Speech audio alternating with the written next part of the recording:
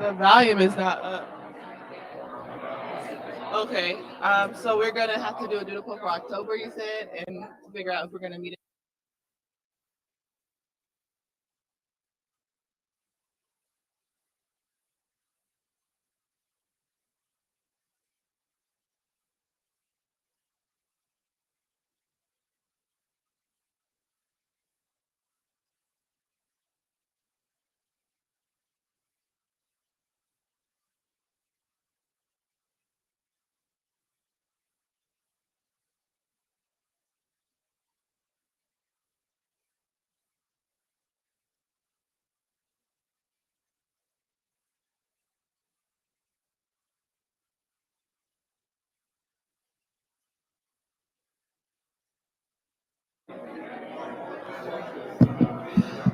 Okay. Okay, good morning. Good morning. Thank you. The time is 9:11, and so before we turn to our next item on the agenda, which is public comment, I will turn to Parliamentarian Johnson to call roll and establish a quorum.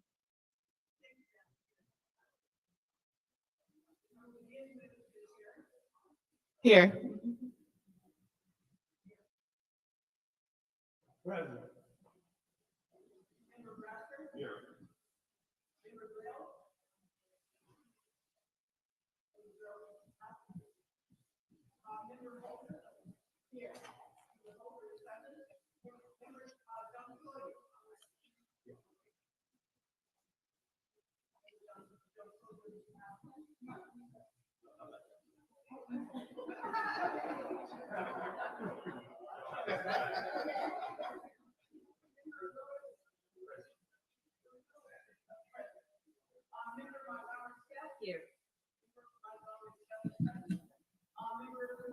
Here. Here.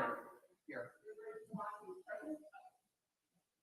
Madam Chair, your line of task force members and the numbers necessary for quorum is 5. The numbers present today is 7. A quorum has been established. Thank you, Parliamentarian Johnson. Thank you, members of the task force and members of the public. Welcome to day 2 of our September 2022 hearing. We will now turn to public comment, but before we do so, I just want to remind everyone to be respectful. Everyone has 3 minutes each. Let's not interrupt folks as they give their public comment. And this time today, before we line up, we're going to go to the phone lines first. We're gonna go to the phone lines first. Please remember the order that you're in. Yeah, just remember the order that you're in. Maybe we can get someone, a staff member, to take a list like yesterday. But we're gonna try to do the phone lines first. Excuse me.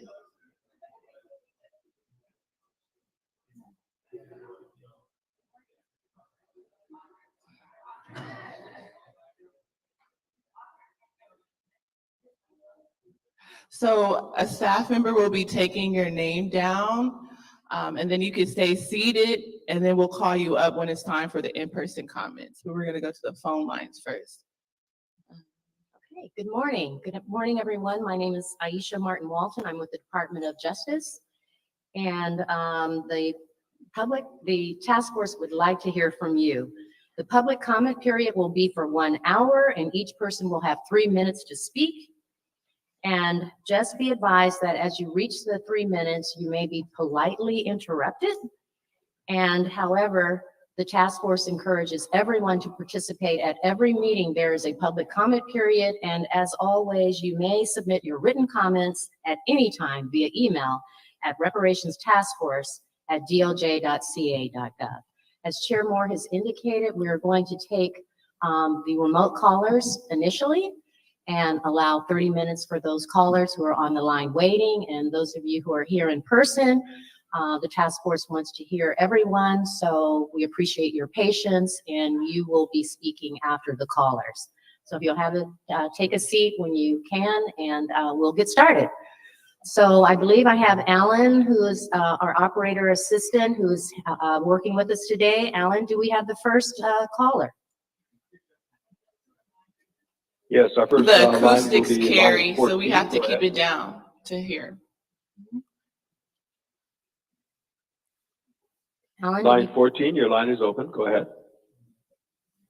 Peace, y'all. My name is Cash Gaines. I'm a young reparationist raised in California, Oakland, Alameda, Chula Vista, Escondido, El Cajon, La Mesa. All right. And I first want to say that y'all might know me as the 40 acres of the Tesla guy, but I'm starting to hear more and more that the 40 acres needs to be a federal claim. So I wanted to shout out Gavin Newsom for president before I begin. As well, I want to mention the direct cash payments portion of this reparation claim, because a lot of people can focus on the other parts, or harms, other remedies, but I like to focus on the numbers. In Oregon, they've offered Senate Bill 619, which I believe should be a blueprint for what cash payment reparations can look like. It suggests lifetime payments of $123,000 a year, tax-free. We need to make that proportional in each state if we're going to do it in California. And California versus Oregon is a 39% cost of living increase. So that would mean $177,000 minimum per Black American in California per year for life. I know that California has a $97 billion surplus, so I don't necessarily want to hear the excuses about the thieves not having enough money to pay us in modern day. I can't stress enough that reparations has to be economic, has to be monetary based, as well as land grants, as well as protected class status and a lot of other things. But I know that Oregon has already set a precedent by putting numbers on page, and we need to work from that to a bigger number, because California is a way more expensive place and a way bigger economy. Thank you guys for letting me rock. thank you so much. Before we go to the next caller, I'd just like to formally acknowledge that Member Grills is present. You're welcome. All right, Alan, next caller, please. Line 21. Good morning. My name is Rose Cannon, and I'm calling from Evanston, Illinois. And I know that today you will be talking about the potential for domestic programs across California and also across the United States. I basically represent Evanston Rejects Racist Reparations, and we are a small city in the Midwest who is touting itself to be the first reparations city municipality offering reparations. I'm here to say that that our program has failed and is potentially failing.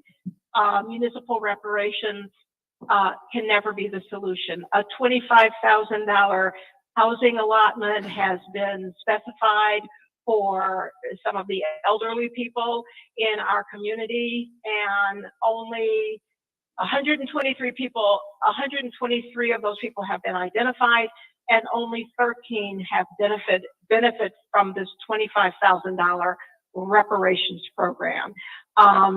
Six of the elderly people have already passed because the program is not being able to be funded correctly like it was stated it was to be funded. We were supposed to use a 3% tax on a cannabis store that is in the city of Evanston. And as you know, state of Illinois is one of the most conservative states with regard to legalization of marijuana. So the revenue coming in from that store is not substantial, has not been substantial to fund this program. And we are failing. And I just want to say that municipal programs like the one that they've been trying to do in Evanston, and which we understand is being touted across the nation to various other municipalities as a solution for reparations, is not sufficient. The cities do not have the pockets to pay us. It is a debt owed to our people by the U.S. government, and we support the California Reparations Taskforce as a first step, which should meld eventually into the U.S. Form of real reparations. We ask that the municipalities that are being courted by the Evanston folks are going across the country saying, this is the program you need. It is not the program you need. It is a failed program. And I rest my case with that. And thank you all. Thank you. Thank you for your comments this morning. Seven lines in Can we queue. We'll move? go Sorry. next Can we to line turn up the 12. volume for the audio callers, or maybe put a microphone near wherever the audio source is? I'm having trouble with hearing the virtual callers. And then I also would just ask the audience, as you all are already doing, to keep it down so we could hear it. Thank you. Line 12, your line is open. Go ahead. Good morning. My name is Bonia Quarles. I'm a native of California. I live in Riverside County. My father's ancestors were brought to this country in chains and then forced into and around Charleston, South Carolina. 12 generations of pain, trauma, and family displacement. My father escaped the South by going into the military at age 17. His father before him had done the same thing. In fact, during my grandmother's life, Black women in the South had the power to re-enlist their spouses for military service. My grandmother exercised this option, and I'm not sure how my grandfather felt about it. But they dreamed of different and better lives as they worked to take care of immediate life needs. They planted seeds of hope in their seeds, and they dreamed of a better life for them. And while they never left the southern shores of South Carolina or the Geechee Gullah culture, they saw hope in the future. And so we come. Many families come. This great migration to California from the South and from all over the world, people wanting to escape racism in all its forms, only to find it here, sometimes masked and sometimes not, but ever amorphous, working to create a permanent underclass of Black-skinned people on the backs of Black-skinned people. I think the point I'd like to make today is that reparations is not just a dream, it will soon be a reality. How it will look has yet to be decided, but I'm sure you will have great influence and power over that. It seems that one key step to ensuring that reparations is done is to avoid the false dichotomy that racism has only affected us if we are direct descendants of enslaved people in America. Racism doesn't check lineage. Racism doesn't check birth certificates. It errs on the side of itself. And for anyone that looks Black, you will be taxed, the Black tax. We've been impacted by it as Black people living in California, regardless of what country you or your ancestors came from or where your ancestors were enslaved. Slavery never ended, it just morphed. Instead of trying to craft or draft something that will adhere to Prop 209, let us think beyond that and focus on what is best for us as Black folks. I ask that you remain bold and courageous and that you all draft recommendations that are inclusive, because we are sisters and brothers, and as a direct result of slavery and racism, we don't even recognize each other. Reparations must include doing the work of repairing, and I believe that begins with a recommendation that embraces all of us from all over the diaspora that live and suffer in California as Black people trying to live. Make recommendations that represent all the beautiful Blackness around us. Let someone else come in and offer false dichotomies related to barriers of who should receive reparations in California and who should not you.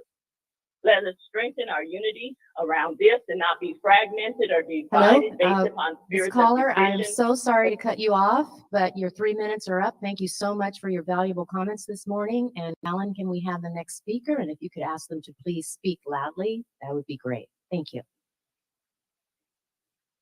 Line 15, we'll open up your line. Please speak up.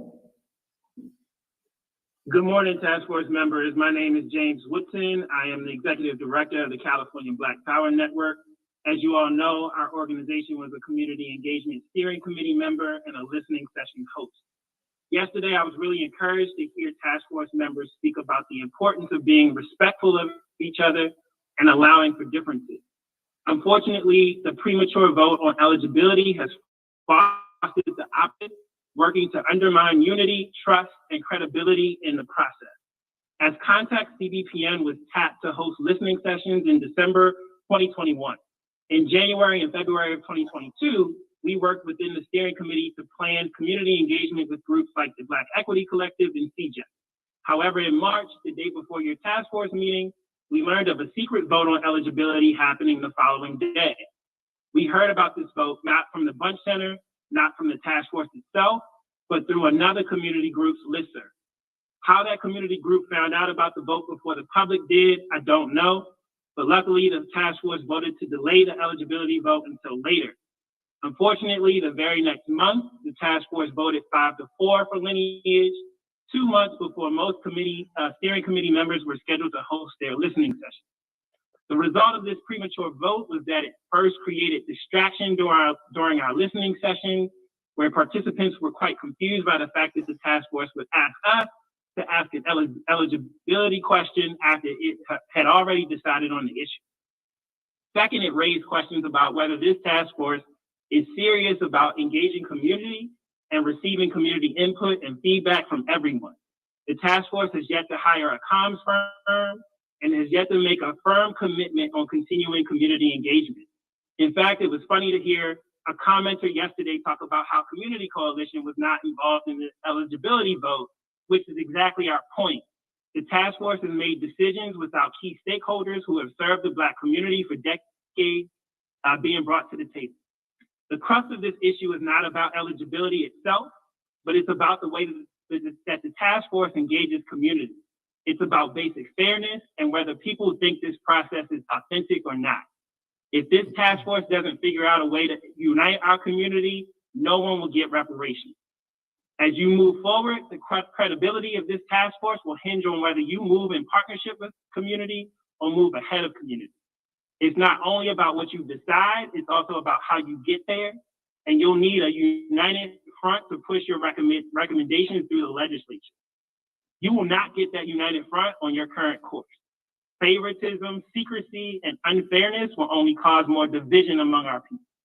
As someone who can trace their lineage back to chattel slavery on both sides, and someone who has indigenous ancestry, Excuse I pray me, you sir. take the opportunity to Thank you unify so our much for your people comments and do this your part morning. to Your ensure that time all is of us up. We recognize appreciate this you process. calling in. All right, our next speaker, And Alan. and as a reminder, ladies and gentlemen, if you do want to register a comment, press 1 then 0.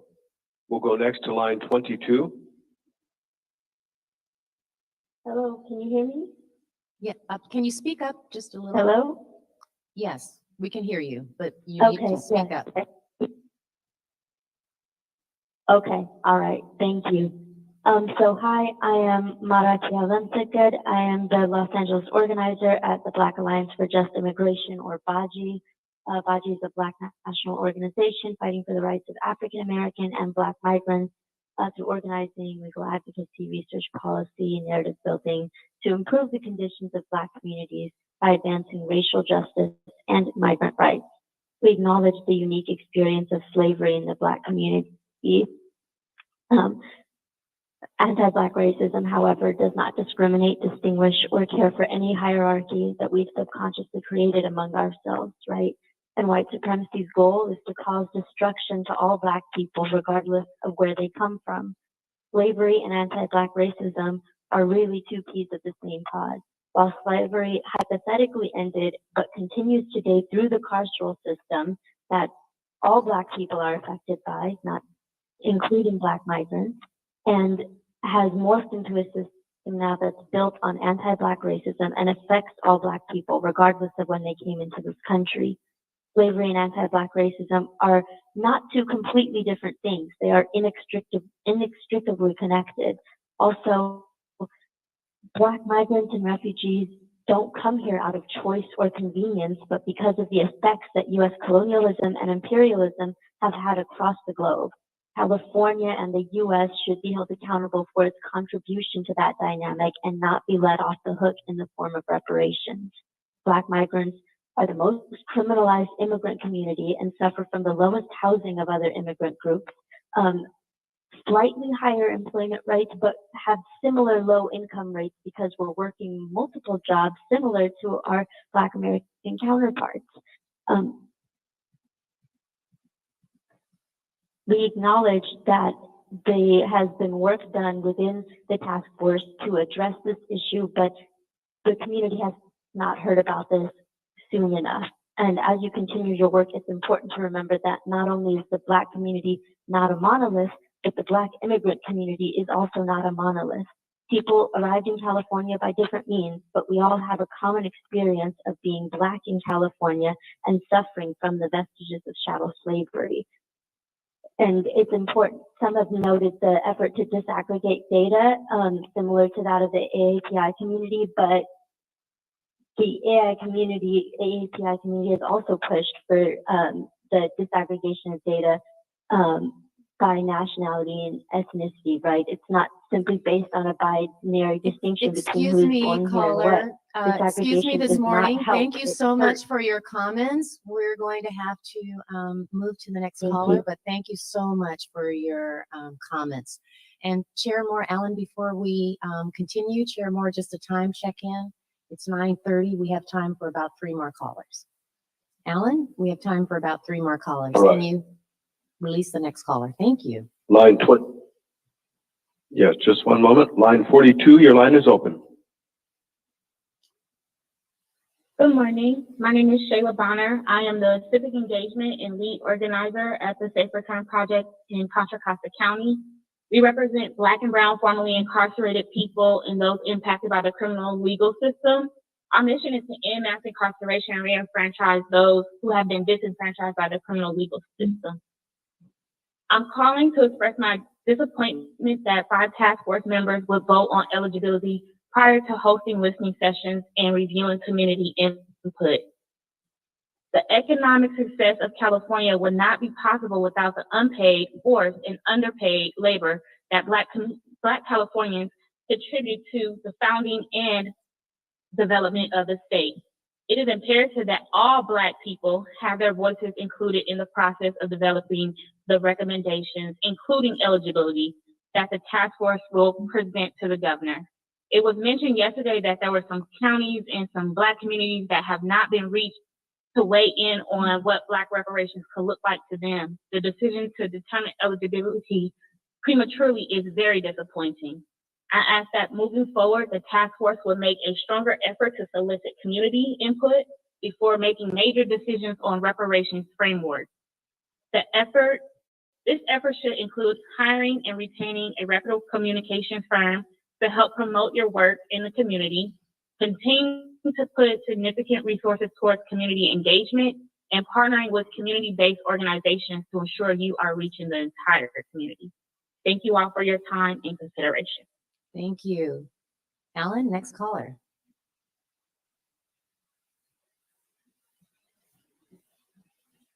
Line 16, go ahead, please.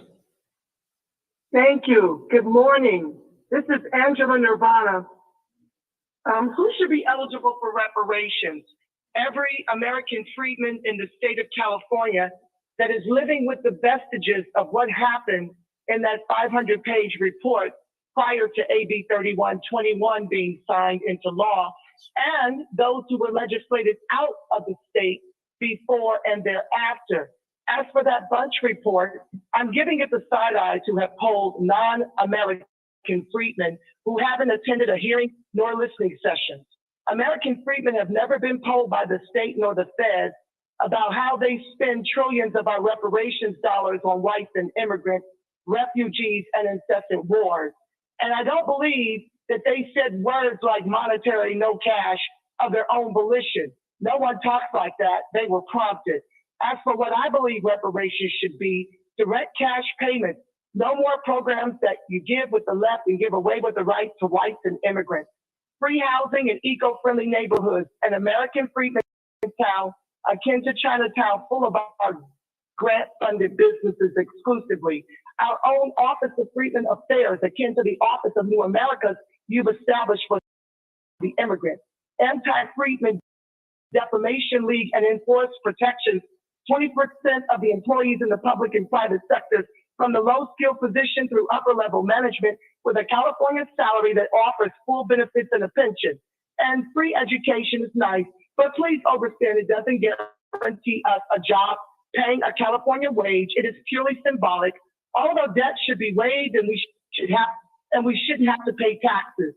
You should also give us 800 credit scores. Lastly, California, it would behoove you to deliver our reparations prior to Governor Newsom running for president. lest these hearings will be a grift for our votes in 2024. Thank you. I'll end there.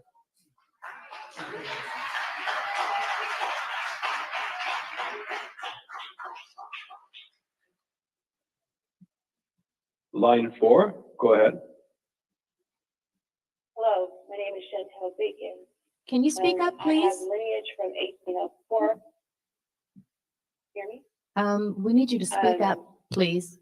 We can't quite hear you. Okay, Chantel Bacon, born and raised in California.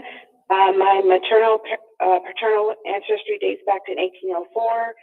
We have roots Alabama, Arkansas, Tennessee, Mississippi, and Carolina. The Black American, formerly classified American Negro lineage matters.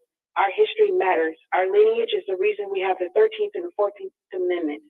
We are steadily being erased by people in leadership and immigrants in their attempt to group us in every other dark-skinned person in the U.S. and confuse our history. Since our classification and the emancipation of the 4 million formerly enslaved, the federal government, state, local government, city leadership, and local police departments have attempted to control our movements in social settings, housing, employment, education. This is well documented with the history of blood quantum laws, one-drop rule policies, fugitive slave laws, Reconstruction loitering laws, vagrancy laws, black codes known as Jim Crow laws, the Rumford Act, the passing of the Federal and California Fair Employment and Housing Act, Plessy versus Ferguson, Brown versus Board of Education. I would like to add the 1968 Kerner Commission report to be recorded in this task force. We have been public enemy number 1. We are still here. We are fighting to be recognized, to take back our identity, our history, our citizenship in these United States.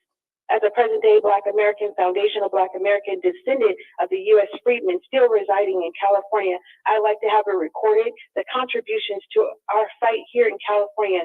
Delilah Beasley, born 1867, wrote California Black Pioneers, Slavery in California in 1918. And she also wrote a book, The Negro Trailblazers of California, 1918. I would like to recognize Callie House is the reason we are here. She was the one who pioneered reparations for our labor. Frederick Douglass, Ida B. Wells, Philip A. Randolph. The list can go on about our lineage here in these United States. This repair is for the foundational people who were here. We are, I know I ran out of time, so I want to end so other people can talk. Thank you so much for listening. Thank you so much for your comments. Chair Moore, that would conclude our callers that have tried to call in. Those of you who were not able to speak today, we really appreciate you taking the time to call in. And please know that you can submit written comments to Reparations Taskforce at doj.ca.gov.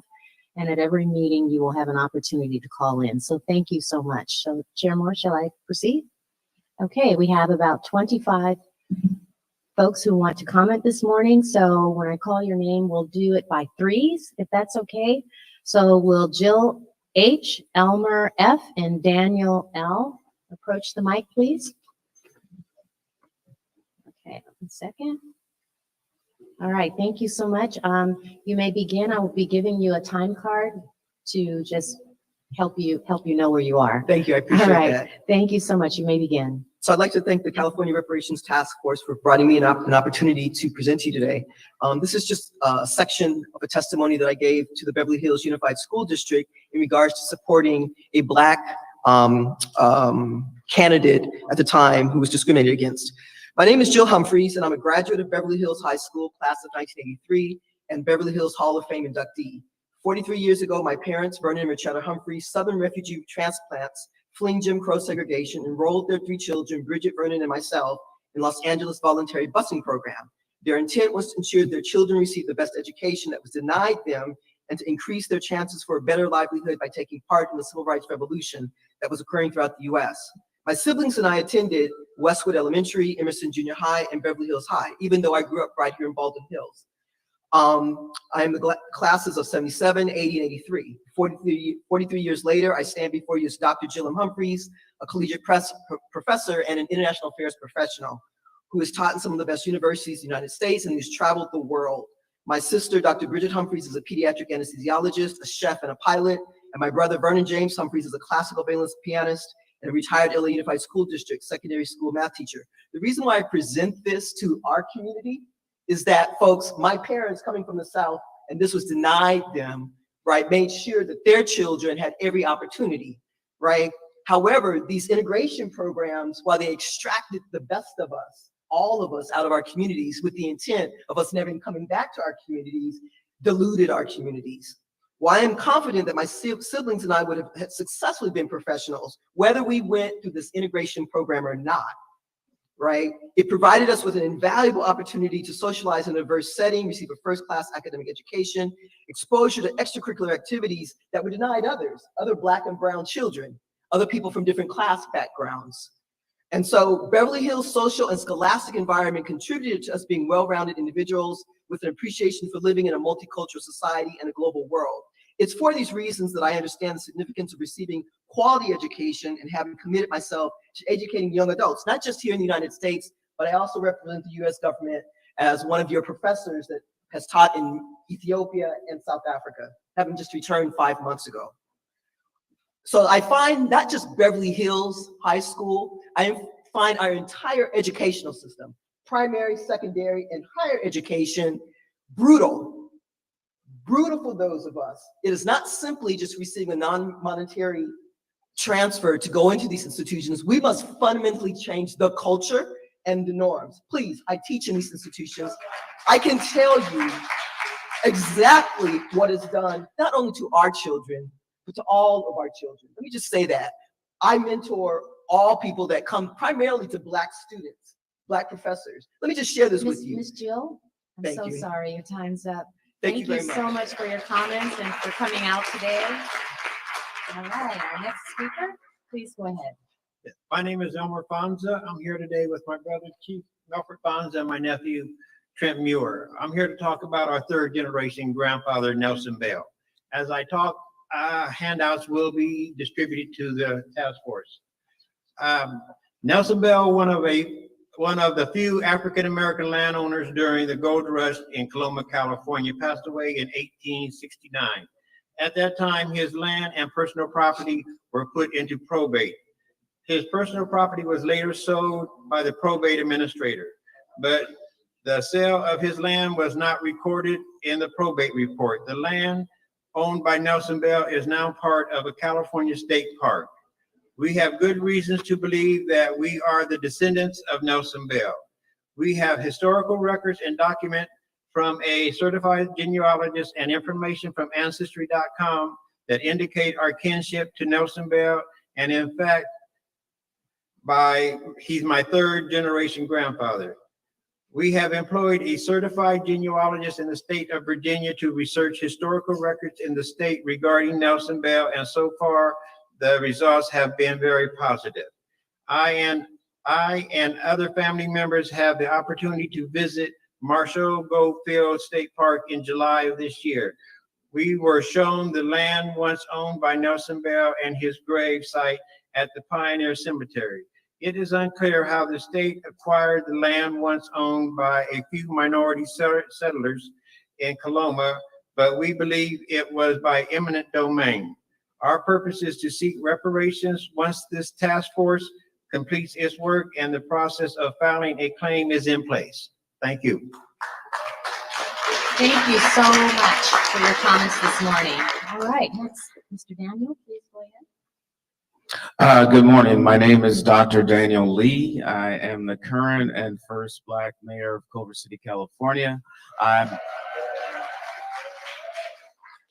happy to be here this morning. Just wanted to talk about 3 things specifically. One, I was very happy to see that harms around education were mentioned yesterday in the hearings, but I wanted to zero in the last 2 decades or so. Black women in particular have been some of the best people matriculating when it comes to undergraduate and graduate education. But I wanted to bring up what we've been talking about federally for a while. As people matriculate, they accumulate student loans. So I want to make sure that we consider student loan repayment or student loan absolution is a part of reparations. Secondly, I wanted to talk a little bit about what Ronald Reagan did both as governor of California and president. In that context, he more or less deregulated our social service system. And as you know, racism comes with mental health effects that has a particular effect on African-American people. I want us to consider mental health and mental health reparations as we consider reparations more generally.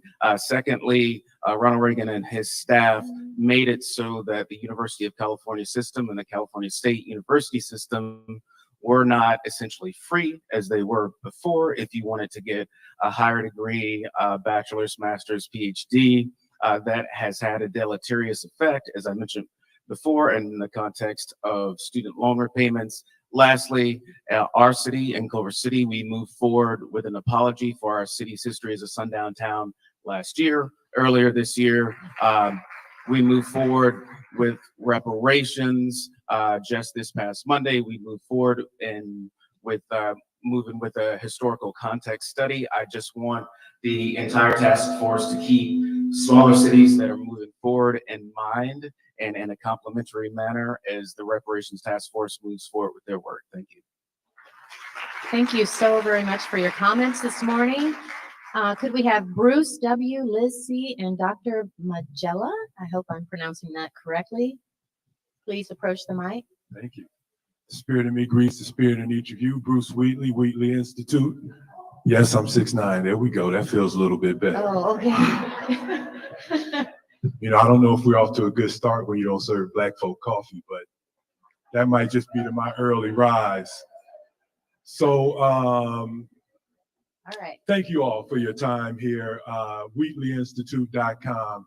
My comments, recommendations come from a investigation that we did looking at the intersection of health and human services and K through 12 education.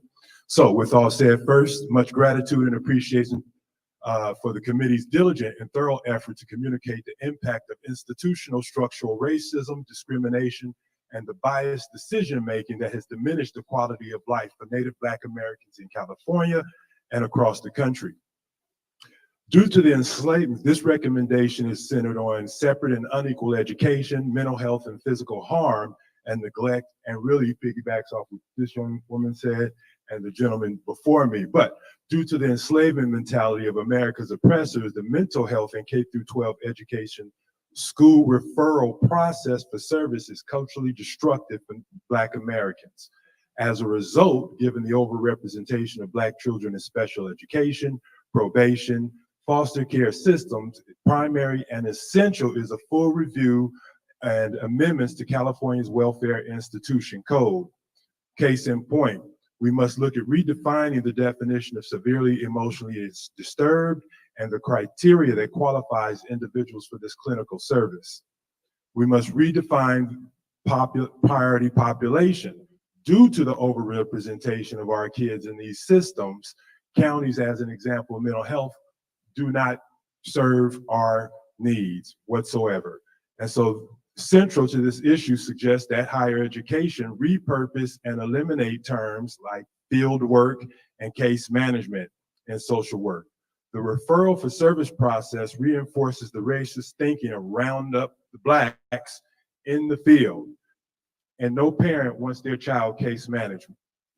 Therefore, to bring legitimacy to the 1964 Civil Rights Executive Order for Cultural Competency, which has not been met based on the fact that I just laid out, and the recent 2020 Executive Order advancing racial equity and support for underserved communities, given that Blacks make up no majority in California City, is essential to reversing the institutional systemic structural racism that you've all laid out, is prioritizing Black organization and community leaders for funding to support the transformation, not a program, but the complete transformation of health and human services in K through 12 education.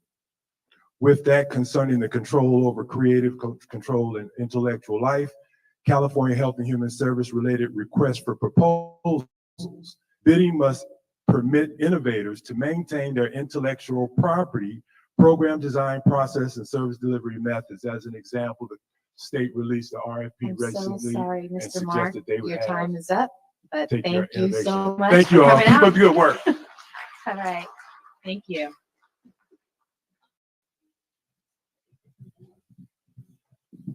Well, let's do it that way. Good morning. I want to really commend you guys on the good work you're doing about reparations. But my name is Liz Chow, and I'm the historian for the Consolidated Board of Realtors and the Sanchez Adobe on Don Felipe, a building with over 200 years of use. And Mr. Bradford, I just saw pictures of you there when you were first getting started in politics. My task force here today is to try to save this Adobe. The original owner or builder, Don Vicente Sanchez, was sent by the Spanish and Mexican government to corral the African Americans, 35 of them that founded Los Angeles, Pio Pico being one of them, the first governor. So we talk about who was the first governor in the United States. It was black governor, it was Pio Pico. Maria Rita Valdez on Beverly Hills. So we have all these African Americans that escaped Mexico and came to California, which Mexico did not own. And they basically annexed Mexico when the African Americans, or I shouldn't call them Afro-Mexicans, started to do so well. My task force is to turn that Adobe, which was built in the late 1700s, right on Don Felipe, because there's a lady here from Baldwin Hills, 3725 Don Felipe. That's literally falling apart because the city wants that lot to provide housing for Metro. So my task force is turn this into a children's museum where children in the 4th grade, no offense to Dr. Dre, but by the time they get to high school, it's too late. They want to be a rapper. We're going to start with basics, going back to, how to actually how to penmanship, language classes, how to use a knife and fork. Your kids drive up to Jack in the Box and then they eat like this. So we have a museum over there that's ready to be retrofitted, because it's 200 years old and we need to fix it. It also was subject to the sundown laws. You couldn't come in there. And Paul Williams, the architect, was building us something in the West Adams area. I'm going to cut to the chase real quick. You're talking about reparations. The realtors came in 1949 because their land was seized in the Palos Verdes Torrance area, just like Bruce's Beach. We pooled our money together to buy this land, right? And then they snatched it. O'Melveny was the head of the Board of Supervisors at that time. They just snatched the land and pushed us back into the Watts West Adams district. Paul Williams had to use white people to buy land in Watts to build apartments.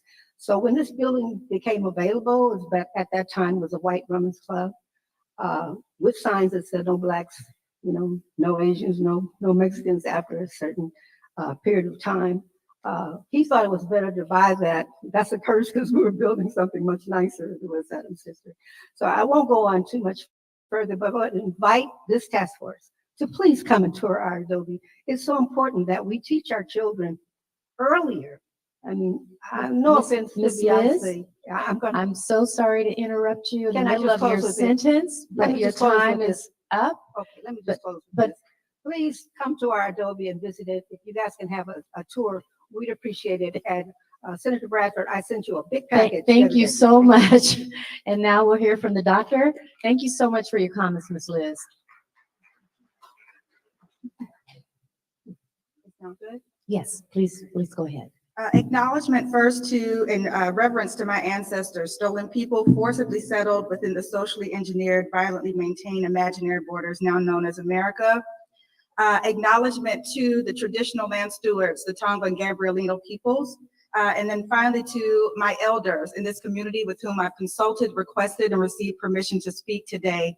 To the task force, to the California DOJ, and more specifically to all to convene on behalf of the liberation, restoration, and reparation of African people in the state of California, the US, and the world. Good morning. I am Dr. Michaela Bethune, an assistant professor in the Department of African American Studies at Loyola Marymount University. I am a community psychologist trained in community research and action, and I'm here in the capacity of being a Black mama, a Black scholar, a diasporic African of the world residing in America and in the state of California. I am here to speak on behalf of a group of African people who have neither the personal agency nor the social power to be meaningfully or civically engaged in this process. I am here on the behalf of young Black people. I have read and reviewed this task force 500-page interim report and comprehensive account of the systemic, institutional, structural, and existential harms of American white supremacy. The structure and organization of this report carefully lay out the historical and ongoing impact of slavery, racial terror, civic and political disenfranchisement and marginalization, residential segregation, violation and desecration of our communities, educational segregation, environmental and structural racism, the demonization of Black families, the assault on Black art, culture, scholarship, and identity, stolen labor and opportunity, the criminal injustice system, and the continuance of slavery, mental and physical harm, neglect, and diminished generative reproductive capacity and thriving, and the wealth gap. There is mentioning of the impact of these atrocities on Black infants, youth, and young adults. I've read that report, and in it, the term youth is mentioned 187 times, the term young, 69, the term children, 595, babies, baby, infant, 15. As a scholar on Black youth and adolescents, this leaves me hopeful and also invested in this process. However, from pages 19 to 24, which house the 5 pages of preliminary recommendations, youth was mentioned twice and children 5 times, and mostly in the context of detailing how incarcerated residents should have access to those children as their caregivers and family unit. My appeal today is for you members of this task force, agents of the DOJ, and members of the General Assembly and government of the state of California to deepen your consideration and commitment to a comprehensive agenda and reparations plan that meaningfully includes and centers the needs of Black youth. May we all seek to see and understand young people not to be only our possessions, but rather the future bearers of this great work of restoring our people to the expansiveness of our humanity and essence. Young people are the Black people. I'm so sorry your time is up, but please, I'm so sorry to interrupt you in the middle of your thought. Please center our youth. Please center our youth. I'm happy to email the rest of this statement. Oh, please do. Please do. We encourage everyone to use the email. Our next speakers who have signed up are Mark G. So if you could please hold on. Sure. Thank you so much for being patient with us. Mark G, Ms. Cryer, and Kevin C. If you could please approach the mic. How you doing? Can you hear me? Yes. Well, my name is Mark Garth. I was born and raised in Los Angeles, California, and I'm an American Indian. I'm gonna read an article for, this is the Treaty of 1866 with the Choctaw and Chickasaw Indians in the United States. It's just a section.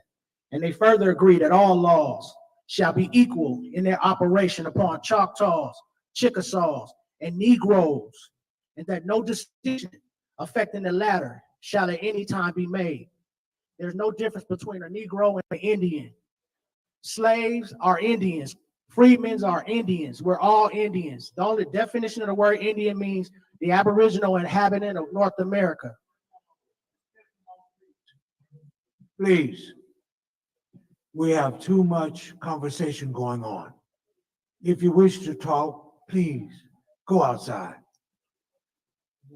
You're interfering with the persons who are speaking. Could someone help us in the back? Ask everyone to be quiet.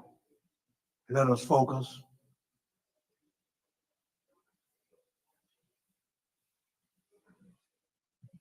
Let this gentleman start over. Yes, absolutely. There's no difference between a Negro, a colored person, a Black person. They're all Indians. We're indigenous. I'm speaking for the indigenous people here in the United States who has United States lineage ancestry. This is our land. We own it. We have proof of ownership of our land. It's called the Agricultural Non-Population Schedule from 1850 to 1880. My ancestors made improvements, and we were deprived of that. So that's part of the deprivation and the atrocities that has happened to us. We were deprived of the right to be Indians, and we were deprived of our land patents and annuities that's owed to us. Pursuant to treaty obligations, not what people want to make up or vote on. We don't care about what foreigners think. This is the law. The highest law of the land is this treaty right here and the Constitution. So what we should add to this, to what you guys are doing, it should be included with what you're doing. Is just please form a committee to where we can use the Indian treaties, because all the money is here. The allocated money is here. We can go from the date of the treaty to now and allocate the money that's owed to us, the stocks that's owed to us, as well as all annuities. We ceded this land to create the United States. Negroes, Black people. So you can't have an Indian without the United States. You can't have a Black person without the United States. It's one and the same. So all I'm asking is that we include the Indian treaties along with what we're doing, because that's extra money for us, and land. Make sure we get our land patents completed, because they have to be completed. Our ancestors have the evidence. We made improvements. Thank you. Thank you. Thank you so much. Our next speaker should be Ms. Cryer. Good morning, Task Force members and community. My name is Sharice Cryer. I said I was not going to cut up today, but I must cut up for the community. There have been people who called in and spoke about integrity. And I want to let the commission know that I personally, and I was not the only one, prevented from coming into listening sessions that were co-hosted by the California Black Power Network. I want to let you know, I sent an email, I was not going to, but I was prevented from coming into not one, but 2 sessions. So when we talk about integrity in the community and people wanting to give input, and I've been doing this since 2018, okay? You can Google California reparations and my face comes up. My face was on the flyer for today, and I was one of the ones who helped put AB3121 through the legislature. And I was prevented from coming into 2 sessions by the California Black Power Network. I just wanted to let you all know that. So lineage-based reparations is the standard for right now. And if you want something else, we are in a free country. You can put another bill through the legislature. That being said, yesterday, harms versus national model. The commission will run into a problem, and member Lewis, I spoke with you about this in April, and I spoke to another member yesterday about it, because you're going to run into a slippery slope argument. In theory, it works, but practically applying it to lineage-based eligibility is going to be an issue. You start splitting up what type of harms were experienced by Black Americans and assigning a dollar value to it. Other Americans experience the same harms. My suggestion would be for the task force to make sure the tie to slavery is solid in these calculations. The formula, for example, that the economist gave yesterday should include X amount of generational wealth lost because of slavery, plus amounts lost due to, for example, redlining, equals the value descendants are owed. Now, will California actually pay out that total amount? Probably not, but at least it gives a good gauge of the tie to slavery. And this is essentially the hybrid model that was mentioned yesterday. Also, when looking at international theories and models of reparations, I'd argue the US has made the most reparations payments to any individual groups, and we make following US precedent the standard as opposed to looking at an international standard. Finally, the issue of residency. As far as determining eligibility, in common law, adverse possession is usually 7 years. In California, I believe it's 5. And I believe the task force should set residency requirements as follows. Eligible descendants must have been a resident in California at least 7 years before the governor signed AB 3121. I yield my time. Ms. Cryer, thank you. You're right on point. Okay, just a reminder, before we go to the next caller, we have a list of folks who have signed up for public comment, and we're going through that list, and we'll be calling your name. So, Mr. Kevin, please go ahead. Good morning, task force members and beautiful Black people here today. God is good. My name is Kevin. I'm the associate. Yeah, you can clap for that. Might be the only one I get today. I'm the associate director of the California Black Power Network. I'm fortunate to come right up after the last speaker. We're a coalition of 40 plus Black-led organizations across the state. We've been doing our work collectively together since at least 2015, and our groups have been doing this work engaged in Black communities for decades. We're fortunate to be at this historic point in time to engage the state of California and Black Californians in the conversation about reparations. It's important that we deal not only with the lingering aspects of slavery, but the system of white supremacy and anti-Black racism that not only propped up and propagated slavery, but kept Black people in a state of exploitation, brutalization, and second-class citizenship up until this very day. We engaged in May and June of this year, about 20,000 Black people across the state on the issue of reparations. We identified 8,711 individuals who wanted to join our listening sessions. We wanted to have deep conversations with our community. So certainly we weren't able to engage all 8,711 people. We're interested in the commission being able to set up our communications firm and continue community engagement because we know there's a hunger for this conversation, and there have not been enough conversations in our community. There have not been enough people informed. To Ms. Pryor's comment, our first virtual session was Zoom bomb. You know, the devil's gonna get in the way, right, of a good thing. After that, we took deep precautions to make sure we were filtering who had access, particularly to our virtual and in-person sessions. We created a registration list of those who had signed up and said they were interested, and only allowed those who signed up and were registered into those. We also filtered out people who had previously attended listening sessions to make sure that we were hearing from new individuals. We were highly aware that there were a number of people from a certain organization who attended multiple sessions in effort to, again, kind of thumb the scale. We think that we want to encourage this task force to be transparent, bold, courageous, expansive, and unifying. In its work, there's a diversity of opinion. We saw that through the Bunch Report. We've seen this through all of the engagement. You have an opportunity to unite folk and present recommendations that include all of the harm and recognize all of those who have been harmed. In America, you were Black upon arrival. During slavery, if you came from Africa, if you came from the Caribbean, if you were a Native American, you were Black upon arrival. During Jim Crow, during segregation, during the war on drugs, you were Black upon arrival.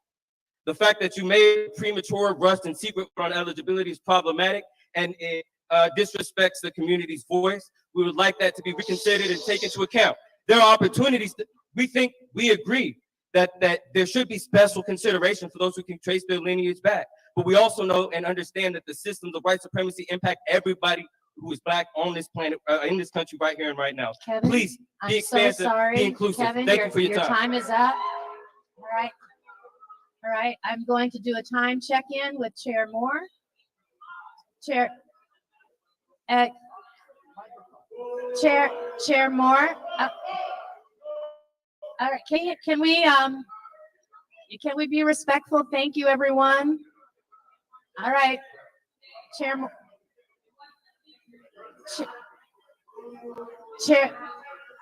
Moore, I'm going to do a time check-in. It's about 10:06, and we have about everyone. Yes. It's absolutely unacceptable. I made that announcement earlier this morning. Everyone has the right to speak. Everyone has 3 minutes to speak. Everyone needs to calm down. Okay, so. Excuse me, in respect of, if everyone is passionate about the issue of reparations, I need people to be quiet right now. This is disrespectful to the ancestors. You all need to be quiet. Okay. So Chair Moore, it's about 10:07, and we have several people still on the list. What is your pleasure and the task force pleasure at this point? We're gonna have to keep going with the schedule. So we're gonna have to go to the next item on the agenda. You'll be the last person. Imagine that. Thank you, ma'am. Thank you, ma'am. The next person would be Melvin. The next person would be Melvin G. Could I have everyone's attention, please? Shh, everybody, please. Let us make silence, please. Let us make silence. Excuse me. I want to be short. Let us make silence. I'm gonna say this before I leave. Let us make silence. Let me say this.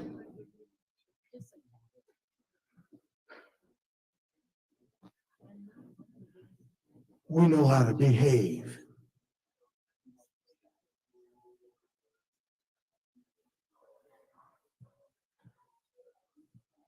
And we do not need to discredit ourselves.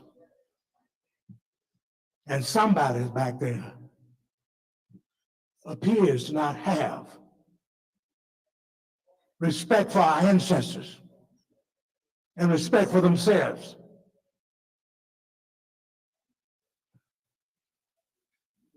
Now, please don't make it true. I am finished. You just be quiet, please.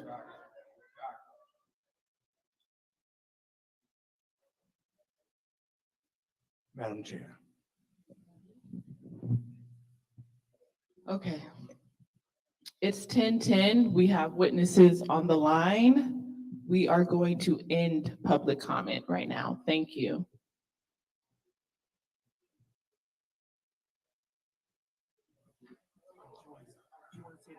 Yes.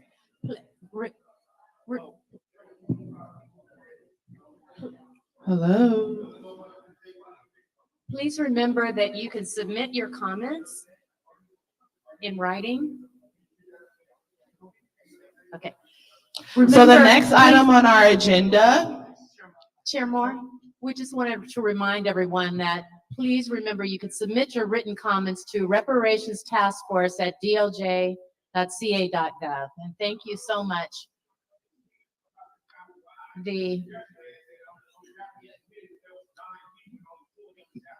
Sir, would you please sit down? Sir, would you please sit down? Please sit down. Please sit down. Please sit down. Thank you. No, please, thank you.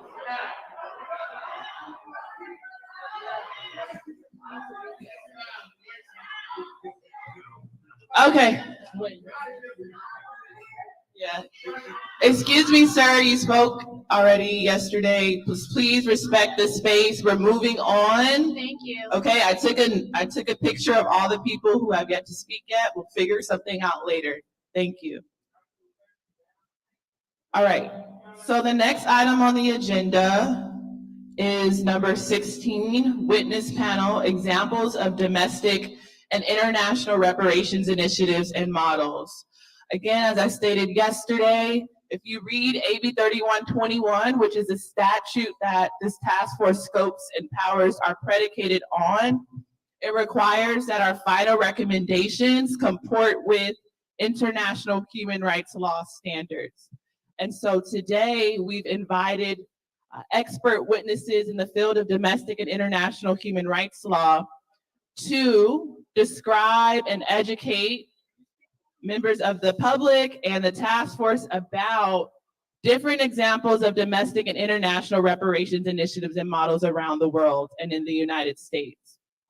So we've invited Ron Wakabayashi, Mia Iwataki, Mitchell Maki, Virgine Latsich, and Ruben Carranza, who will be joining us remotely, and Jonathan Bush, who will be joining us remotely. I will now introduce our first expert witnesses who is here to meet us in person. Hello, hello. Okay. Before I introduce our expert witnesses, I'm required. Right.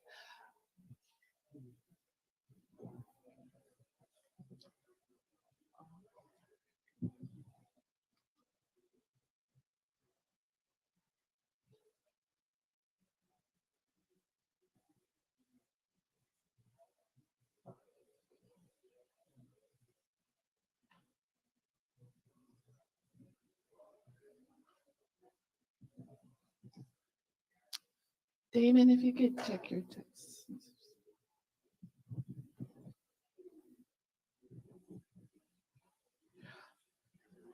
Okay. So we're going to just take a pause, a brief pause, and then I will introduce our expert witnesses.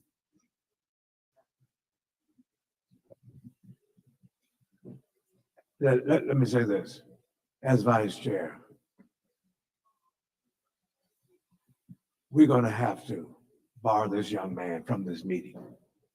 He's nothing but a provocateur, and he's not here to be focused on what we are about. So with everybody at the door from the staff, make sure that he does not come back in here.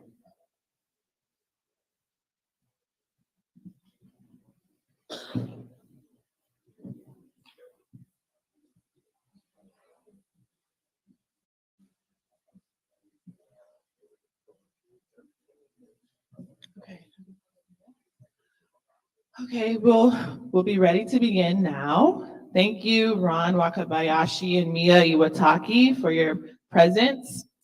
Ron Wakabayashi retired from the U.S. Department of Justice Community Relations Service in 2020 following a 20-year career.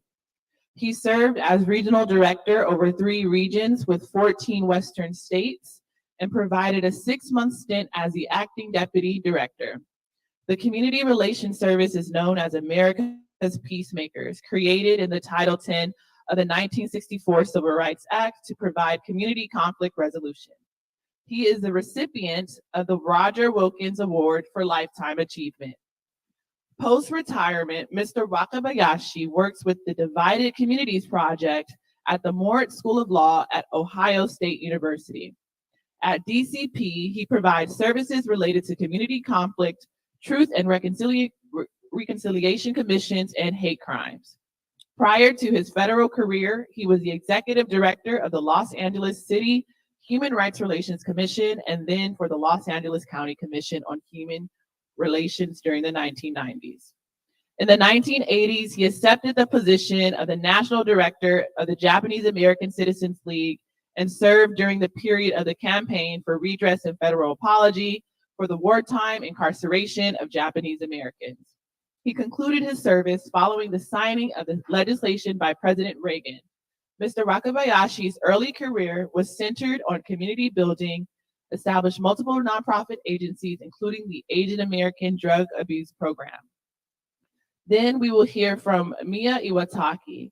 Mia Iwataki's life experiences as a poet, writer, host, producer of East Wind radio series, designer of diversity and cultural competency programs for LA County, NCRR fighter for Japanese American reparations, one of 30 women sponsored by the United Nations NGO to the UN Decade for Women Conventions in Nairobi, Kenya, and co-author of the first study on cultural barriers to reproductive health care in 8 API communities that have shaped a long life understanding, awareness, and commitment to justice and equity. Ms. Iwataki feels that her work has breathed life into the importance of valuing cultural beliefs, practices, and traditions in health and in our daily lives, and an appreciation for how deeply language is tied into and reflects our culture. We'll then hear from Mitchell Maki. Mitchell Maki is the president and CEO of the Go for Broke National Education Center, a nonprofit organization dedicated to preserving the legacy and lessons of the Nazi World War II veterans. Dr. Maki is a highly sought after international speaker on the Japanese American redress movement and its relevance to contemporary socio-political issues. He is one of the leading scholars on the topic. Dr. Maki is the lead author of the award-winning book, Achieving the Impossible Dream, How Japanese Americans Obtain Redress, a detailed case study of the 1988 Civil Liberties Act. This critically acclaimed book documents the redress movement from its earlier roots during World War II. The formal introduction of the idea in the 1970s, the Commission on Wartime Relocation and Internment of Civilians, the judicial battles during the 1980s, and the lobbying of the legislative and executive branches in the 1980s and 90s. In 2000, the book received the Gustavus Myers Outstanding Book Award, which is given to books addressing bigotry and human rights in North America. Thank you all for your presence, and we're looking forward to your expert testimony. And we will begin with Mr. Wakabayashi. Chair Moore, thank you very much for that kind introduction of all three of us. With your permission, we'd like to change the order. I'm Mitchell Maki. I'll go first. Mr. Wakabayashi will go second, and Ms. Iwataki will go third. So thank you. Members of the task force, good morning, and thank you for this opportunity for us to present our thoughts and insights regarding the Japanese American community's fight for redress and reparation. My name is Mitch Maki, and I am the lead author of the book, Achieving the Impossible Dream, How Japanese Americans Obtained Redress. And as the title of the book suggests, for many people in the initial stages of that movement, the thought of obtaining redress seemed an impossible dream, and yet it did become a reality. Such is the hope for the work that your task force is committed itself to exploring. I'd like to start off by emphatically stating that I, nor my fellow panelists, make any claim to the equivalency between the incarceration of Japanese Americans during World War II and the institution of African American slavery, which stained our nation for 2.5 centuries. Rather, I intend to share some insights about the Japanese American redress experience, which I hope you'll find relevant to the work of the task force. I will focus my comments on 3 insights from the experience. Number 1, the importance of speaking with a unified voice. Number 2, the public commission hearings and the education of the general public and the American Congress. And number 3, the objective of redress for the Japanese American community. Number 1, speaking with a unified voice. In the initial stages of the Japanese American redress movement, there were many different perspectives on whether to pursue redress and reparations. There were basically 3 trains of thought amongst Japanese Americans. First said, let it go. It happened a long time ago. We're doing better. We don't want to have to remember the pain. We don't want to have to remember and tell those stories. We don't want to have to feel those feelings again. And it was primarily the elderly who felt this way. The second group believed that what was done to us was wrong and that we were deserving of a good, sincere apology. Don't give us money, just give us a good, sincere apology. And part of that was being pragmatic because the nation had never apologized nor provided redress to any particular group at that time. However, there was a very principled reason, and that was don't insult me. Don't take away my constitutional rights, throw a few dollars my way and say everything is now even. But don't put a price tag on my civil liberties. Just give us a sincere, authentic apology. And the final group believed that we were deserving of an apology, but we were also deserving of monetary redress. There were real losses. People lost their homes, people lost their jobs, people lost their businesses. It wasn't as if they just called us names and hurt our feelings. So give us an apology and give us money with that apology so that it is an authentic and legitimate atonement. The debate between these 3 trains of thought tore the community apart through the 70s. And the process of organizing and recruiting people to testify at the Commission on Wartime Relocation and Internment of Civilians, and the process of listening to their testimonies played a large role in facilitating the Japanese American community to come together behind a perspective that we wanted an apology and monetary reparations. My co-panelists, Ron Wakabayashi and Mia Iwataki, were instrumental in those processes and will describe them more fully. Number 2, education of the public and the American Congress. The commission hearings and their subsequent findings, personal justice denied, played an invaluable role in educating the general public and the Japanese American community about the details of the World War II incarceration. In the early 1980s, the general American public and the US Congress knew very little about this egregious violation of the Constitution. An important part of the redress movement was to educate the mainstream America about what had occurred. And an unintended consequence was how the commission hearings galvanized and energized the Japanese American community as Japanese Americans themselves learned many new details and perspectives on the camp experience. Of particular note, the commission chose to release their findings and their recommendations separately and 6 months apart. This was deliberate so that the general public and the members of Congress would have the time to be educated with the findings. Once again, my co-panelists will share examples that will further illuminate this insight. Finally, number 3, the objective of redress for Japanese American community. In the Japanese American community, there were competing perspectives on the objectives of the redress movement and what form redress should take. In the end, our community eventually agreed to a symbolic payment of $20,000 for each affected individual and the creation of a $50 million community trust fund. And we did this for many different reasons. The question of what amount of monetary redress was appropriate was a critical issue for the Japanese American community. Was a symbolic payment for the forced exclusion and incarceration appropriate and sufficient? On one hand, the actual dollar amount of the harm was incredibly much higher and probably would have made redress politically impossible. On the other hand, the symbolic nature of the redress payments could be seen as a slap in the face or a disingenuous attempt to pay the issue away. In the end, the level of monetary payments coupled with the presidential apology satisfied many in the Japanese American community, but left others feeling less than satisfied. I will end my comments here in order to allow time for my co-panelists to speak firsthand of their observations, memories, and insights about the Japanese American redress movement. In closing, I wish to thank you for your work. It is certainly not an easy task, but it is an opportunity to bring all of us to a better place. Thank you.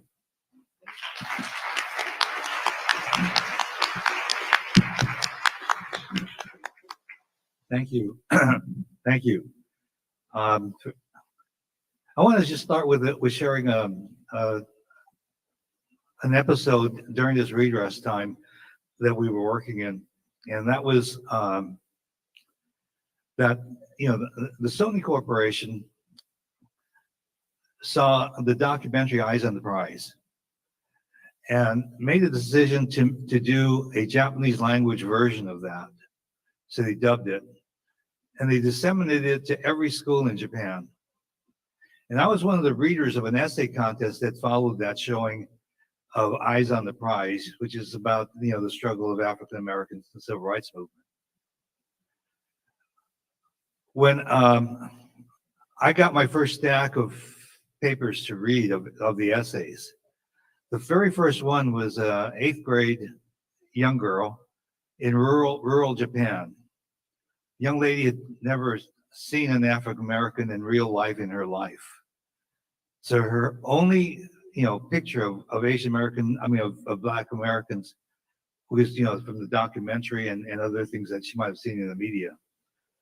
Her very first sentence in her essay was, "I have never seen people who love their country so much. I've never seen people who love their country so much." Now, I would suspect that would not be the opening sentence of most American people viewing Eyes on the Prize. There are other lessons they would draw from it, and rightfully so. But I'm just trying to point out that fresh eyes looking at the experience and the struggle of African Americans is really a legacy that's really important, and it's something for Japanese Americans, is something that we have a deep appreciation for. And in fact, it was the civil rights movement and the anti-war movements in that period that raised the question for us.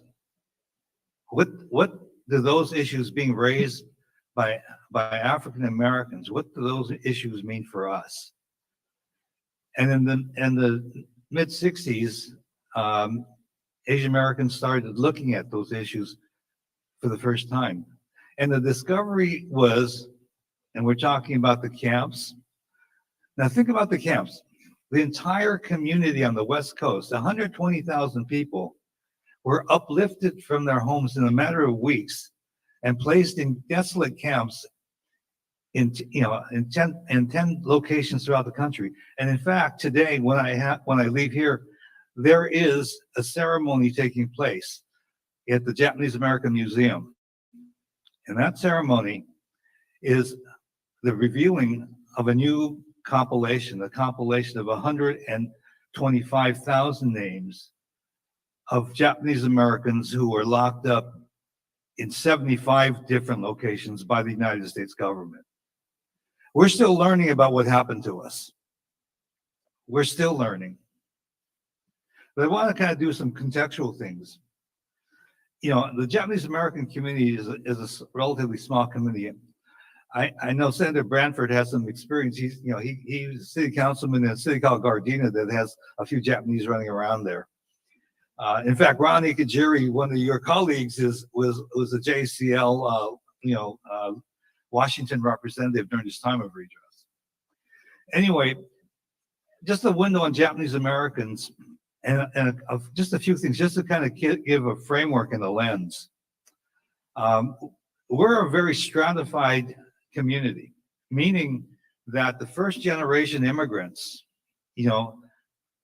align in a cohort, in a time cohort that's very tight. And the second generation consequently, aligns as a separate cohort. And the third and the fourth, and this panel here, I think we're third generation. And that we might even have some eighth generation in the room because it's been that long. But the stratification is an aspect that's important to us. It's a unique experience. And to point out that stratification is because of government laws, exclusion laws, policies, and practices that created, a situation. My own father, came into the country undocumented because, it was prohibited from coming into the country. So we have a stratified community. That meant that during the Second World War, our first generation were classed as enemy aliens, not as persons ineligible for citizenship, but as enemy aliens, to make the case of military necessity, which was the case to lock us up. The stratification also has this impact. The average age of the second generation, now, mind you, the first generation is now disempowered. They're enemy aliens. So the second generation, are the legal ones. They represent the community. The average age was 18 years old. Consider that, 120,000 people uplifted in a matter of weeks, placed in desolate areas. Their parents can no longer speak for the community. You're 18 years old and you've got to stand up for them. That's a hell of a situation to be in. And still, it doesn't compare to the African-American experience. It doesn't compare, but this want to just kind of have a lens on what the Japanese American experience was. Fourth item was that we were less than 0.5% of the population of the United States. My own experience when I went to the East Coast for the first time, standing in a national zoo, was to have a lady come up to me and say, "What are you?" And we know what that means, what questions being asked. What are you?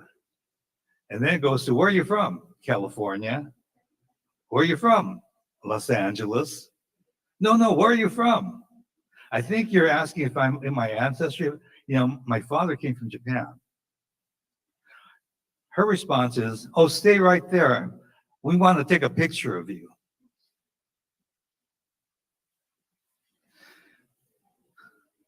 So in the 60s, with the impact of the Black Civil Rights Movement, me and I, when we were young once, we're examining that question. But imagine the lens that we looked at it through was through the lens of what we learned from the Black Civil Rights Movement and the anti-war movement, is learning stand up, protest, dig in. A popular history of the Japanese American community at that time was a book called Nisei the Quiet American. Oh, you can imagine how the third generation took that. Quiet American. Yeah, they are quiet. They are timid. They are passive. They didn't stand up. They're an embarrassment. We're ashamed of them. So how do you compensate that? You know, during this time period, you know, like that we were doing when I was at the JCL, I became a father. And what I remember most in being a father was that, you know, I had a friend tell me that his son graduated high school. And they were talking, and the son said, you know, Dad, you know, you're well known. You're the inventor of the contact lens. Our family has, you know, a lot of status in the community. But you were never there when I needed you. Imagine hearing that from your kid. You were never there when we needed you. But amplify that. That's a generational statement that happened. Third generation, you know, felt that our parents' generation failed. I think my point here is that we're a community, as we're coming through it, is a community without heroes. That's a terrible position to be in. You know, because in my life, I've met some heroes. I've had the great honor of being with Rosa Parks. I've had the extreme honor of having C.T. Vivian tell me about his encounter with Jim Clark. You know, they're heroes. Jim Clark's smaller than, C.T. Vivian is smaller than me, as I recall. He's not a large man. And Jim Clark was a good-sized dude, and he clocked him, sucker punched him, you know, at the Edmund Pettus Bridge. But C.T. Vivian and our own, and James Lawson here in Los Angeles, brought the principle of nonviolence to Martin Luther King. So we share heroes. But we didn't have any in the Japanese American community, or so we thought. In the process of hearings, what we rediscovered, you know, the work that Mitch does right now is with our veterans, 442nd. Before the commission hearings happened, think of this. I am the national director of the Japanese American Citizens League. And I know nothing of our wartime history in terms of our military history. Turns out that the curator of the Presidio Army Museum takes me over there and says, you need to understand this story. This is an epic story. These men were the most decorated unit for their size and length of service in the history of the country. They retired units if they took 50% casualty. Mitch, what they take, 350% casualty? 350, you were replaced 3.5 times. So we had a lot of Gold Star mothers. And they got notice in the concentration camps. And if you read the mail that the Nisei soldiers sent out, they talked about, we understand the need for us to be loyal, to be perceived as loyal, because we are a suspect community. But guess what? Out of this process, pre-hearing and post-hearing, we got this marvelous gift. We got heroes. In the ceremony that'll happen later today, I'm representing one of the camps, you know, Aurora in Arkansas. You know, my family, my father's side was in Aurora, Arkansas. But they then got sent to Tule Lake. Of the 10 camps, Tule Lake was the camp that was a segregation camp. They were for the people who resisted, who were going to renounce their citizenship, who were going to go back to Japan, not willingly, but because they were standing up and saying, we're going to resist because our rights are being denied. the resistors, and I gotta tell you, I was a JCL national director. The JCL was not friendly toward the resistors because the JCL had an interest in promoting that theme of having the country perceive us as loyal, and the resistors, took away from that that kind of account. So I just want to give you context of what we went through. But what I'm trying to point out is that in our experience, what we went through, the $20,000, and I can tell you the story of the $20,000. The $20,000, we didn't have a special field order 15 as a basis of calculation to even think about it. So there was a back of the envelope activity one time when someone said, well, minimum wage at that time for the length of time that the camps were in operation would roughly equate to about $25,000.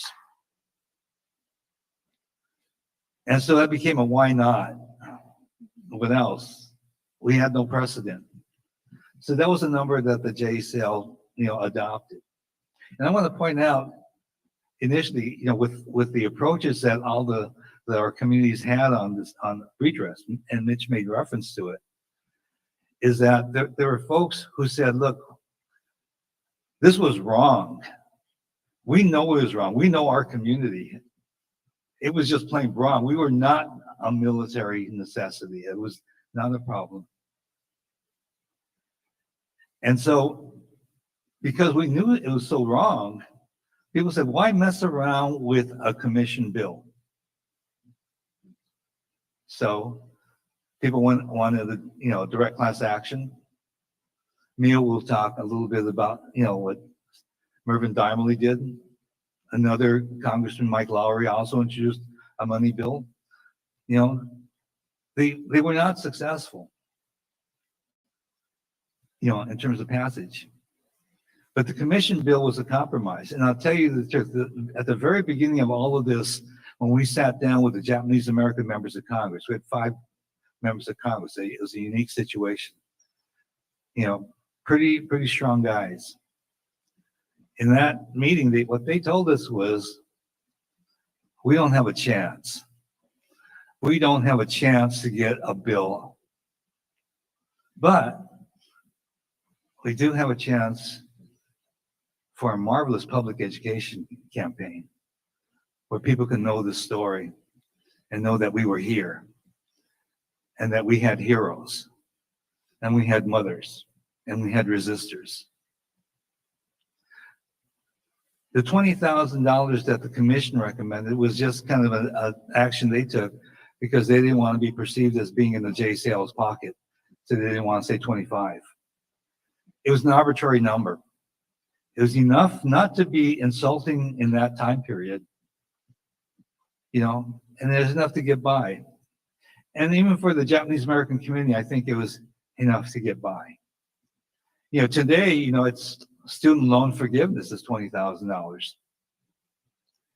I don't think it'd be acceptable to us today, as a symbolic gesture, but at the time it was.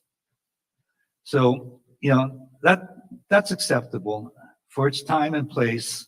20,000 is all right. That shouldn't be a guide for what happens with African American reparations.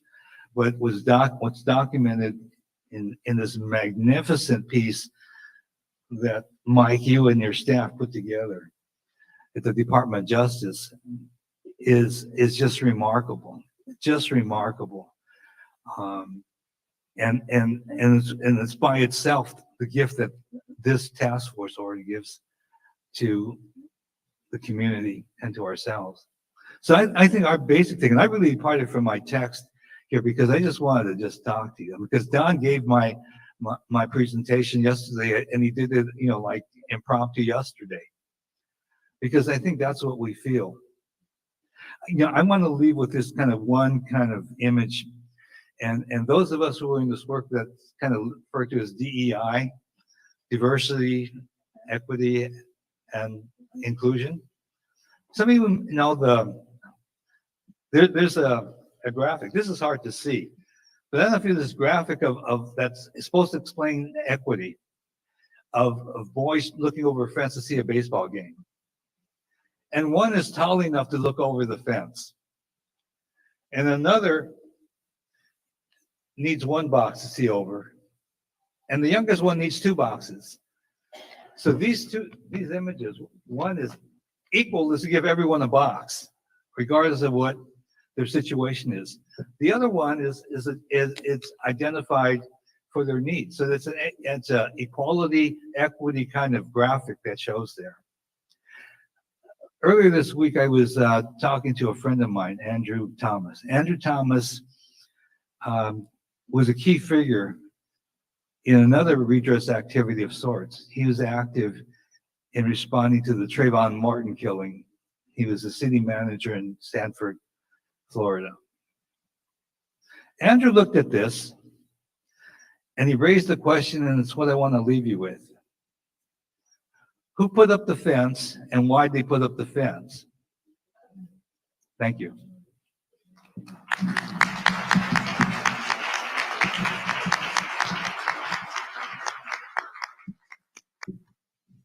Thank you, Ron.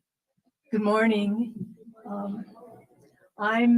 I'm gonna take a different road a little bit. I was with the National Coalition for Redress and Reparations, which was a grassroots organization, and I'll kind of be sharing our journey in the campaign for redress and reparations. First, I want to acknowledge the difference in our fight for reparations for the injustice of the concentration camps and the 400 years of history of enslaved people. We're not here to make recommendations or to prescribe lessons learned. I'm here to share the experiences of NCRR and all volunteer grassroots organization that fought for reparations and to express our continuing solidarity for Black reparations today. So, thank you. Historically, California was ground zero for anti-Japanese hate and anti-Asian legislation.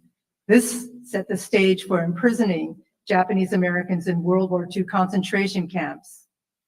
We recognize the origin of this violence and racism began with the white supremacist and colonialist actions against indigenous peoples and kidnapped and enslaved Africans. And we see that winning Black reparations is specific, deserved, and long overdue. And your victory will give hope and inspiration to other communities. I feel like this is a political rally. So my mother was imprisoned in Manzanar concentration camp. My dad was a staff sergeant in the 142nd as the all-Japanese segregated army unit that suffered more casualties and won more medals of valor than any other army unit of its size in the history of the US Army, a story that we share with the Tuskegee Airmen.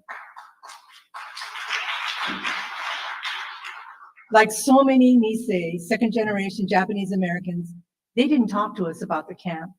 We grew up not knowing our own history, a history that's been deliberately kept from us in school, just as we're seeing with the CRT today. Our parents' silence about camp came out of the trauma, anger, shame, and wanting to shield us from the viciousness of racism and incarceration. They carried an unspoken fear that this could happen again, because they heard of that legislation in Congress to sterilize all Japanese American women of childbearing age that was narrowly defeated. It had intergenerational consequences. We were told, keep a low profile. The nail that sticks its head up gets its head pounded down. We were becoming invisible, the checkbox marked other. My parents told us we had to be twice as good as white people to succeed. That despicable label, model minority, was used as a divide and conquer tactic to drive a wedge between us and other communities. Finally, in the 60s and 70s, with the civil rights and the Black and Chicano power movements, young Asians were energized. We were inspired by leaders like Malcolm X, Martin Luther King, and Fred Hampton. We modeled our Serve the People programs after the Black Panthers free breakfast and free healthcare programs. And we marched in solidarity to free political prisoners like George and Jonathan Jackson, which set the future stage for the Free Chokes Lee movement. We learned and lived third world unity, the power of grassroots organizing, and our history through the movement for social justice. I first heard about reparations through the Republic of New Africa, who also told us about Queen Mother Moore and the Deacons for Defense, and I had read about it in the Panthers 10-point program. As Ron and Mitch talked about, there were several national Japanese American organizations with different strategies for reparations. JACL was more mainstream and took a legislative avenue. NCJAR was looking at a class action suit. The Quorum Nobis Supreme Court Committee that was member Don Tamaki played a key role in, was looking towards overturning the Supreme Court case against camps. And then there was NCRR. Our founding members were 60s and 70s movement activists. Our principles of unity called for uniting Japanese Americans around reparations, restitution to the community, overturning the legal basis for the camps, and demanding direct individual monetary reparations now. I know that I'm really cutting everything close, but these were the days before there was social media. So organizing and outreach meant getting in your car and driving places. So I was sent to a town hall meeting in Gardena, which had the largest Japanese American population outside of Hawaii in those days, right? Steve Bradford. The keynote speaker in that town hall meeting was Congressman Mervyn Dimely. And I was there to ask him what his position was on reparations. He wanted to know more and invited me to his office. We talked. The next weekend, he came to the NCRR steering committee meeting and offered to introduce legislation calling for reparations. Mervyn Dimely is an unsung hero of our reparations movement.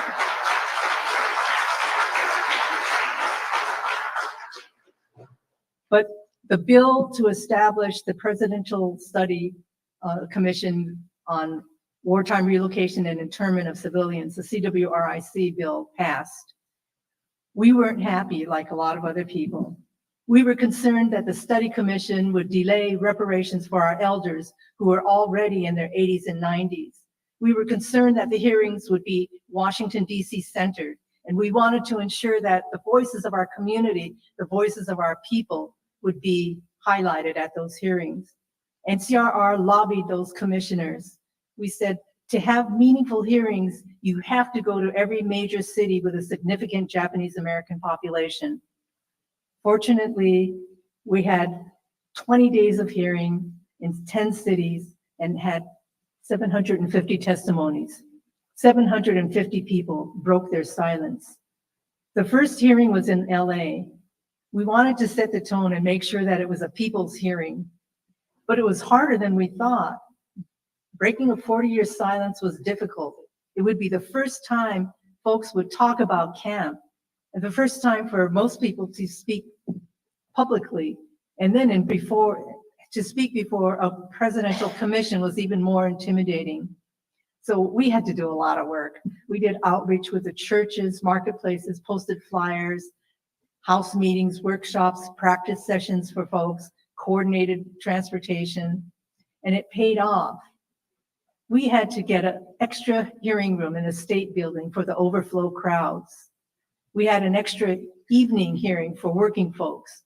There was good media coverage every day, which was really important to us because most of the country didn't even know about the camps or care about it.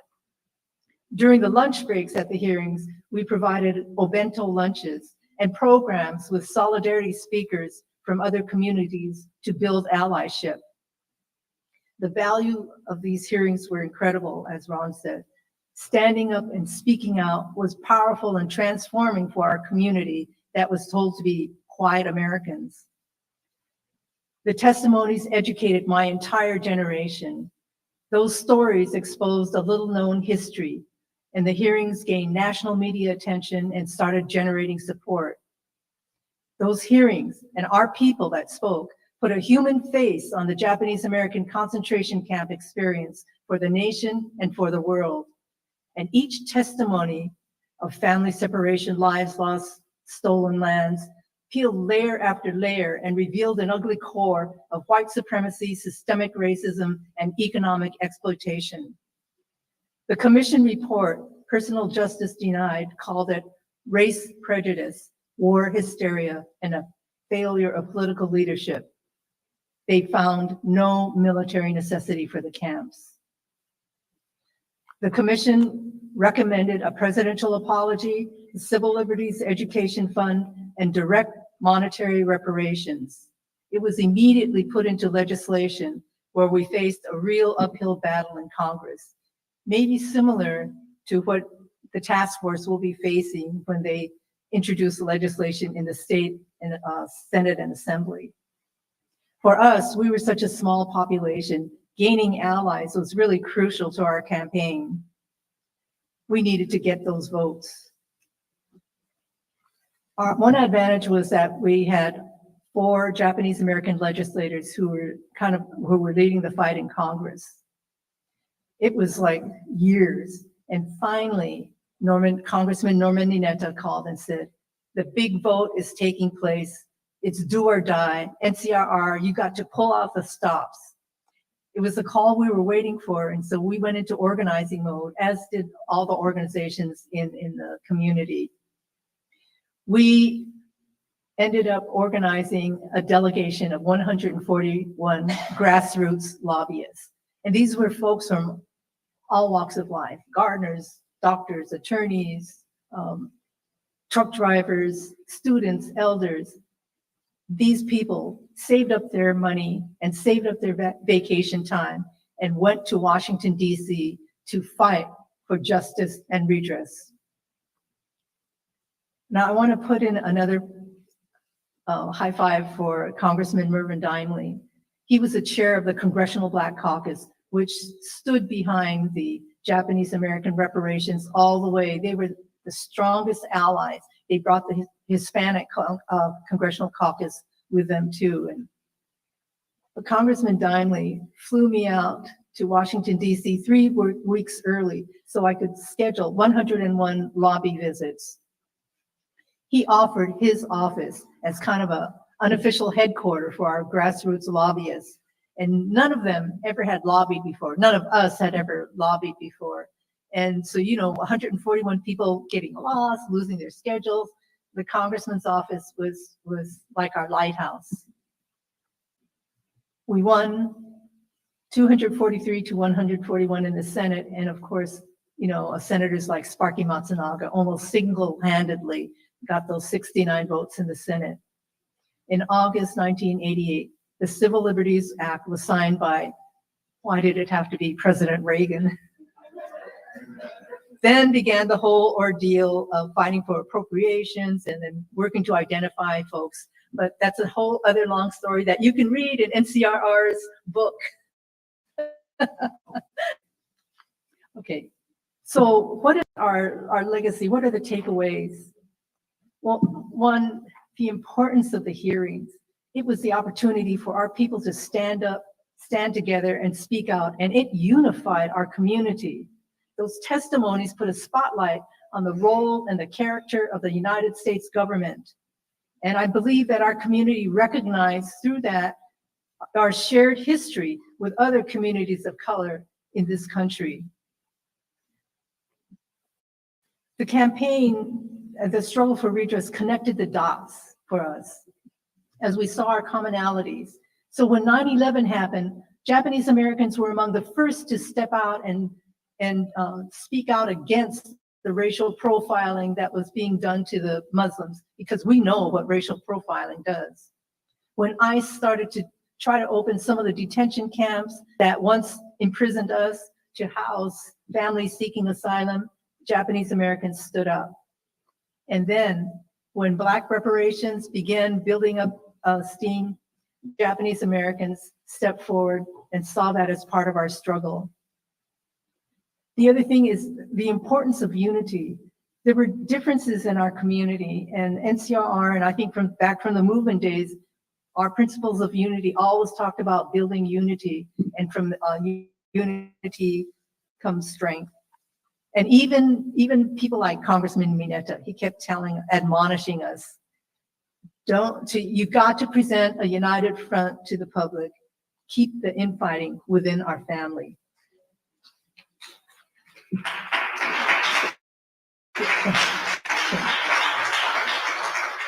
Lastly, we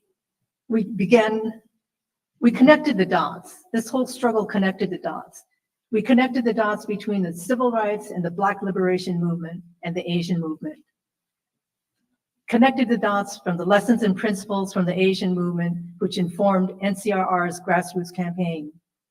The campaign for redress was part of an overall struggle for social justice that continues today with Nikkei progressives and NCRR, which now is known as Nikkei for Civil Rights and Redress.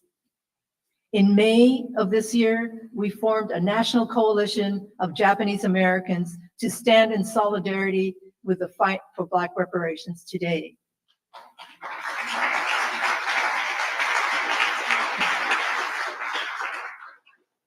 And lastly, I really want to give a shout out to the AB3121 Task Force report.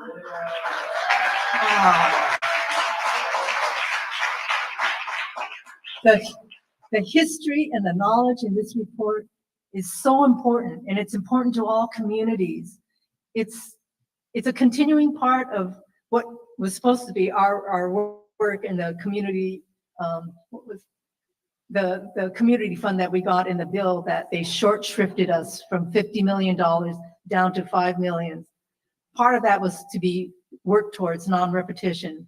Well, with your report, we can continue that work for non-repetition. And with our new National Nikkei Reparations Coalition, at our last meeting, we talked about we're gonna beta test your report for book club. Maybe taking, 1 or 2 chapters at a time and using that as a tool, not only to further educate ourselves and our community, but to organize and mobilize people in support of African American reparations. So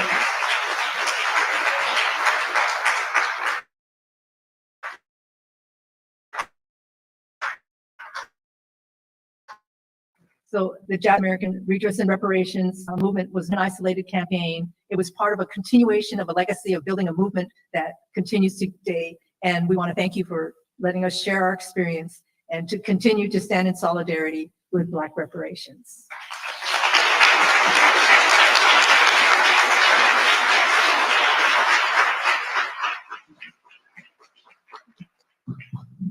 Thank you, Mr. Wakabayashi, Ms. Iwataki, and Mr. Maki for your esteemed expert testimony. We'll now turn to our fourth expert witnesses, which is Virgin Lasich and Ruben Carranza. Before we go to our witnesses, we will have some remarks from Vice Chair Brown, and we're going to take questions and comments as well at the end. Before they leave, I want them to hear this. Before you leave, please. Yeah. Madam Chair and members of the task force, I beg for personal privilege to say something.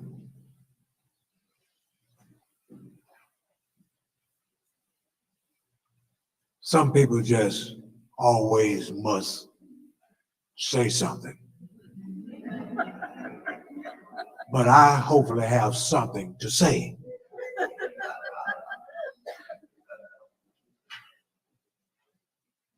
And I want to sincerely apologize for raising my voice to that young man. But I became righteously indignant over his behavior. Because on yesterday, he insulted a member of this task force, Brother Don. And I about had enough. It's so unfortunate that what you have shared, he could have been privy to and would have learned something if he were permitted to stay in the room. For it did not just begin with our panelists, our brother Ron, in terms of this mixed team of culture and commonality of suffering from racism. It began a long time ago. And those of you who have made 8 in 1 like I have, I want to let you know today that in 1943, Dr. Alfred Fisk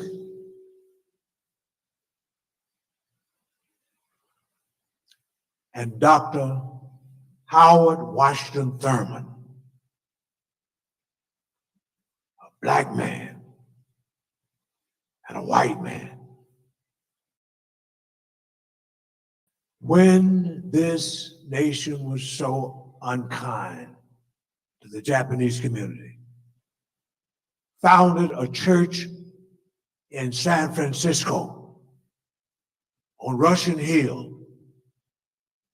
that became the Fellowship Church of All People. They were the first interfaith aggregation to come out swinging, calling out America for crimes against the Japanese community. When I witnessed that young man who came here with no manners, didn't realize what my mother told me when I left home in Jackson, Mississippi. Amos, behave. Mind your manners. Don't ask for anything. Don't take anything that doesn't belong to you. And be kind to everybody. So, thank God this day that we have a repeat in 2022 of the Japanese and the Black community working together.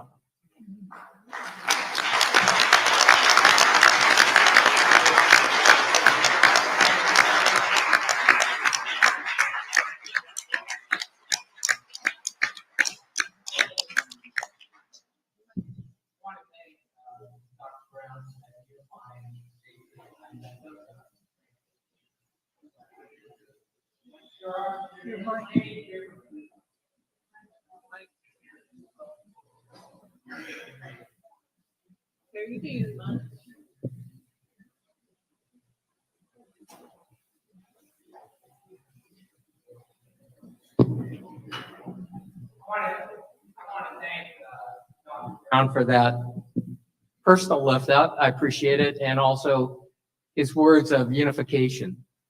There are many differences between the African-American reparations movement and what Japanese Americans went through. I think it's plainly clear from the speakers.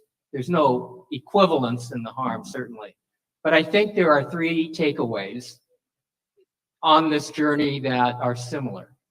The first one, which was accomplished in the first year of the task force, was to shine a light on the harm, this buried and erased history. And the manifestation of that is the interim report. Now it's our job to amplify that and make sure it penetrates America's consciousness. The second thing that we're engaging on now is to develop forms of reparations. We went through that and it was briefly discussed by the three speakers. The third thing after that, when the recommendations in June of 2023 are presented to the legislature, is the organizing campaign. This is a campaign, it is a movement. And so that in many ways is the most crucial aspect. And Mia Iwataki, Ron Wakabayashi, and Mitch Maki talked about the importance of the organizing effort. So that I think, those are the three things that I think are similar and are applicable. And I want to thank them for their eloquent testimony. Thank you.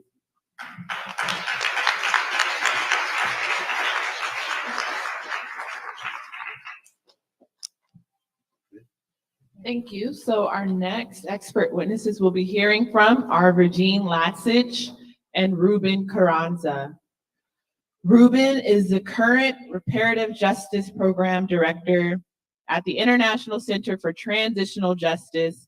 He has worked for 22 years in the field of human rights, international justice, and anti-corruption. He has taught human rights at New York University, advised the International Criminal Court, United Nations agencies, and various governments on designing and implementing transitional justice measures, including reparations measures for human rights violations, war crimes, and historical injustices. In his work for the ICTJ,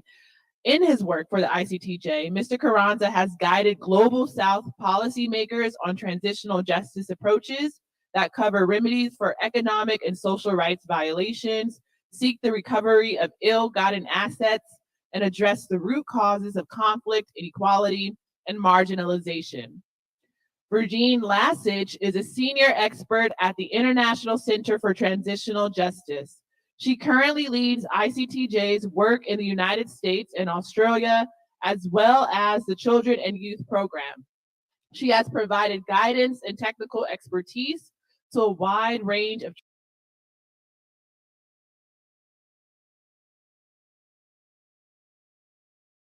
transitional justice approaches across the globe, including Canada, Colombia, Cote d'Ivoire, Cyprus, Liberia, the Gambia, Kenya, Nepal, Tunisia, and Uganda. Across all of her work, Lassich focuses on how engaging citizens, particularly youth, in transitional justice processes can serve to catalyze broader public debate and ongoing civic activism. Committed to listening to survivors and problem solving with them to advance effective responses, Ms. Lassich seeks to open spaces for more inclusive participation in policy and programming discussions. Mr. Ruben Carranza and Ms. Regine Lassich are joining us remotely, and they may begin their testimony when they're ready. Thank you so much.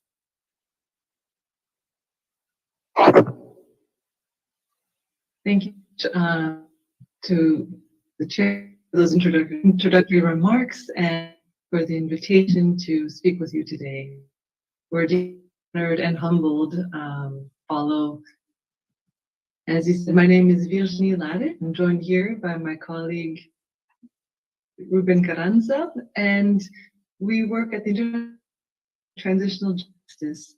And what we share with you, brief remarks from our work that we hope are applicable and provide some inspiration for what you're preparing to do in California. Very brief introduction. The International Center for Transitional Justice is an international non-profit organization. We have in New York with us office in the world. We work side with Ms. to obtain Lassich, knowledge, Ms. address, and Lassich, can you, relations for human rights. Ms. Lassich, I need to pause for a minute Okay. because your audio is glitching. So we need to take a pause to try to figure out what's going on. Okay. All We right. might need to use them to test it out. See you.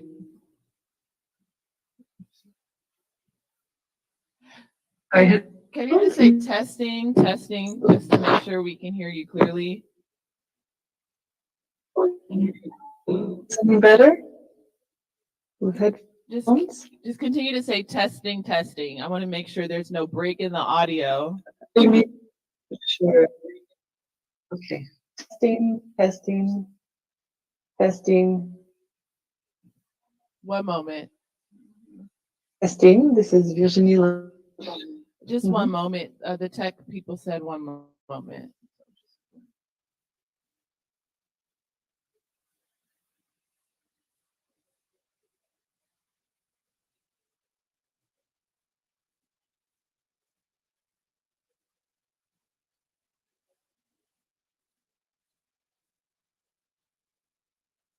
Testing.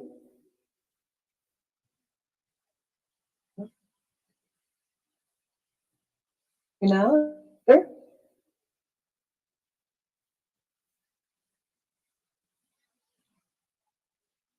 Testing. Turn your camera off, that may help.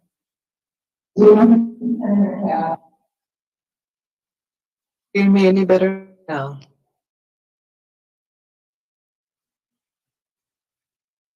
Testing, testing. I think we can hear you great now, so you can begin. Thank you so much.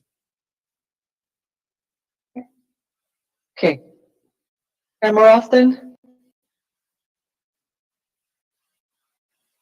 Yes. Maybe if you can show the PowerPoint instead of my video, maybe that will work better. All right. Do you hear me fine? Yes. Yes, it's better. Thank you. All right. Well, I was just, it's better? Okay, great. Thank you so much. I was just saying briefly by way of introduction, the International Center for Transitional Justice is an international nonprofit organization with headquarters in New York and offices in 6 countries around the world. We work side by side with victims to obtain acknowledgement, redress, and reparations for massive human rights violations. Hold those responsible, build, prevent oppression. We do work is by relevant example. Is noted is different and what we have in our work certain lists that are across certain Oh, sorry, that Miss inspiration and Latsich. other Miss Latsich, we're still Yeah. having trouble hearing you. So maybe we can hear from Mr. Carranza. Okay. Just test if it's just Let's- you or Mr. Carranza. Yeah. So yeah. Well, hear me.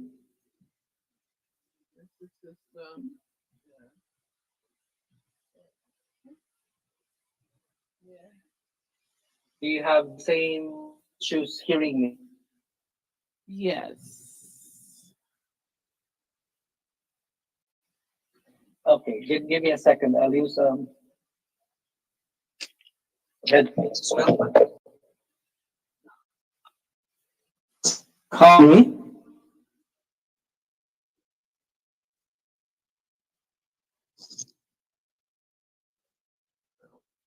One, two. Oh. Test, test. You hear me?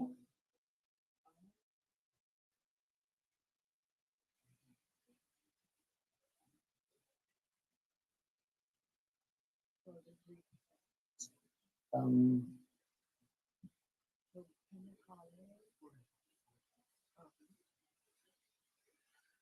you can actually.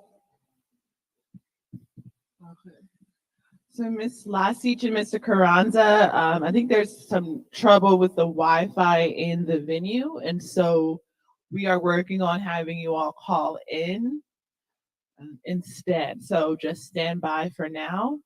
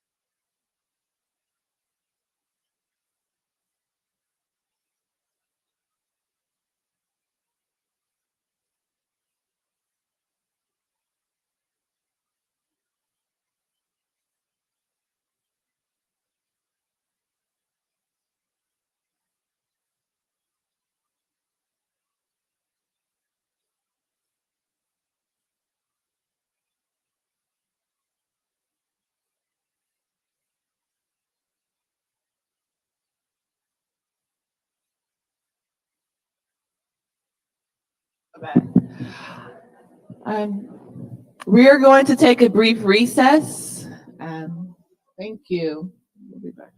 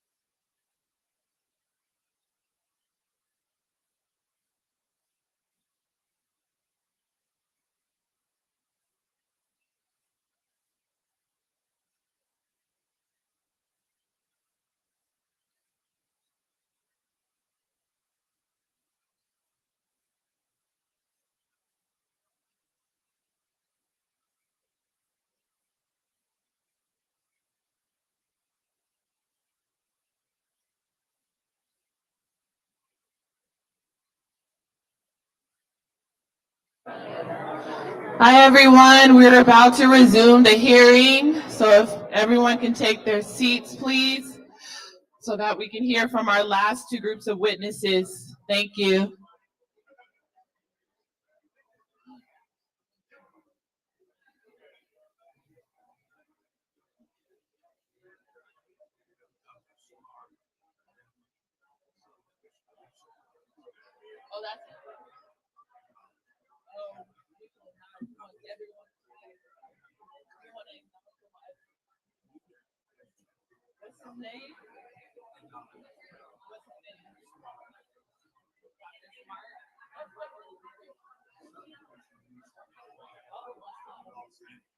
Okay.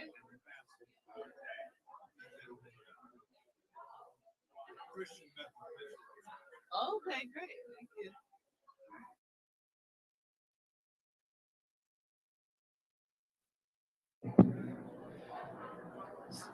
So since we took a quick recess, everyone, please be quiet. Thank you. I will now turn to Parliamentarian Johnson so that we can reestablish a quorum.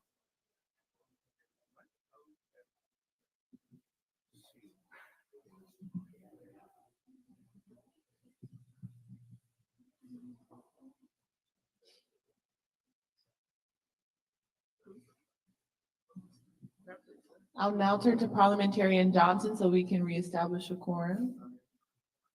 I need 1 minute, 30 seconds. Okay.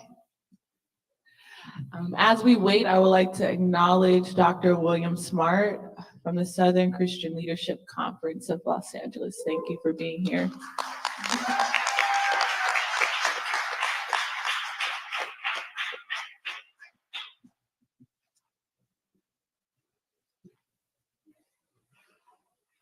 Yes.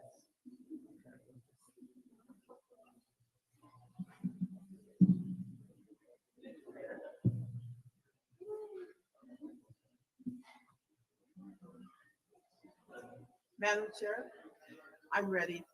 Thank you. So we'll now turn to Parliamentarian Johnson so that we can reestablish a quorum. Yes, Madam Chair. Present. Vice Chair Brown, Present. Member Bradford, Here.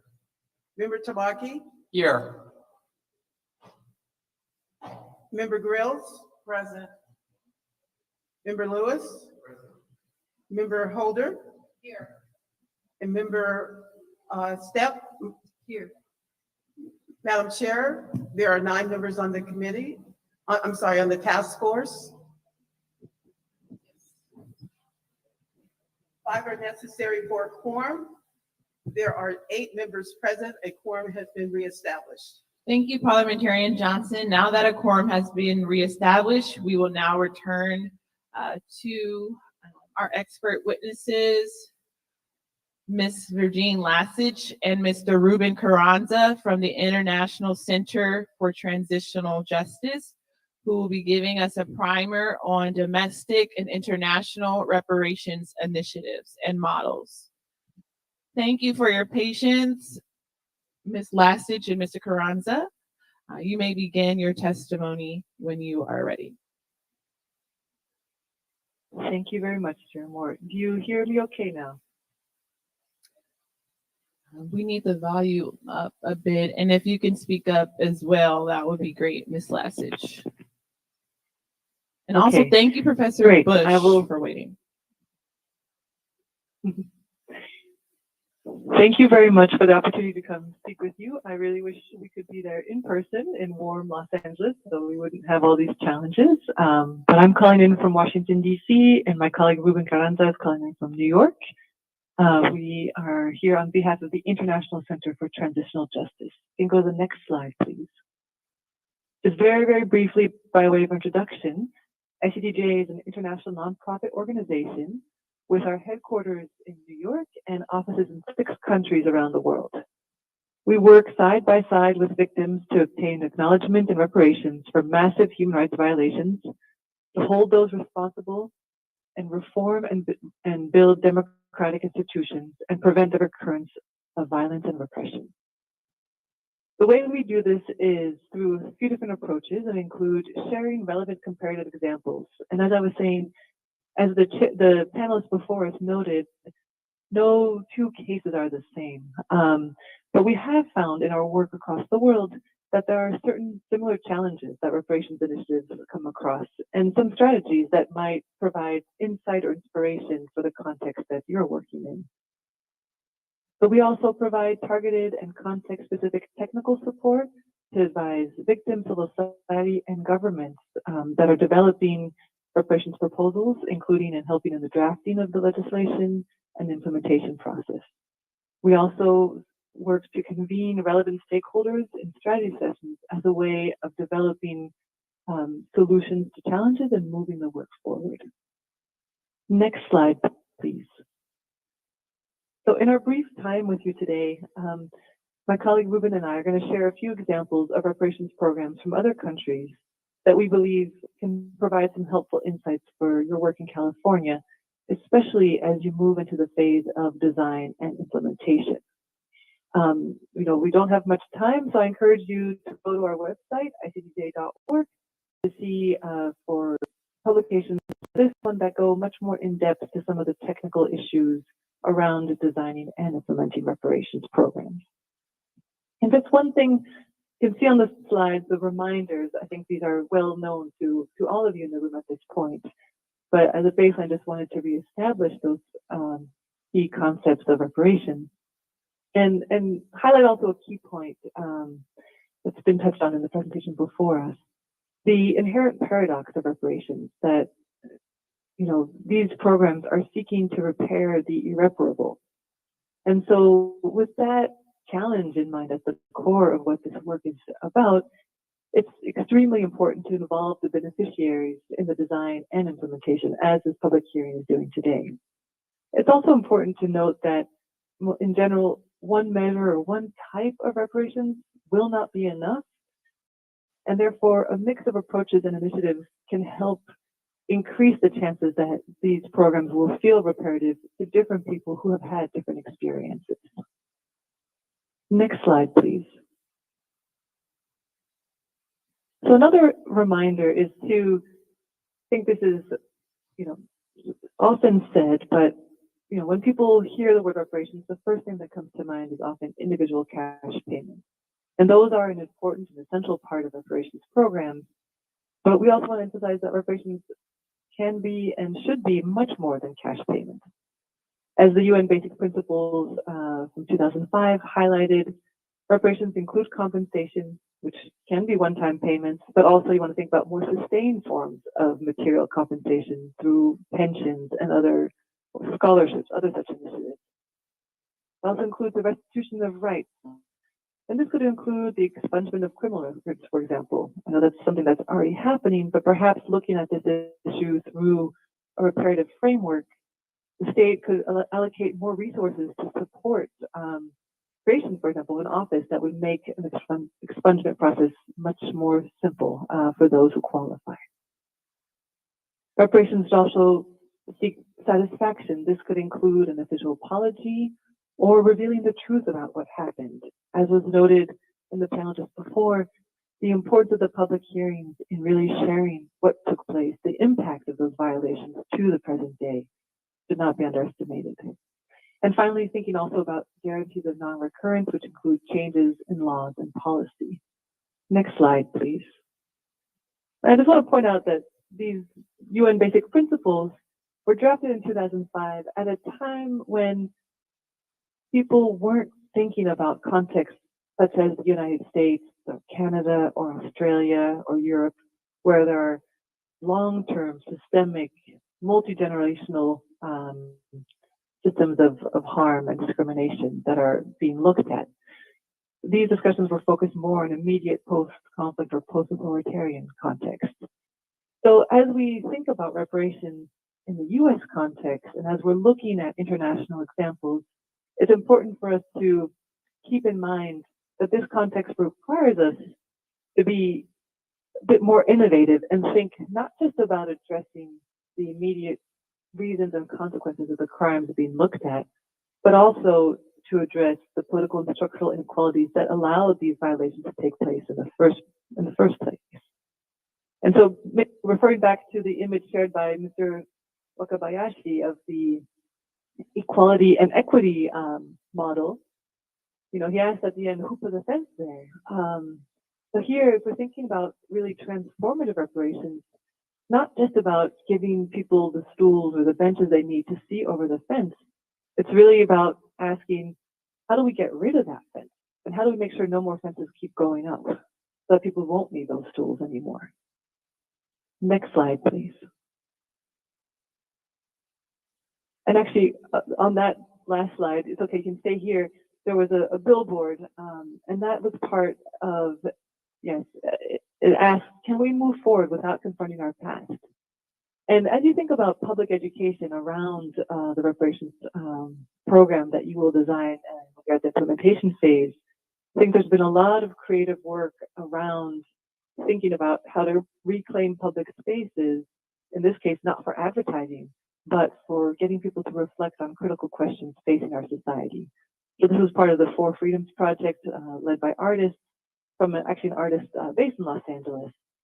Just one of many ideas that you can also think about as you start rolling out the reparations proposals. Thank you. Next slide.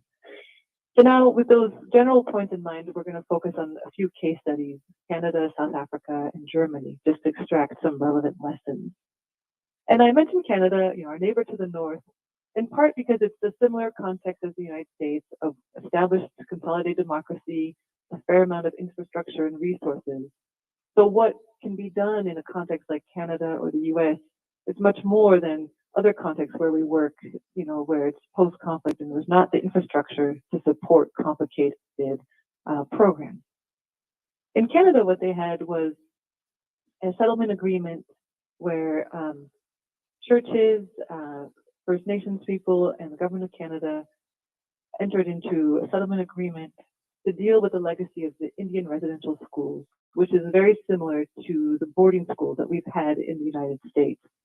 This was a government-run, church-implemented policy by which Indigenous children were taken from their homes forcibly and put in boarding schools where the intention was to kill the Indian and the child. So not only were these schools a tool of cultural genocide, there's also massive physical, psychological, and sexual abuse. So when the government and the churches finally were forced to reckon with this legacy, they came upon, you know, they designed a program that had multiple components, again, recognizing that one initiative wouldn't be sufficient to address this legacy. So just to share a concrete example that could, again, a very different case in the United States, but might give some insights or some ideas. So they had two tiers of reparations within their program. One was the common experience payment for all former students who attended the residential schools. And the way it worked is they tried to make the application process quite simple and the burden of proof also quite simple. So it was a 4-page application process that you had to fill out. And as a first step, the government would then run the person's name and the school they went to through a database that had all of their records to see if there was a match. If there was no match, they would then go through the information manually. And if there was still no match, they would only then go back to the person who had applied to try and get some further information. And each student was eligible for 10,000 Canadian dollars for the first year they attended, and then $3,000 for each year after that. The average payout was 20,457 Canadian dollars. And that, so it was called the common experience payment. The idea was to not put a heavy burden of proof on former students, to recognize that regardless of your personal experience in the school, the system was a violation of their rights and they were entitled to repair. For those who experienced particular harms in addition to being in school, so extreme physical and sexual abuse, they had the choice to then go forward and take part in the independent assessment process. That process was a bit more report like in the sense that you had to provide a bit more detailed evidence about what you suffered. You had to sometimes retell in detail what happened to you, but the reward, the reparations benefit was much higher, the average 100,000 Canadian dollars. In addition to that, there were other measures to support healing. There was a fund by which communities could apply to the Truth and Reconciliation Commission for funds to implement and design and implement their own commemorative initiative in their community.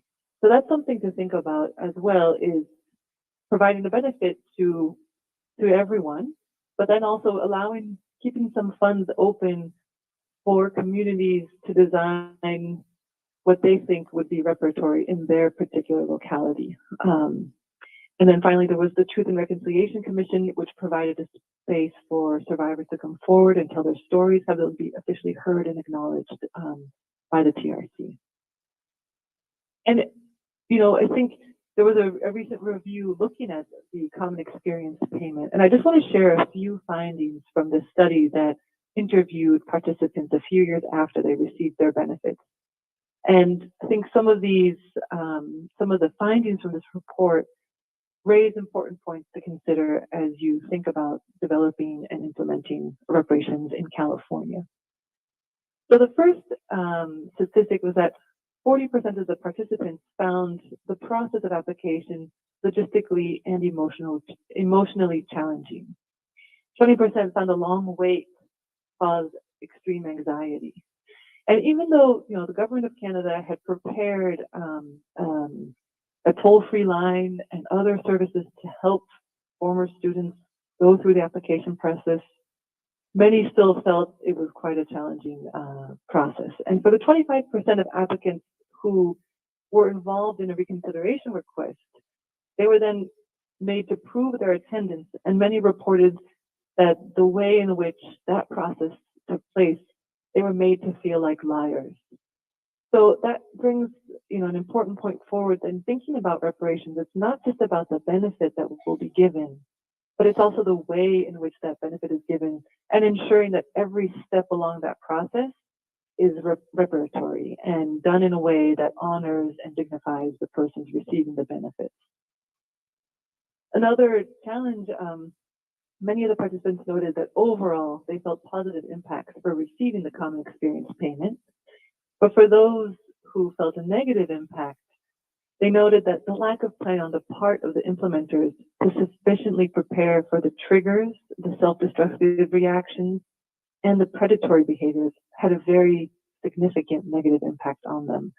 There were many cases, unfortunately, of people receiving their $25,000 check in the mail, but not having a bank account. And people knew these checks were coming. And so they would go to these communities and offer to cash the checks for them. But it ensnared them in a whole bunch of predatory schemes for people who didn't have the right financial infrastructure to receive these payments. Or others who were still on their healing journey, that influx of cash fed into self-destructive reactions with a lot of alcohol and drug abuse. So it's important to really think about what is the benefit, how it will be implemented, and how to think about the logistical challenges of implementation and also the emotional challenges. And on that point, this report found that in Canada, like I said, they had some state-sponsored toll-free hotlines, and they also had provided funding to community-based healing organizations that already had an established relationship with the beneficiaries of this program. And in those, what they found is that the toll-free hotline, oftentimes participants felt that the operators were not sensitive to them, and it was re-traumatizing to call in with questions, whereas the support provided by the community-based healing projects was much more effective.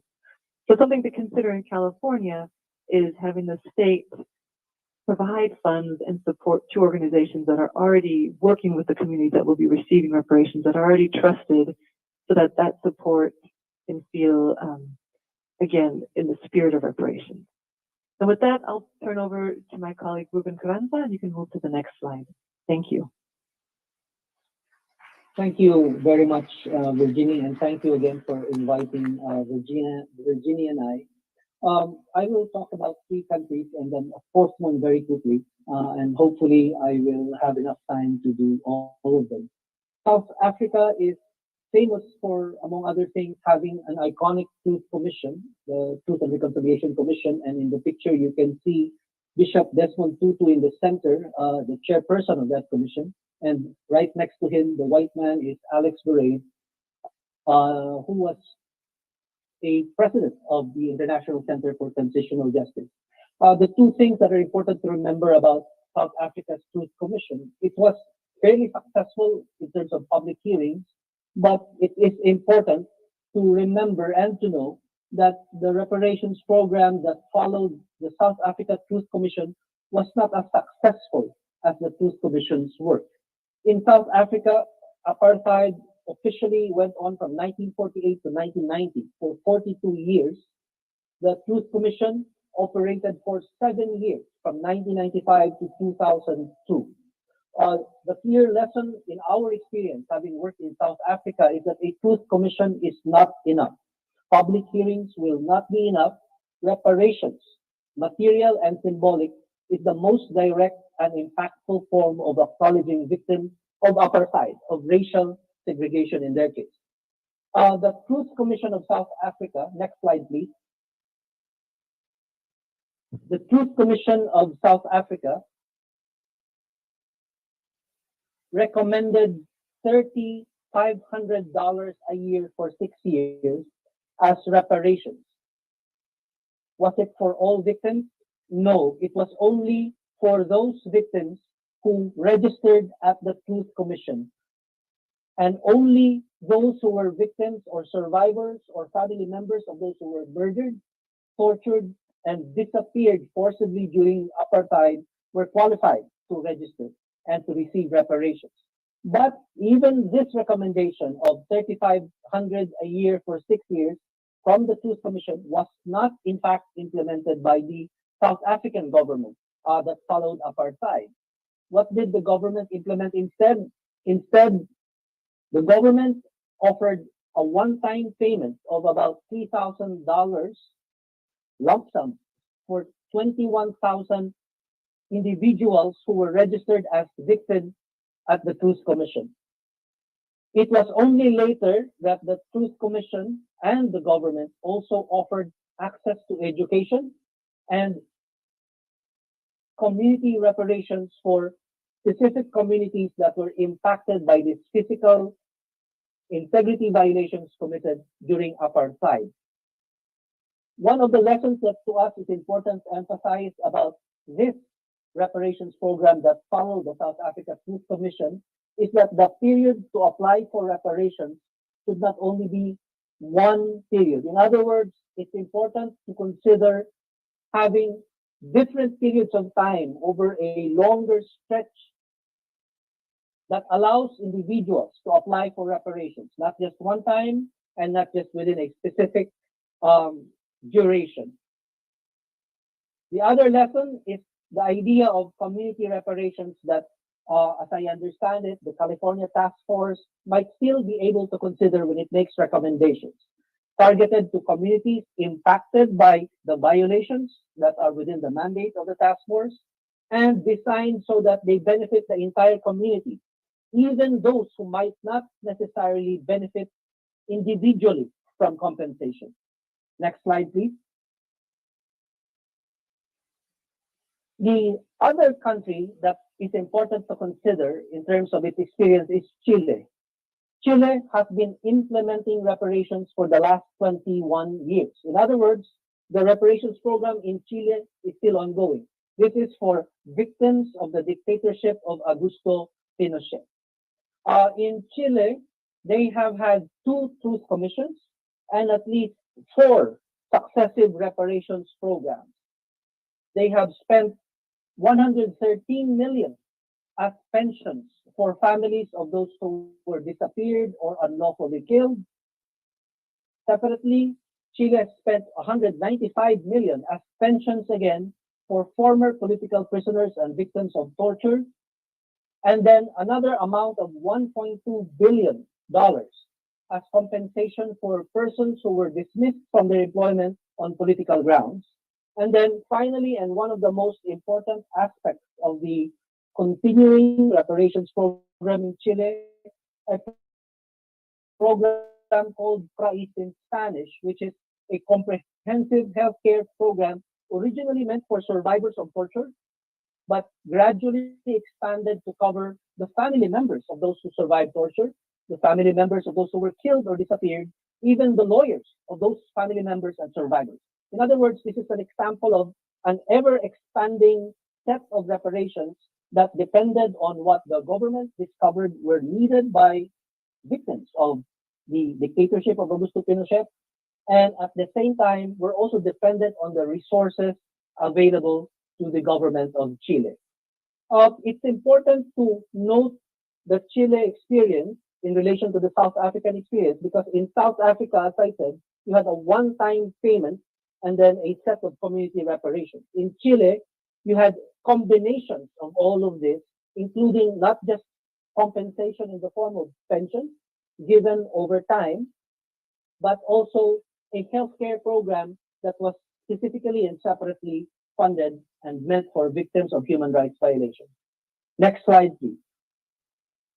Another example of incremental reparations being given is Germany, and many of you will be familiar with Holocaust reparations. But it's important to emphasize the programs of reparation implemented first by the then West Germany and later by the unified Germany did not only benefit Jewish families who were targeted during the Holocaust, but also benefited Roma families, Sinti families, as well as LGBT families who were targeted by the Nazi regime. They also created a separate reparations program for individuals who were forced to work for the Nazi regime. So the Holocaust reparations program began in 1952, just a few years after the end of World War II, but it continued late into the 2000s, implemented across the world because there were beneficiaries who no longer lived in Germany or even in the rest of Europe, but lived in Israel, lived in the Soviet Union, or even in the United States. So again, an important aspect of Germany's reparations experience is that it incrementally implemented reparations for different sets of victims and different types of violations that took place during the Nazi period, during World War II. Next slide, please. So, just to summarize where we are so far in the ITTJ presentation, we think that in designing and implementing reparations in California based on the mandate of the task force, the state should consider other forms of reparations, not just compensation. And I understand this is already in the interim report of the task force, including access to education in state universities and expunging criminal records, and the experience of the Japanese-American litigation in the Supreme Court, Korematsu and similar cases is illustrative of this. It's also important to generate funding for reparations from those who profited from slavery even up to now. So one of the most important aspects of reparations design and implementation is to figure out funding and not just to figure out the forms of compensation or even the amounts of compensation. A third point that we might want to say now, explicitly make reparations payments tax exempt. Many reparations laws we've seen across the world do not make this explicit, and it becomes a problem in some cases. A fourth point to consider in design and implementation, explore collective reparations for neighborhoods or communities that were impacted by the consequences of slavery. And we stress impacted by the consequences of slavery and not necessarily individuals who might be descendants of slaves, of former slaves. We've worked, for example, in Liberia, where a number of former slaves went and settled and created their own country. And so one technical question would be, what happened to the descendants of those people? Are they covered? Are they not covered? So it's important to consider other forms of reparation that might cover a larger universe of beneficiaries. Next slide, please. What can California learn from other countries' reparations experiences, including those that I've mentioned. First, reparations do not have to be offered and implemented in one step. They can be done incrementally. They can be expanded based on resources and through spelling that tells you that there are other victims, that there are other violations that have to be addressed. Second, they can be sequenced based on the forms of reparation that you provide, based on the types of beneficiaries you want to prioritize, and based on the resources that you have. Third, and my colleague Virginie mentioned these international legal standards earlier. International legal standards are just that, standards. They are not inflexible.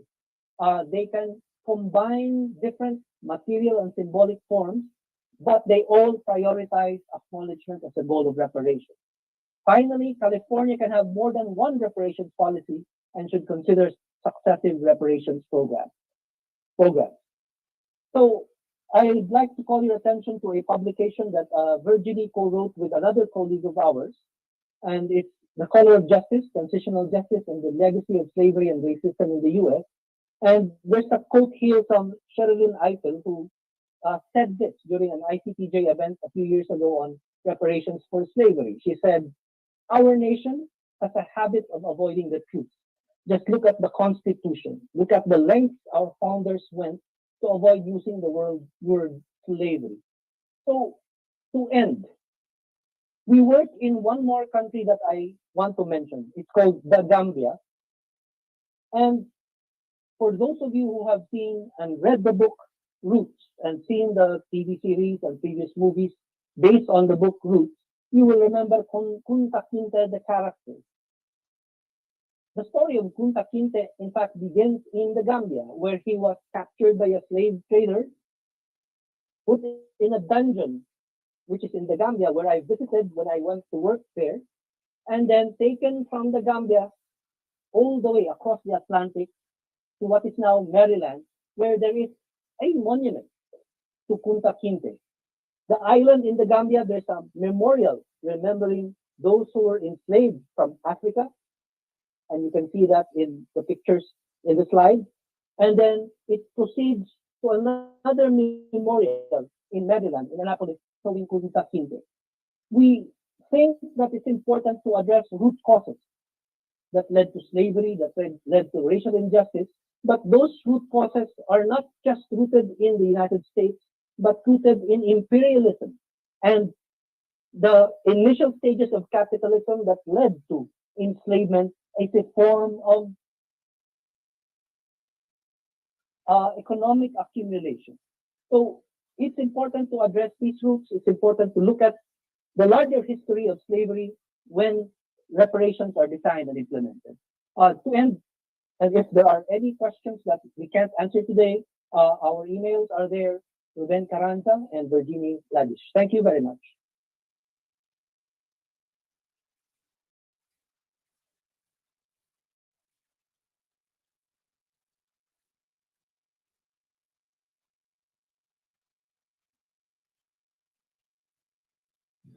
Thank you, Mr. Carranza and Ms. Lasich, for your expert testimony. In the interest of time, we're going to move forward with our next expert witness and then ask task force members for any comments or questions they might have for all the witnesses that we heard from today. The next witness is Jonathan Bush. Professor Jonathan Bush, a lawyer and author who has written widely on international law, legal history, and the Holocaust, is a lecturer in law at Columbia Law School. He teaches courses on Nuremberg, war crimes, human rights, and the Holocaust and other human rights reparations. Attorney Bush has held full-year fellowships at the New York Public Library, the National Humanities Center, Princeton's Institute for Advanced Studies, and the U.S. Holocaust Museum, and previously served as one of the museum's 2 founding co-general counsel. A staff prosecutor from 1980 to 1983 with the Criminal Division, U.S. Justice Department in the Office of Special Investigations, which pursued and prosecuted Nazi war criminals. He clerked for a judge on the U.S. Court of Appeals, Second Circuit, and before that earned degrees from Princeton, Oxford, and Yale. Attorney Bush has co-edited 2 legal history books and is writing a biography of Telford Taylor, chief prosecutor at 12 of the 13 Nuremberg trials. He has taught part-time at 3 law schools and full-time at 3 others, latterly at the University of Texas.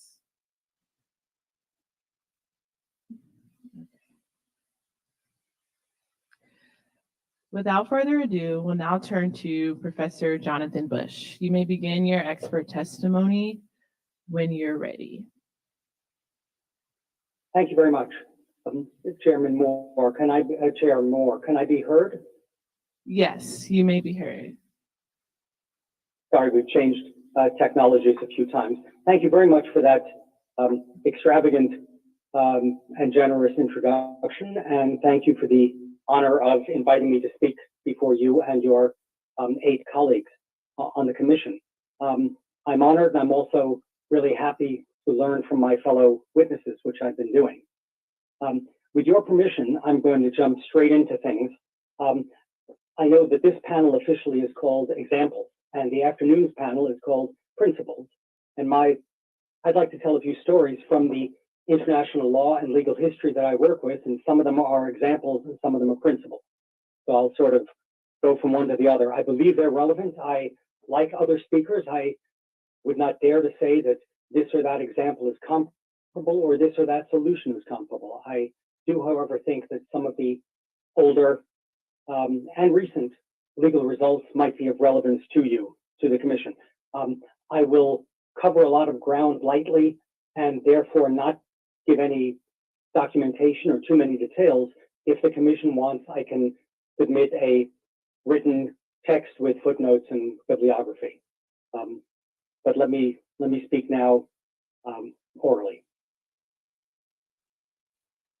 Black reparations are old, long before Ta-Nehisi Coates, before Randall Robinson, before James Foreman, before the 1950s manifestos. There was Callie House, and long before that there were Reconstruction activists and so on. In the early years of the 17th century, on which I have written in the past, there are first-generation Africans who sued for freedom dues, for wages, and for land. So this goes, reparations, not just enslavement, goes back to the very, very start of our country. These efforts fit comfortably within international law practice, which is really kind of twofold at the broadest sense. After wars and revolutions and peace treaties, there have always been what we've called reparations. Note that there's almost nothing about moral reconciliation, rehabilitation, nothing. And I'll come to that in a few minutes. This is about money and territory, or riches and territory. Secondly, there's always been domestically what you might think of as restitution or compensation. You stole my cow, you stole my land, give it back. Oh, you've destroyed it? Well, then give me something else in exchange. You did things along the way, I want punitive damages. But just domestic reparations of some sort. Mass disposition doesn't really fit into the latter model of private law. Usually it's done by treaty or legislation. And the large examples we know from the past, of royalists returning after the French Revolution saying, give me my riches and palaces back, or British slave owners saying, give me compensation for all that I'm being forced to free, is done by treaty or legislation, rarely by domestic litigation. And we'll come to that in a few minutes. At the end of World War II, and this is really where I want to begin, you see both kinds of reparations programs. At the very beginning, in Yalta and in Potsdam, at the big treaties done by the big powers, Stalin insists there will be $20 billion of reparations. That's the term he uses. And this is back in the day when a billion was really a billion. And that process started. The West dismantled and gave entire factories to Russia, knowing that Russia was entitled to the lion's share of these reparations. France, meanwhile, took its own, as did lots of other countries. The U.S. was giving this kind of state-to-state reparations to Russia, to the Soviet Union, as late as 1949. So pretty much when we ended our occupation, we were still giving things. At the same time, there's desperate poverty all through the European continent. In the US zone, at one time, there were as many as 13 million refugees. And the zone was only, wasn't that large, southern Germany, basically. We were down to giving people 1,100, almost 1,200 calories per day below starvation was the diet that we could afford to give. So everywhere in Germany and elsewhere in Europe, in 24 countries, there are starving people, refugees, expellees coming home or coming to where they want to be and saying, that was mine, I want it back. And the result is that in all sorts of countries, you see a creaking, groaning, breaking private law system where the law has to make adjustments and doctrinal changes. Okay, we'll assume this, because how many people coming home from a death camp have their title deeds to their property with them? Within Germany, there's no way, within Europe as a whole or within Germany, there's no way to know how much was given at the beginning. When we speak of reparations, when the State Department puts on its website now, pursuant to statute, their estimate that $86 billion was given by Germany to Jewish Holocaust survivors, they do not include this. And this was the lion's share. And it's one of the themes of reparations. But let me come to that in a second. One reason, though, we look to this post-war practice is that there's a lot of money involved. As soon as I say $86 billion, you usually have the undivided attention of anyone working in modern reparations. And that is why everyone from sober tax lawyers like Boris Bichter to activists and writers like Coates or Randall Robinson to congressmen like Conyers, like John Conyers, even to Fidel Castro in the Durban conference in 2001, all say Germany paid the Jews. Let's look at what they really did very briefly. This is not my point to give history, but to give history that relates. Starting in 1947, the US and France in our respective occupation zones started saying that we would give real property back to legitimate claimants and non-fungible property. These are small programs. They don't amount to much because, as we've just heard for Canada, the difficulty, probably magnified here, of victims coming up with documentation after they're coming home from a camp was virtually impossible. And in fact, the laws were drafted really poorly because of exchange control. We didn't want people getting land there and then selling it with different currencies. And we actually said at the beginning, you can have your house if you can prove it and if you live there. This wasn't going very far.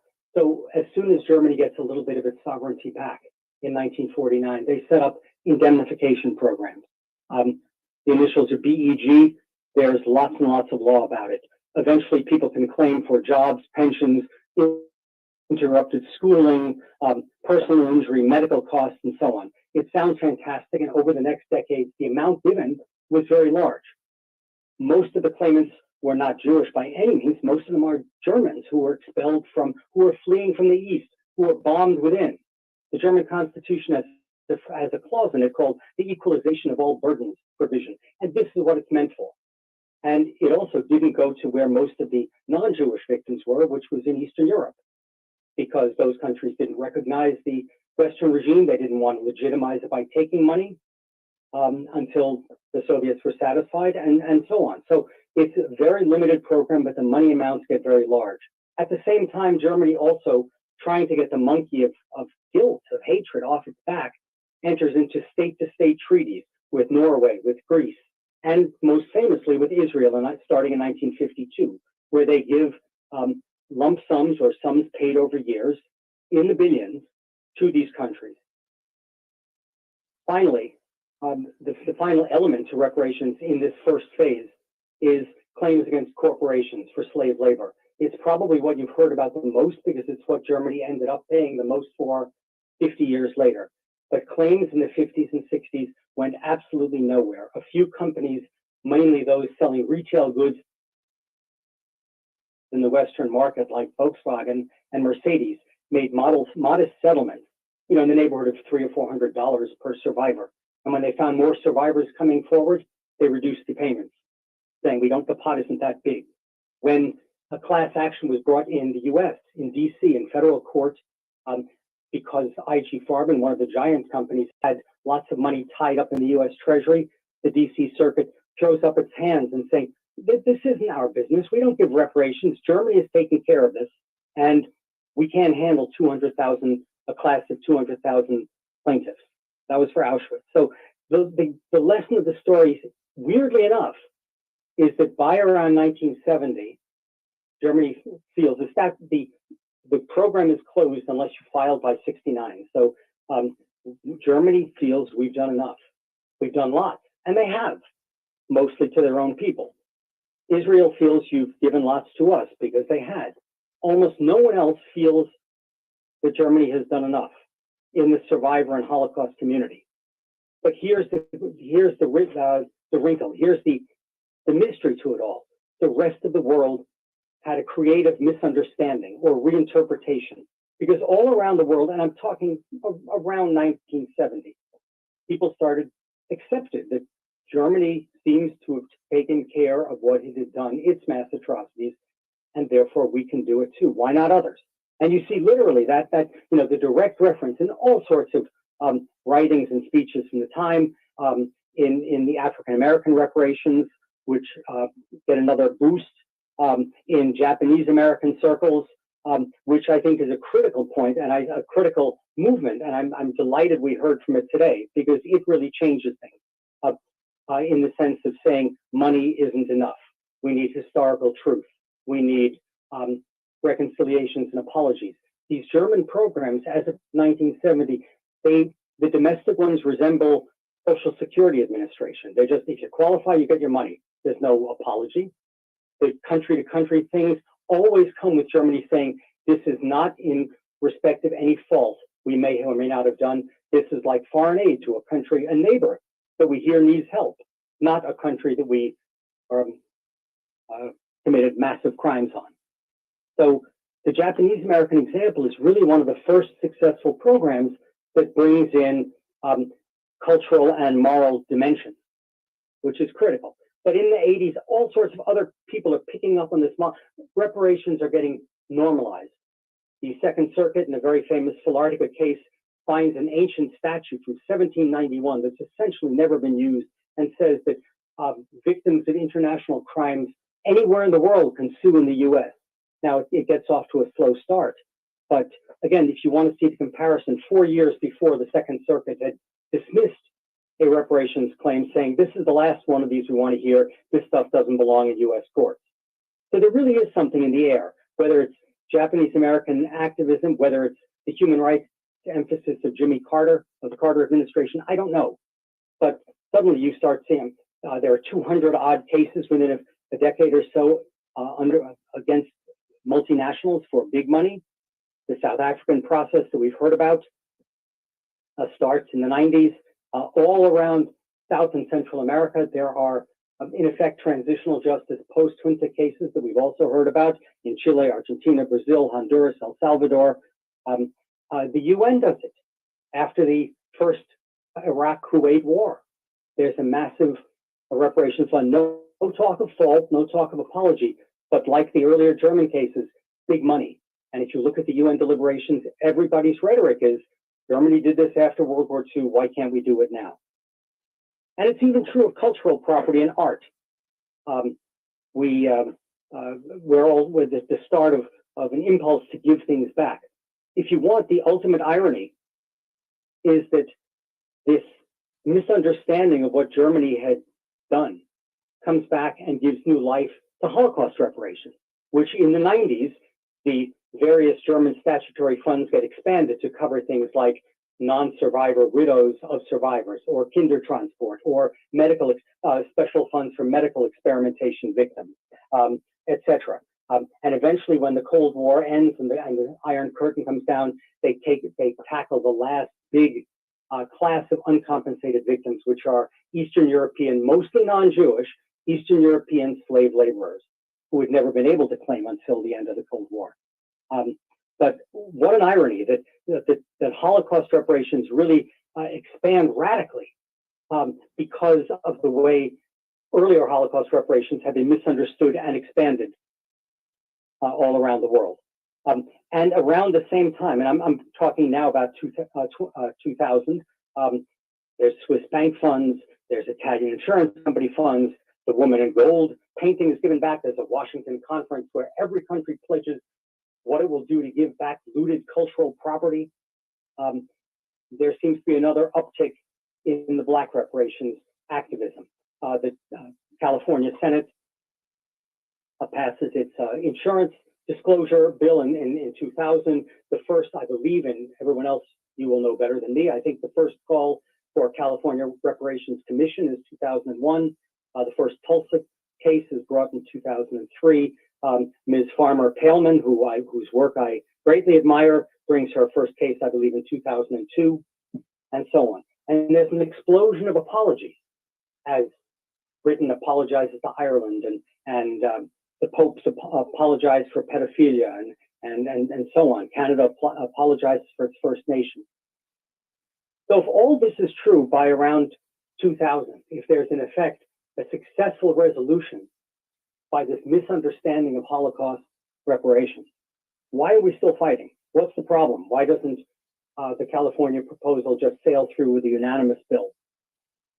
I think there are two reasons. One is, as you'd expect, practicality, and one is politics.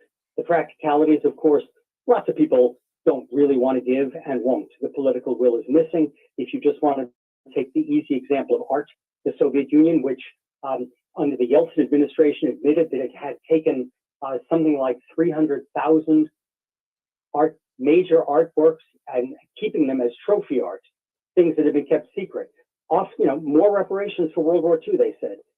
Under President Putin, as you can imagine, that is no longer on the table of giving that back. Even Germany, when it discovered 300 old masters and fabulous oil paintings in the apartment of the son of a Munich art trafficker, decided that it was too complicated to find the former Jewish owners. 3 of 4 were given to former owners. The other 295 are going to a new museum in Switzerland. Eastern European countries consistently have announced that they will not give, that they were victims, not perpetrators, and that they will not give land, even synagogues and cemeteries, back to things like Jewish communities or Roma and Sinti people, and so on. So that's sort of what you'd expect. I mean, Austria, with much ado, finally willing to say that it's at fault as the home of Hitler, sets up a little bit of reparations, but for publicly owned land that had previously been owned by Jews, it's basically land on the side of highways that was claimed for eminent domain and then not used. It's tiny, and very few of the cases win. And a leading historian and activist, Stephen Temple, who wrote about this, was put in prison in Austria in 2015 for fraud and defamation and things like that. The political will is not really there. And of course, there's poverty. So we heard about the tiny amounts given in South Africa, that they dwarf the even tinier amounts given in Cambodia. What do you do with a country where everybody, almost everybody, was a victim, that's desperately poor now, and where the dozen or so elderly people put on trial are judgment proof? Where's the money coming from? At a recent check, I saw that a total of $770,000 have been donated, $1,000, not million, not billion. So those are the practical sides. What about legal impediments? And that is really what I'm supposed to be talking about, I guess, principles. Let me just rattle off 3 or 4 and then try and end on a happier note, because I think none of these are disabling. 1, there is no international law requirement for reparations. There's a lot of soft law, there's a lot of principles, there's a lot of hopes, there's a lot of you really ought to, you can, and you should. There is no hard law. And in fact, on the other hand, the ICJ, when faced with a major suit by Italy and Greece against Germany, well, actually the other way around, Germany against those two, affirmed the old rule saying sovereigns are absolutely immune if they choose to be. That's 2012, and it has not been changed. The US Supreme Court has rapidly retreated from all sorts of the doctrines that I just ticked off. They've totally gotten rid of, or almost totally gotten rid of the ATS, the Alien Tort Statute. There's right now a small case in which a Vietnamese victim of Agent Orange who had lost in the US is trying to get money in France. I don't think she'll win. And the ATS was really an American freak, this moment where human rights idealism met the American personal injury law industry. And that doesn't exist overseas. The Supreme Court in the last 2 years has narrowed sharply,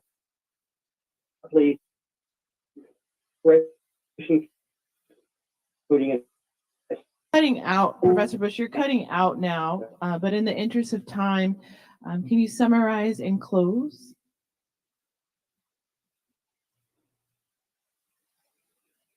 Yes, I'm happy in court. There's bill case. While may not be better. Professor Bush, you're cutting out. Thank you so much, Professor Bush. Is this, wait. Thank you so much, Professor Bush. Am I there? Hello? Yes, you're here. So if you can just do some quick closing Can you hear words, me? because we're having some technical difficulties, so we can't really hear you.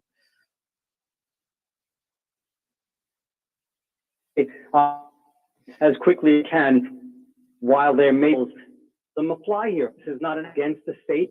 This is not a judicial proceeding. All of those, this is a state finally opening its doors to your expertise to do the right thing. Reparations are allowed, they are encouraged, and as we've heard from previous speakers, there is post-1970 a remarkable range of options and tools that can be brought to the table. I will develop them more in whatever in writing I give you once, but for all purposes now, the problems that I've identified don't affect California. You can do what you want, and there are lots of wonderful models of successful reparations. And I look forward to seeing what you develop. Thank you so much, Professor Bush, Thank you for your expert testimony. Everyone give him a hand. Very knowledgeable. So in the interest of time, we are 30 minutes over our lunch period. So we'll just continue to go to lunch. And if our task force members have any comments or questions related to these witnesses, we'll just reserve it for our second panel. So we will recess now and return at 1:30. Thank you.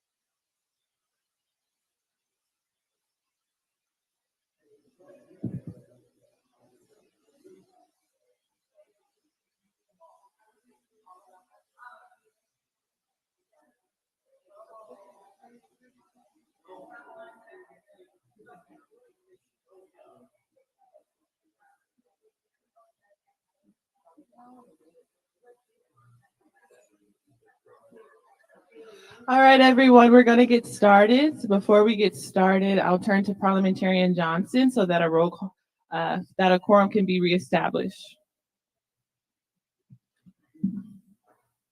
Thank you. Thank you, Madam Chair. I will begin with the chair. Chair Moore, Present. Vice Chair Brown. Present. Vice Chair Brown is present. Member Bradford. Member Bradford is absent. Member Grills. Member Grills is absent. Member Sawyer.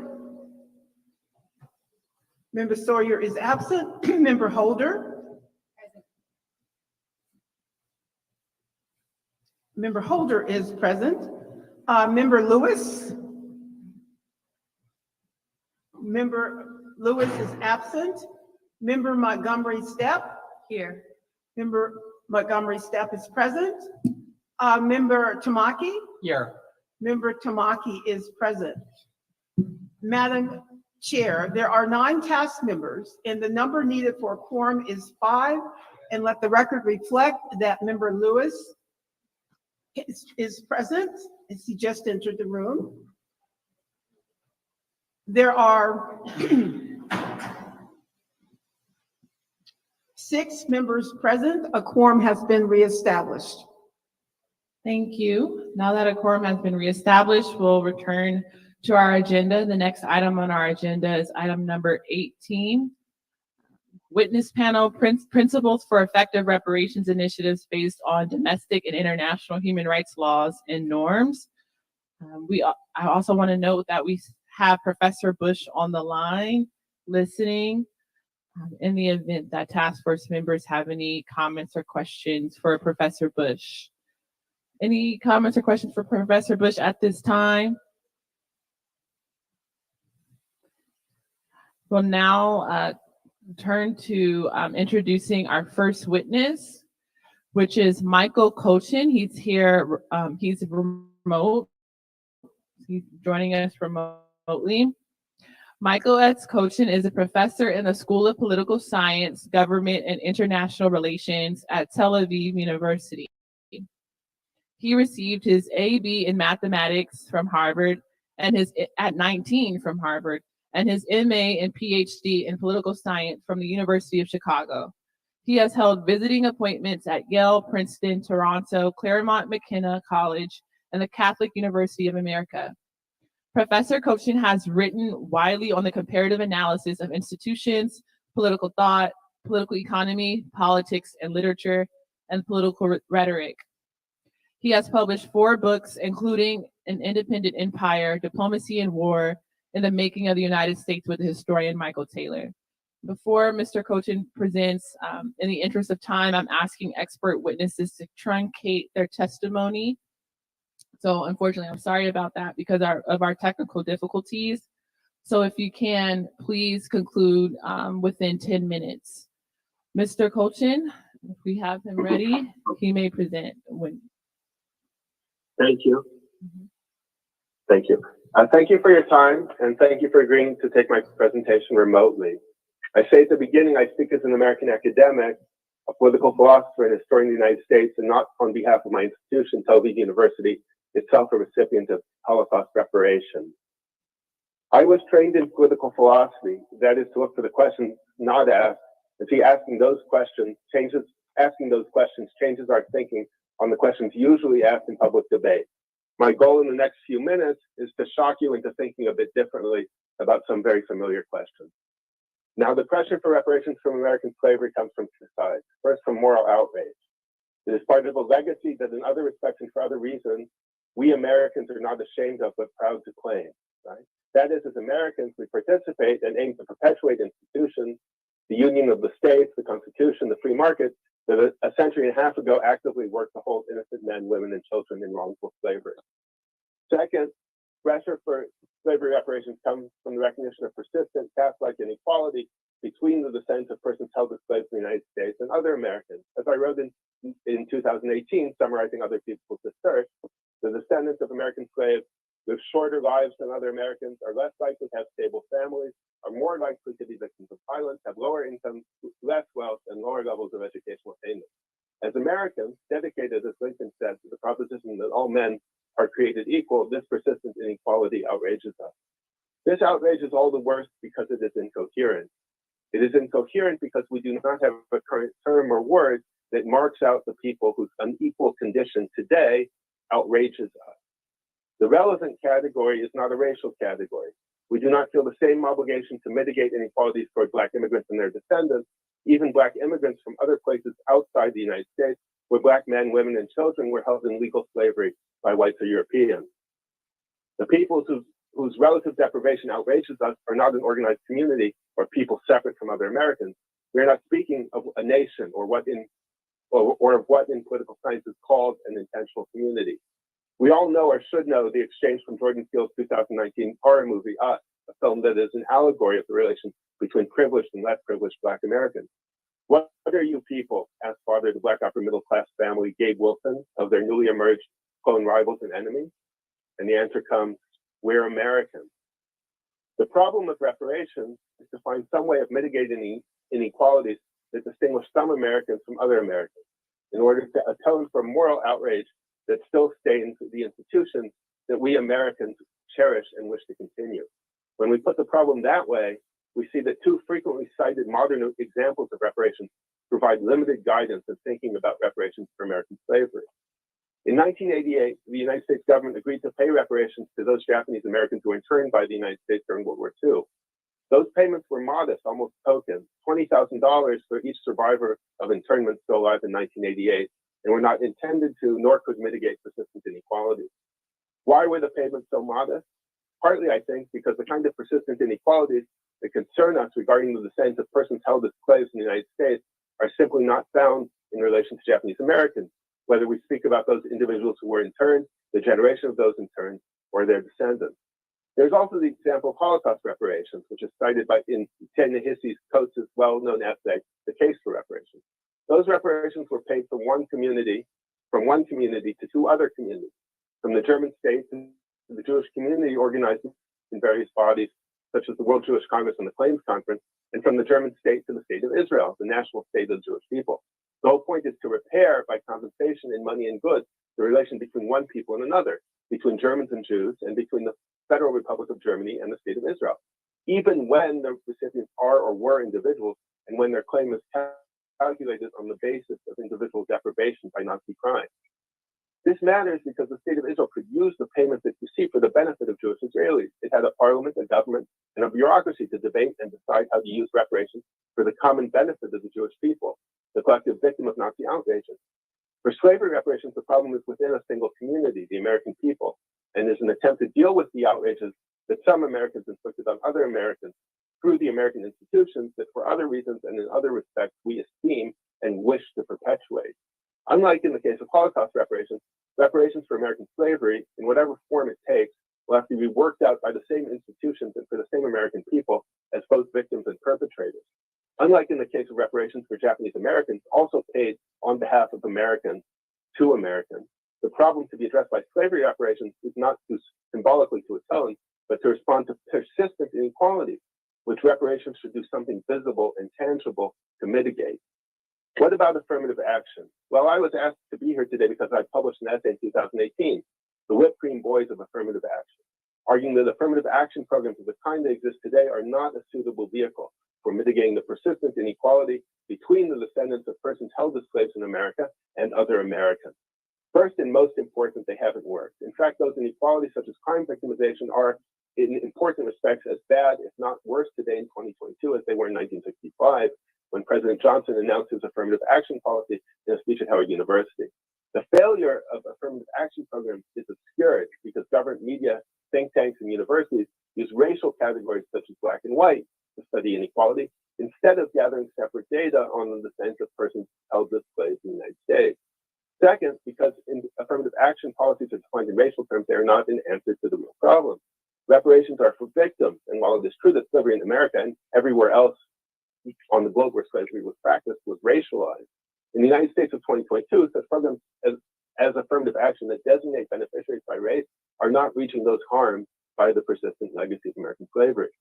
In my view, California's response to the question of reparations should be to seek out programs that, in the light of more than half a century of modern experience, have some prospect of mitigating the relevant inequalities. Here, I think the best thing to focus on is education, and in particular education at the K-12 level. Make it easier for the descendants of persons held in slavery in the United States who live in California to get a good school education. My authority is California economist Thomas Sowell, a descendant of persons held as slaves in the United States, born in 1930 in Gastonia, South Carolina, amid the last living memories of American slavery. As Thomas Sowell details in his 2020 book, Charter Schools and Their Enemies, the 2019 California charter school reform legislation goes the wrong way, making it harder for impoverished parents, and I would add, especially for impoverished parents descended from persons held in slavery in America, to ensure that their children are enrolled in schools that will teach them adequately.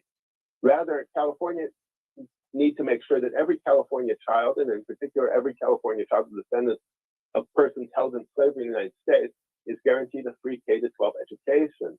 Education does not mean time in the classroom chair between birth and prison or birth in the streets. Education must mean actual scholastic attainment that will give these children and all California children the skills and talents required for a fulfilled adult life. Charter schools and easy access to them, Sowell shows, are a vital part of such an education policy. Because of the importance of school for remedying inequalities, California should annul or obliterate other public policies that stand in the way of educating each California child a descendant of persons held in slavery in the United States.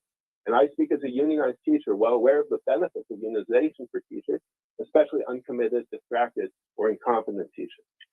At the post-secondary level, I think the state can do is identify and increase access to programs that pipeline students from the classroom to rewarding careers. Such programs are often co-ops, where job placement is part of the curriculum and students work at their careers through their time in school. The state of California, in my view, should identify inequalities in access to those programs. The state should then formulate, apply, study, reformulate, and reapply policies to mitigate those inequalities in the state of California. Race is fundamental to understanding the history and legacy of American slavery. But thinking beyond racial categories is vital to formulating and implementing public policies that will mitigate the inequalities that are the legacy of American slavery. If the Civil War settled one thing, it made all of us black and white Americans. Thus, it made the problem of repairing relations between the victims and perpetrators and perpetrating institutions a problem for all of us together as Americans. We Americans of 2022 want to find a policy response that will make it possible for us to go on together as Americans. Thank you.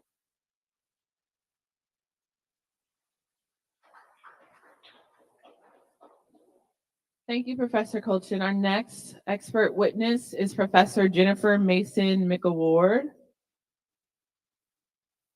Jennifer Mason McAward is an associate professor of law at Notre Dame Law School and the director of the Clow Institute for Civil and Human Rights at Notre Dame's Coe School of Global Affairs.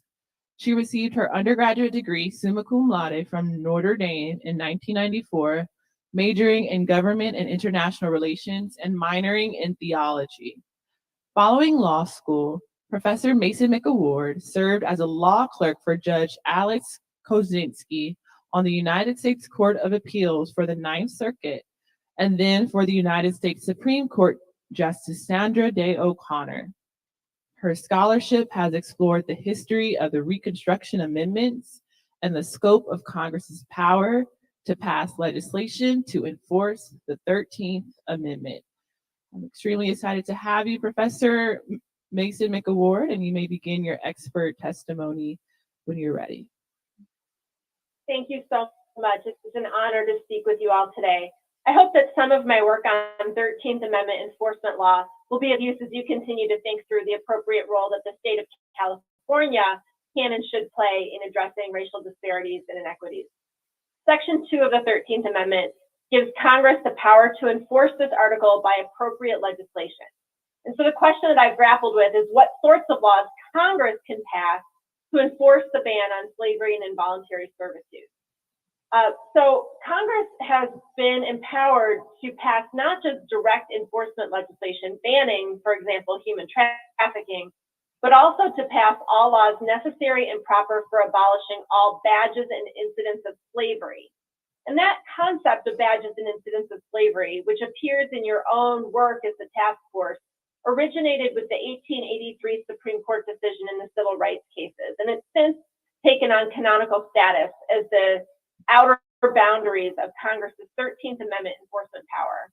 And my scholarship has considered the roles of Congress and the Supreme Court in addressing the badges and incidents of slavery. And I've tried to come up with a definition. Incident of slavery was a legal term of art that referred to legal aspects of the institution of slavery. And badges of slavery was a more malleable term that referred to the broader set of political, civil, and legal disadvantages imposed on slaves, former slaves, and free Black people. And so in determining what the badges and incidents of slavery are that Congress can regulate, I asked three questions. Whom can Congress protect, from what conduct, and by what actors? And in answering those questions, I looked at the historical record and considered structural separation of powers concerns. And ultimately, I concluded that badges and incidents of slavery have the following characteristics. First, they are policies or widespread practices that mirror a legal incident of slavery or infringe upon an aspect of liberty that was denied to slaves. Second, they're implemented by public or widespread private action. Third, they are aimed at disadvantaging African Americans or other populations that have been enslaved. And fourth, they point not remotely to a violation of Section 1 of the 13th Amendment. In other words, they pose an imminent threat to freedom or the ability to participate in the basic transactions of civil society. And the reason I included this final kind of causation element in my definition focused on kind of that idea of prophylactic legislation that incorporates these principles of separation of powers as a constraint on the legislature, as well as a guide for effective judicial oversight. The important question here, though, is whether that same understanding should guide the exercise of California's own legislative power. And I am certainly not an expert on California law, but I do know that the California Constitution bans slavery and involuntary servitude and gives the California legislature plenary legislative authority to enforce that guarantee. And the law establishing this task force contemplates more than direct enforcement legislation, specifically laws that are aimed at the lingering negative effects of slavery. And in many ways, the focus of this task force's work maps onto my conceptualization of the badges and incidents of slavery. Our work especially appears to align on the questions of actors and conduct. The findings of this task force, which recognize that slavery and its aftermath were the product not just of law, but of private conduct and custom, is of course entirely accurate. Its correlate that remedies must also engage public law and private systemic conduct reflects an important operational insight that can serve as a guide for legislative efforts. One place where our work might diverge is on this question of whether the conduct that's being regulated must have some kind of threshold causative impact to be properly the subject of legislation. But as I said, the reason that I included that in my definition draws from concerns about separation of powers principles. And it's not clear to me that those same structural concerns operate identically in the context of state reparations laws and policies. While the interim report does frequently address the ongoing system-wide impacts of racially discriminatory policies, it doesn't argue that those impacts currently violate or threaten to violate the California Constitution's ban on slavery. And so the question I asked myself is whether this is a problem, and the answer may well be no, because of the nature of the plenary state legislative power, as well as distinct separation of powers analysis for purposes of constitutional law. And so I simply just note that and raise it as a question for your consideration. One place, however, where our analyses might diverge more meaningfully is the question of who can receive remedies or reparations. And I know that this task force has dedicated time and study to this question and come up with a definition regarding eligibility. As I understand it, however, there's still a racial component to the definition you're using. In other words, it still depends on race. An indigenous Californian, for example, whose ancestors were also enslaved, would not be eligible in the same way that a Black person would be. And so the proposal is under-inclusive in the sense that only some people whose lineage includes slavery are eligible for reparations, but not all. And so in the context of state reparations legislation, it is clear that the 14th Amendment's Equal Protection Clause will be applied to guide and evaluate any legislative efforts. And so while not all of the task force's preliminary recommendations are race conscious, some of them are. And those strike me as requiring further analysis to determine their viability. As you surely know, the Supreme Court applies strict scrutiny to all racial classifications, saying that strict scrutiny applies whether a classification is invidious or benign. And it requires a showing of a compelling governmental interest as well as narrow tailoring. In a series of decisions, the court has rejected the idea that government can use race-conscious action to remedy societal discrimination writ large, and has criticized that as an overbroad remedial interest. However, the court has said that remedying the present effects of the state's own past discriminatory conduct may be a compelling interest, as long as there's a strong basis in evidence to show that there has in fact been past discrimination and that remedial action is necessary.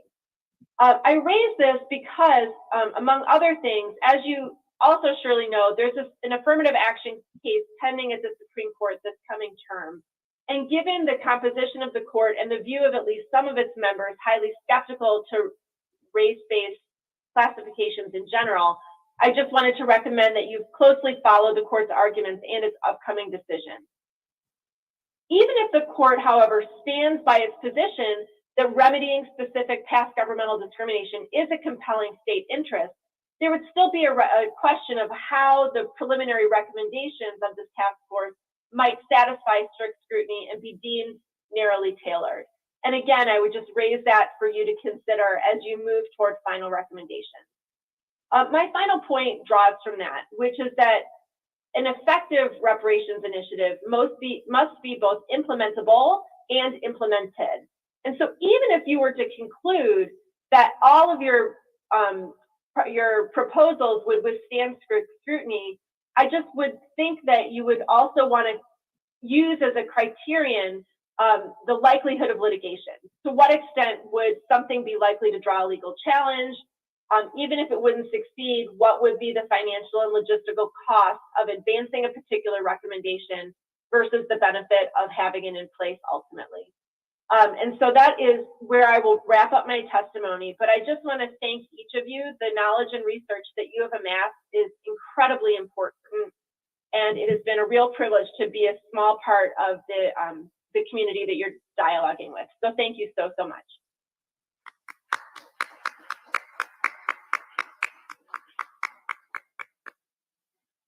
Thank you, Professor Mason McAward. We had another witness lined up who would have been Mr. Alex Amaichi Ujugwa, who is a PhD at the University of Akwa in Nigeria, but he is no longer able to make it. And I'm looking back at the agenda, we have, that would place us actually, it's 2 o'clock right now, so we have 30 more minutes for this agenda item. Does anyone have any comments or questions for Professor Mason McAward, Professor Jonathan Bush, or Professor Cochin at this time? I also just want to apologize to our witnesses for the audio issues that we've been facing. I think that impacted a bit how much we internalize the information, but we tried our best. So thank you.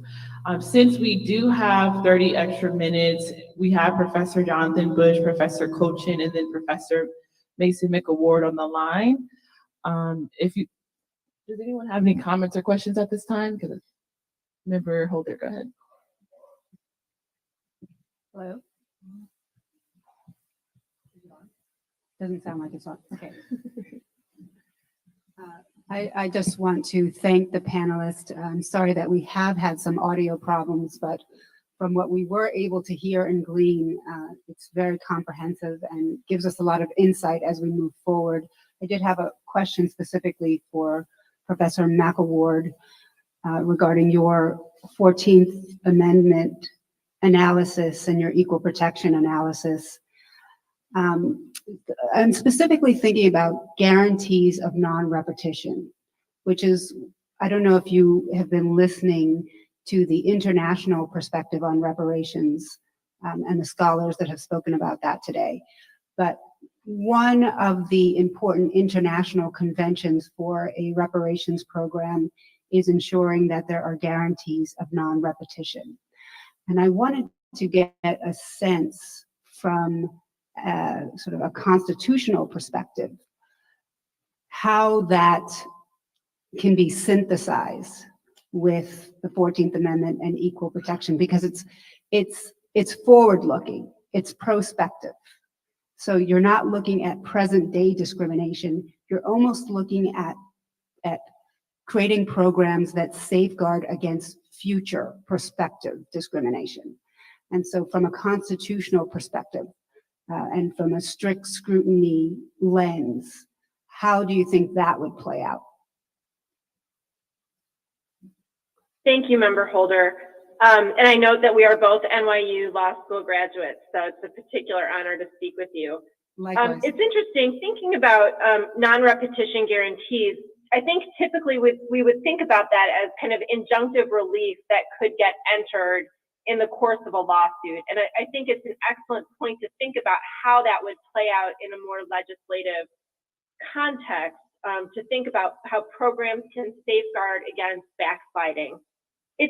So my work has focused on kind of this idea of prophylactic legislation that can address something more than simply an actual constitutional violation in order to protect against future constitutional violations. And that strikes me as somewhat similar to what you're talking about. But the question then is, how would that play out if a kind of prophylactic type of law were to be passed and then challenged under the Equal Protection Clause? And I would have to think more about it. But I guess the concern that I would raise is, given this current court's deep skepticism toward any racial classifications, I just think that the law should be really as cleanly structured as it can be in order to try to avoid as much litigation as might arise from it. But I'd be happy to think through that more clearly and comprehensively at another point. Thank you.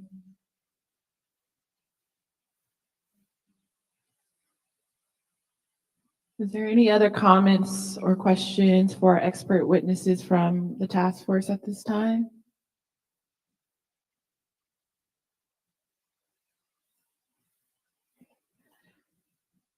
I want to thank Professor Bush, Professor Colchin, and Professor Mason McAward for your expert testimony. Everyone give them a round of applause. Thank you.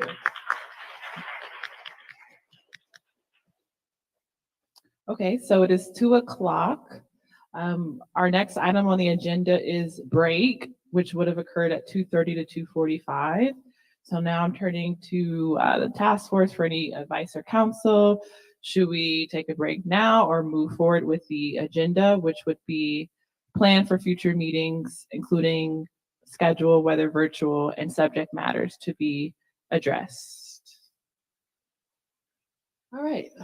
Move forward. Okay, so we're going to move forward with the next item on our agenda, which will be facilitated by the DOJ with comments from myself and Jovan Scott Lewis.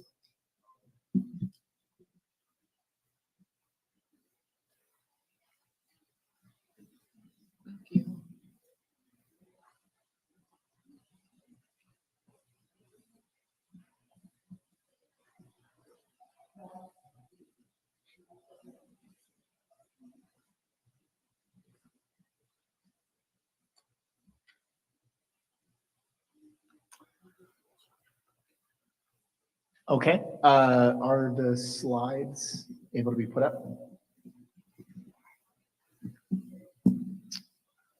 We may need the extra time, so. Thank you very much. So in this agenda item, I plan to present to you a few slides about the remaining work combined with a follow-up on the discussion we had yesterday regarding advisory committees, and then leading into a plan for the future meetings schedule. So I'm sure you're reviewing those as you go. I will walk you through the slides.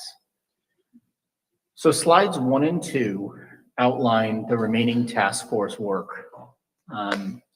This work basically boils down to the work that was not covered in the interim report. So what this work includes, first and foremost, redressing the harms covered by each chapter of Report 1 through specific remedies.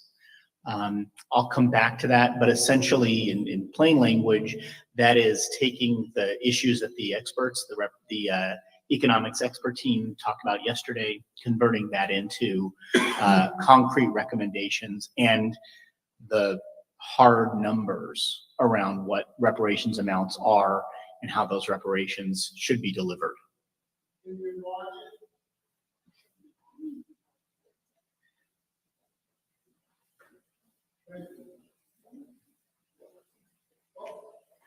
Okay, I'm going to circle back and we'll talk about how we staff recommend that work be carried out between the task force through advisory committees, which I started talking about yesterday, the experts that are retained for this, and then ensuring that the task force is engaged at all decision points along the way.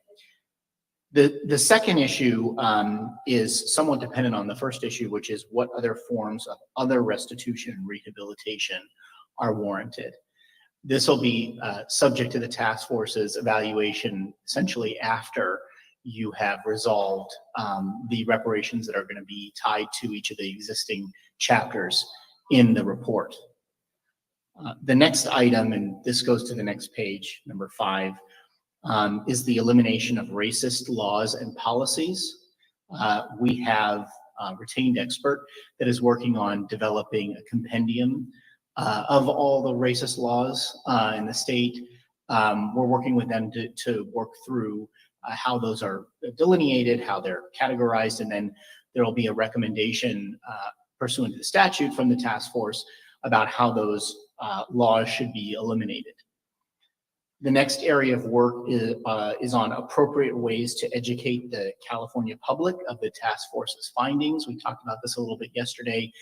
There's been some ideas around creating curriculum so that the task force report can serve as a basis for educating children of all ages up through college. We are, as you can see, recommending that the task force instruct the Department of Justice to retain an expert to work on this. And finally, the last thing is how and when how and what form a formal apology should take. That is going to be something obviously that the task force will work through. So that is the remaining workload following what's set forth in AB 3121 that was not covered or addressed in the interim report. Does anybody have any questions about that?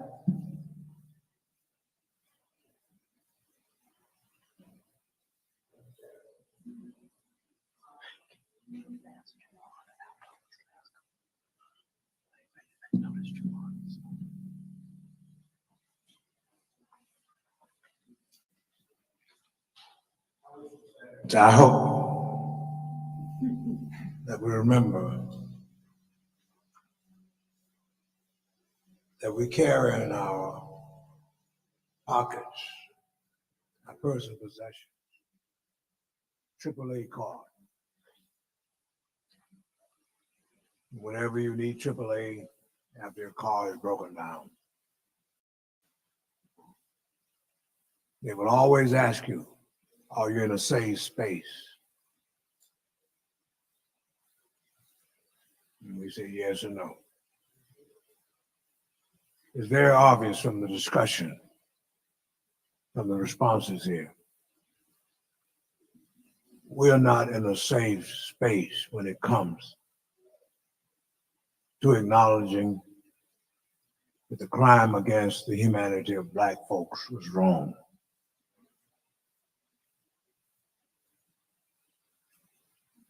But remember, AAA has 3 A's, and I would like to brown eyes those A's. The first A is to admit that you got a problem. Something's wrong. It appears to me that the low-hanging fruit is for us, as we go through our process concomitantly, push with this state under this present leadership to admit, give an apology. We can get running with that. Number 2, there is atonement. That's where actual reparations comes in. You have a plan, like it was for that little man, Zacchaeus in the Bible. He told Jesus, the prophet of Nazareth, that if I wronged anyone, I'm going to pay back fourfold. That's reparations. And the final A is action. Action. And I think on yesterday, we got the action plan moving to make sure that every member of the Assembly and the Senate has a copy of this report, and including the governor. And that will get us on the road toward some action. And then that's when all of us in the community who are really upset about this thing, you get involved too with some action. And that means getting all the sectors of our African-American community and our allies to start respectfully, peacefully, sensibly, factually, asking them to support reparations in this state.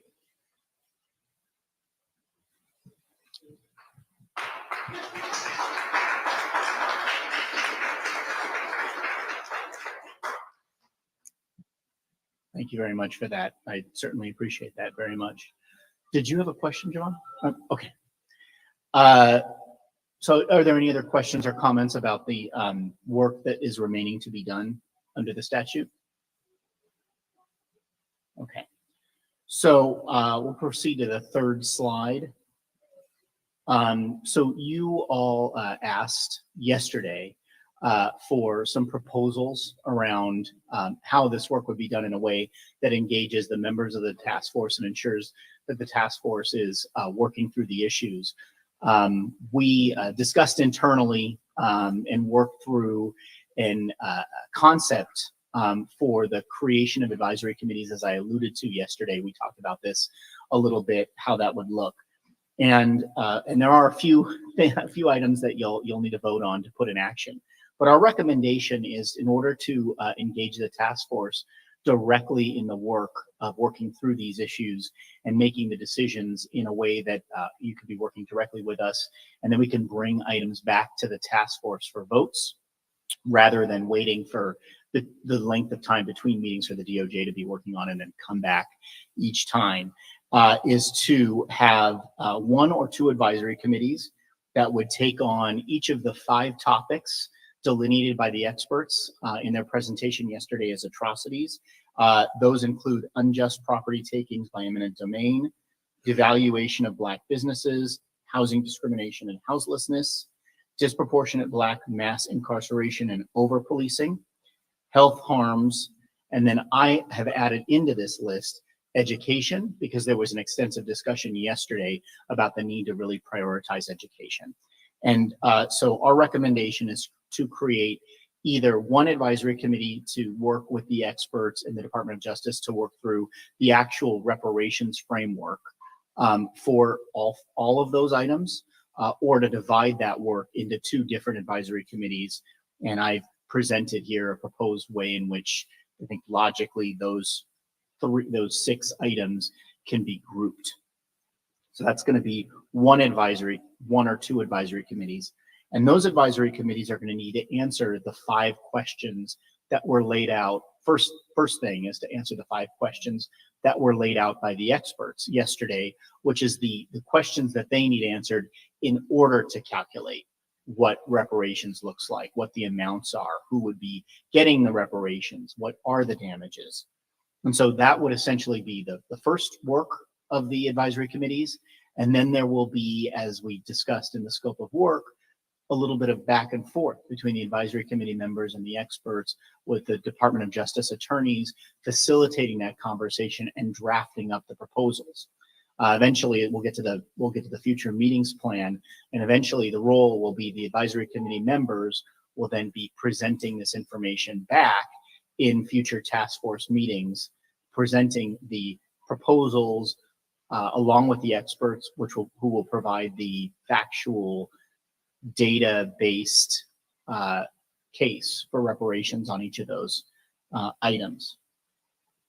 So that's one set of advisory committees. And then if we go to the next page, there's 2 additional advisory committees. One would be an advisory committee that would essentially work on everything else, all the other chapters that are not sort of taken up with those 6 atrocity areas. Those include enslavement, racial terror, political disenfranchisement, pathologizing the Black family, control over creative, cultural, and intellectual life, and the wealth gap.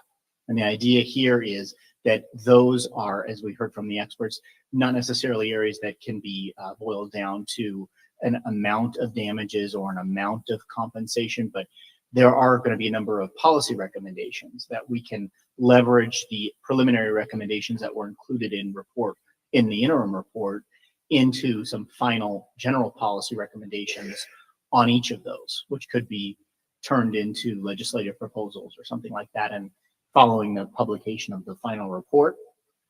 And then the second advisory committee that we're recommending are what I've grouped together as remaining issues. And that includes how we eliminate racist laws and policies, what are appropriate ways to educate the California public on the task force's findings, and how and what form a formal apology should take. And each of those are rooted in one of the components of AB 3121.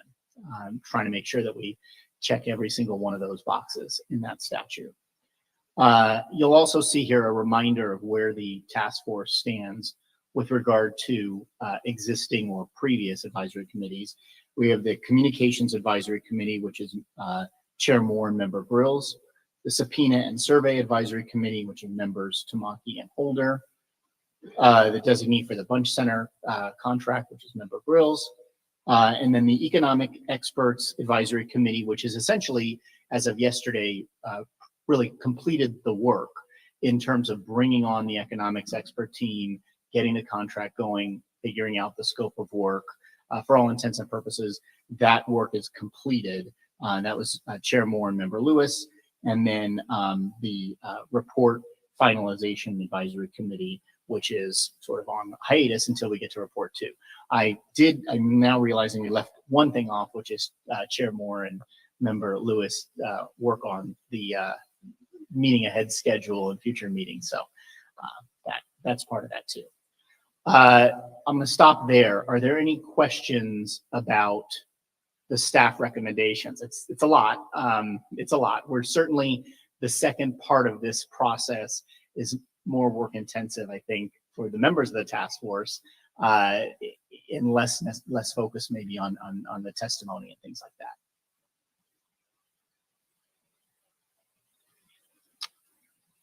Are there any questions? Yeah. I mean, Camila, you have anything you want to say first, or yeah? Okay. Your mic's not. Can you not hear me? Now I can. Oh, you can? So thank you for the recommendations. I think, I think I understand, I understand the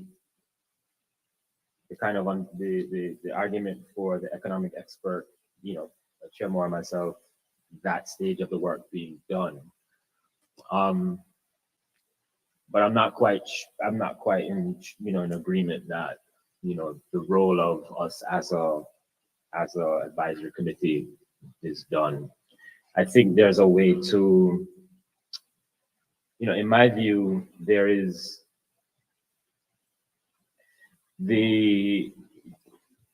let's make sure I'm understanding myself here. Okay. So on the first page, you have, the two categories that comprise about 3 areas each. This is the previous slide. So the staff recommendation, the first, yeah, that one. So I'm in total agreement that I think there should be an advisory committee for that first cluster, an advisory committee for that second cluster. What I don't necessarily agree with is that the role of those advisory committees is actually to answer those 5 questions. I think the role of those advisory committees should be to further probe those areas. My concern is that there really is like a tick box approach to some of these things, and we're really not getting into a certain level of depth of what we're talking about here. So for example, let's just look at those first 2 clusters. Some of the kinds of questions that advisory committee could work with the economic experts on is saying, well, let's, how can we identify all complicit parties in these acts? These aren't really questions we've even really asked, right? How do we think about the variances and calculations between one activity and another? So these are the kinds of things that I think an advisory committee should actually work with the economic experts on.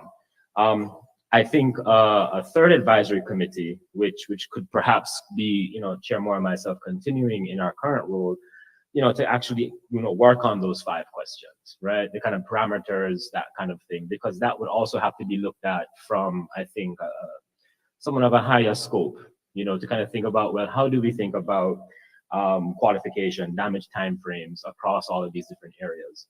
So I think, I don't want to call it a hybrid approach, but I do want to make sure that we are paying significant attention to and devoting adequate time to a kind of deeper analysis and probing of these different areas. And I don't think that a model that's proposed accomplishes that. So I just wanted to kind of put that out there, as an alternative to this. And I think, just jumping ahead quickly, I have a question about the hearing schedule. I know we haven't gotten there yet, but that's not the hearing schedule that is in the agenda materials or that Chair Moore and I submitted. So I'm not sure, what this one is. And the reason why I asked that is because the proposed hearing schedules that Chair Moore and I came up with actually did, I think, in a detailed manner, agendize some of the remaining responsibilities or issues. And so I just want to make sure that I understand what this proposed hearing schedule is meant to do in relationship to that, because I think that would have some consequence on how we portion out some of the work. Yes, that's correct. I don't know, Chair Moore, did you want to say something or not? Okay. Yeah, you're correct. You're absolutely correct. So first and foremost, I'll talk about the hearing schedule. We haven't gotten there yet, but I'll talk about that. So that is correct. This is a sort of a staff recommendation hearing schedule. Your hearing schedule is still in there. Okay. I essentially, one of the things I was attempting to do was both in response to some of the discussion yesterday about the timelines and about the contents and how we would be approaching the different issues in the report that would be published by June 30th, 2023, as well as pending a vote of the task force on whether to be in person or remote, and whether to have it in the locations laid out, as combined with the need to have these advisory committees working on the substance, trying to figure out a way, frankly, where we could manage getting outlines to you all on sort of the comprehensive issues, and then going through the drafting process again on the comprehensive issues as we go through. Part of this is why I recommended 2 task forces, is to sort of spread out the workload so that we could kind of be going on all cylinders on all of it. So we'll come back to the future meeting schedules. The second point you raised, which is the 5 questions. And I think you're right. That is another way that this could work, and that's fine. This is our recommendation. But the idea was definitely not that the advisory committees are only answering these 5 questions. I don't know if that's what you thought I was suggesting, but that's definitely not. I think you're right. And that's one of the reasons why we're recommending that they be split up and it not be one advisory committee doing all 6. Because I think there will need to be that very deep dive. And again, as we talked about with the advisory committees under the Bagley-Keene Act, the advisory committees are working with us, and it'll eventually come back to the entire task force. And so back to the future meeting schedule, I wanted to make sure that we had an opportunity for something on each of these items to come back to the task force to weigh in, to make sure the task force is invested and on board with what each of the advisory committees is developing along the way. So that also necessitated a little bit of a switch in terms of accommodating that time, because that's going to be pretty time consuming. If you think back to when we went through the drafts of the original report and the outlines of the original report, going through all of those different topics is going to consume quite a bit of time in the meeting. Right. So I hope that answers your question. And obviously, you know, this is going to be, I'll come back and say what I need votes on before we finish this module.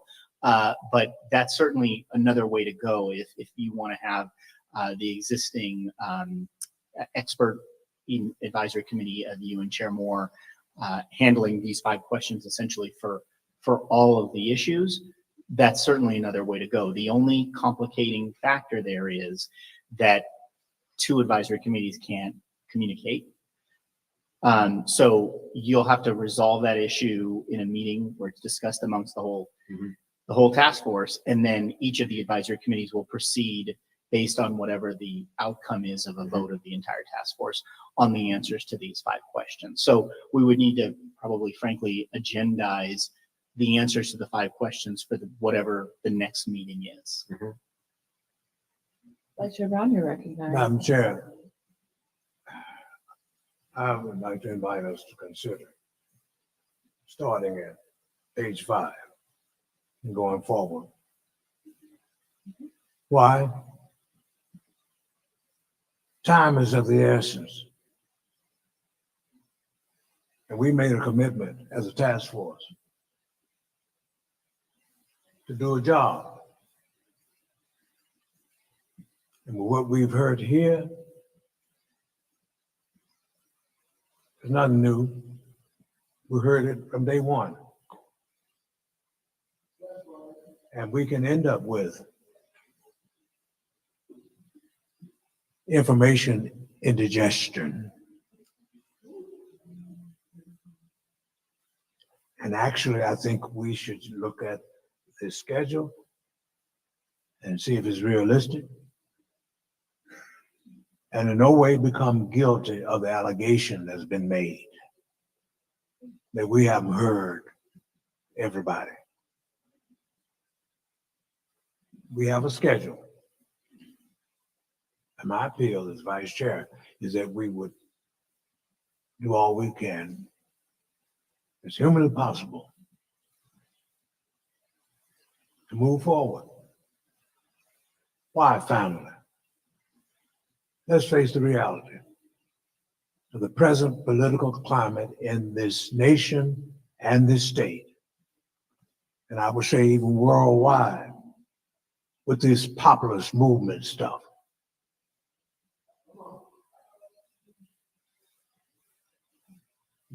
And put your hand up, feel it. And we need to, as Benjamin May said, he or she who's behind in the race of life is going to stay behind. Yes, you better run faster to catch up. It's time for us to run faster and catch up. Or else we're going to be left behind.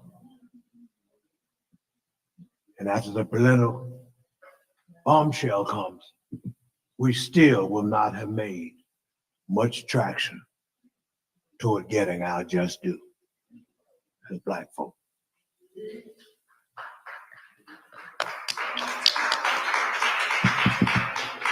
Okay, and I'm making an appeal as chair, since we are ahead of schedule, that we actually take advantage of our break. So it's 2:30 and the break is from 2:30 to 2:45. And during this break, I think it would be good just for us to review the material a bit, kind of internalize it a bit. And then we can come back and see how task force members feel about what's on the page, and if there's any alternatives, we can discuss that as well. How does that sound? Okay, so we'll take our break since we are ahead of schedule, and we'll resume at 2:45.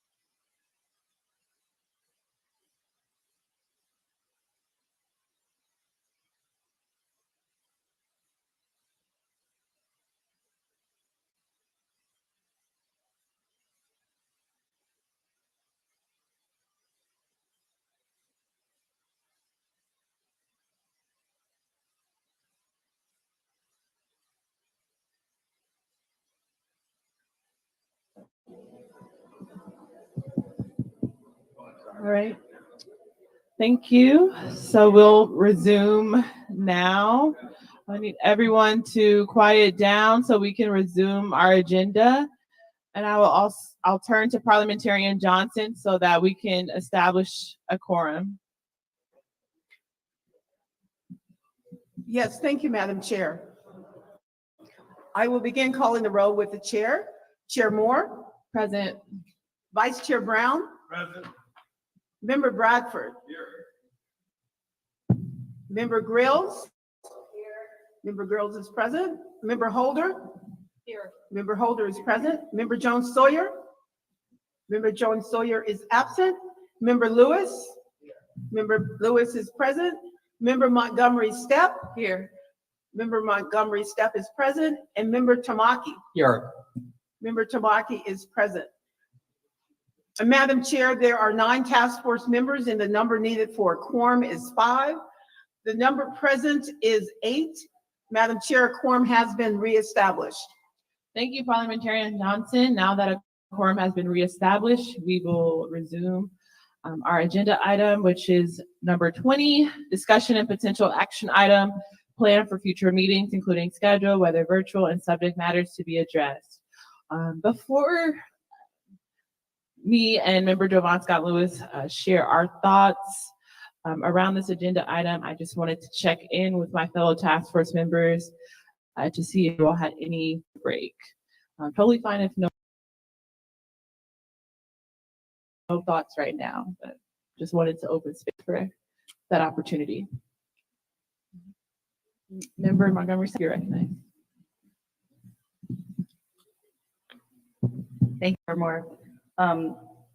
I have a few thoughts, and I don't, this may be a little bit premature based on what you and Member Scott Lewis will share, but I did have a couple of thoughts. One is just with even the 2 committees broken up that are issue-based, those issues, especially in the second committee, are very, very, very heavy.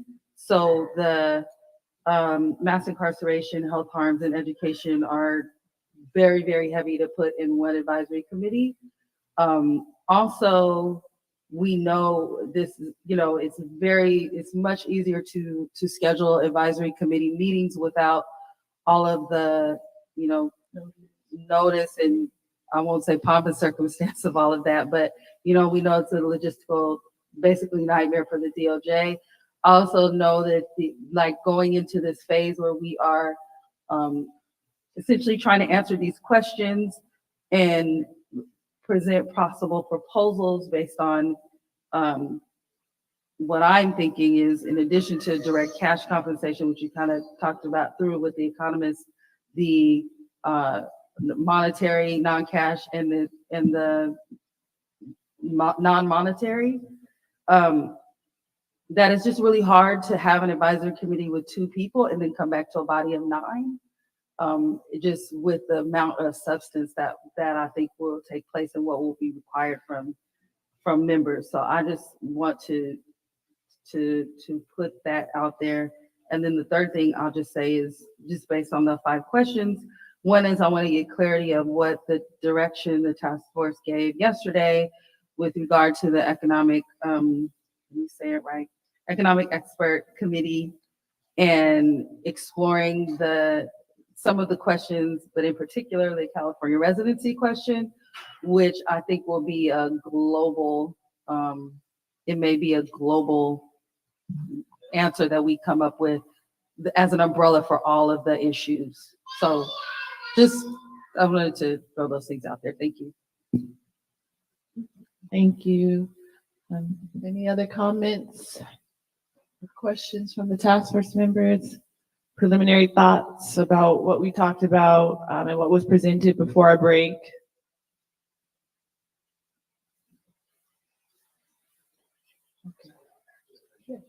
So this is just in the nature of thinking out loud. Various members of the task force have subject matter expertise on a number of their areas. They have staffing. Also for the legislators, there may be particular interests in different subject matters, and depending upon what Member Lewis and the chair proposes, maybe we could work within that framework to kind of self-select. I mean, if there are task force members that are interested in any particular area and really want to pursue that, with great gusto, enthusiasm, maybe that would be a natural way to proceed. Just find out what people's interests are.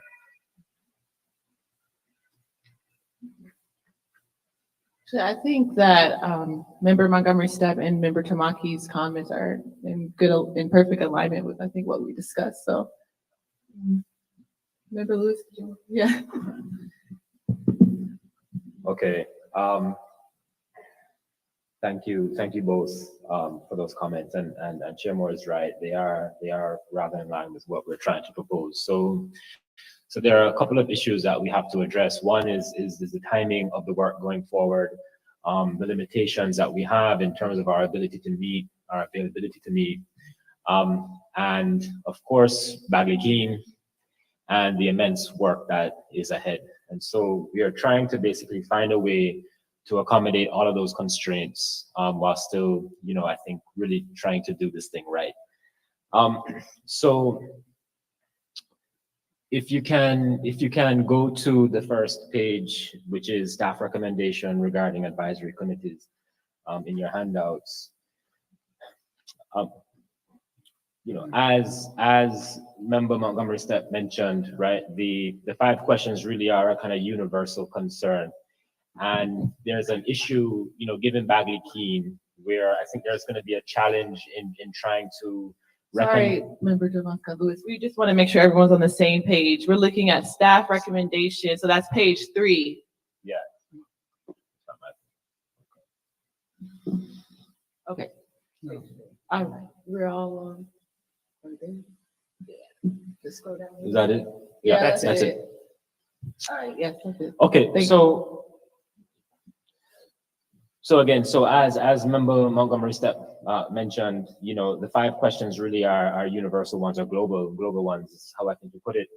And so the recommendation is that Chair Moore and I would continue in our capacity as now one of the advisory committees and work on those 5 questions and how they apply to the 6 areas that come up in bullets 1 and 2, starting with unjust property takings and ending with education. Beyond that, and I should add that we're talking about these areas being areas of concern around coming up with recommendations for compensation. And so beyond that, what we would like is to propose that in clusters of 2 topics, we invite task force members to volunteer to join in an advisory committee of 2 members to tackle 2 topics each. So for example, there would be a pair of task force members who would work on unjust property takings and the devaluation of Black businesses. There would then be a second advisory committee of 2 task force members that would tackle housing discrimination and mass incarceration. There would be a third advisory committee of 2 task force members that would work on health harms and education. And so these are all very weighty. And the idea of 2 people, working on these, is daunting. But the purpose is to bring back recommendations to the task force. So the responsibility is not to, make final recommendations, but to, work with the DOJ and with the economic experts team to, kind of do a deeper analysis and to bring back to the task force some preliminary recommendations for us to all to vote on and to move ahead with. And so, as I mentioned earlier, Chair Moore and I would then work on what could be considered the kind of 4th advisory committee, which would be tackling the 5 questions and thinking about them, in that global manner, as Member Montgomery Stepp mentioned earlier. Okay, so there's more work to be done. And so if you go to the following page, which is page 4, There's a section working with DOJ staff on areas not addressed in experts list of atrocities. So as mentioned by the experts team yesterday, these are the areas that came up in our preliminary report, in which we've heard testimony on over the past year, that they said that they are unable to quantify as far as finding a compensatory model to, advance as a form of redress. And along with the section below, remaining issues, these two sections actually represent areas of our scope of work that fall outside of a compensatory framework. And so what we would ask task force members to do is to work with the DOJ, but not with the economic experts team, on coming up with what we might think of as non-compensatory, non-compensatory, yeah? I don't want to drop the O's too many times. Recommendations to bring back to the task force. And so again, that would be on issues of enslavement, racial terror, political disenfranchisement, the pathologization of the Black family, control over creative, cultural, and intellectual life, the racial wealth gap, in addition to, under the remaining issues, elimination of racist laws and policies, appropriate ways to educate the California public on our findings, as well as how and what form a formal apology should take. And so in total, in those two areas, there are 9 topics. And so what we will be asking is for each of us to take on one of those 9 topics. And so in that regard, it would be an advisory, committee of one, so to speak. But again, the role of us in that capacity would be just to work with DOJ and try to find some form of recommendations to bring back to the task force that we can then work with to provide our actual formal recommendations. So the hope is that if we can do this, then we might actually be able to, have something significant to report on in our December meeting, which, unfortunately will likely be our next meeting because, as noted, we were unable to find a quorum to meet before then. So that's the proposal from Chair Moore and myself. Thank you, Member Javon Scott Lewis. Vice Chair Brown, did you have a comment? Madam Chair, members of the task force, to get us moving, I volunteer for homes and health and education.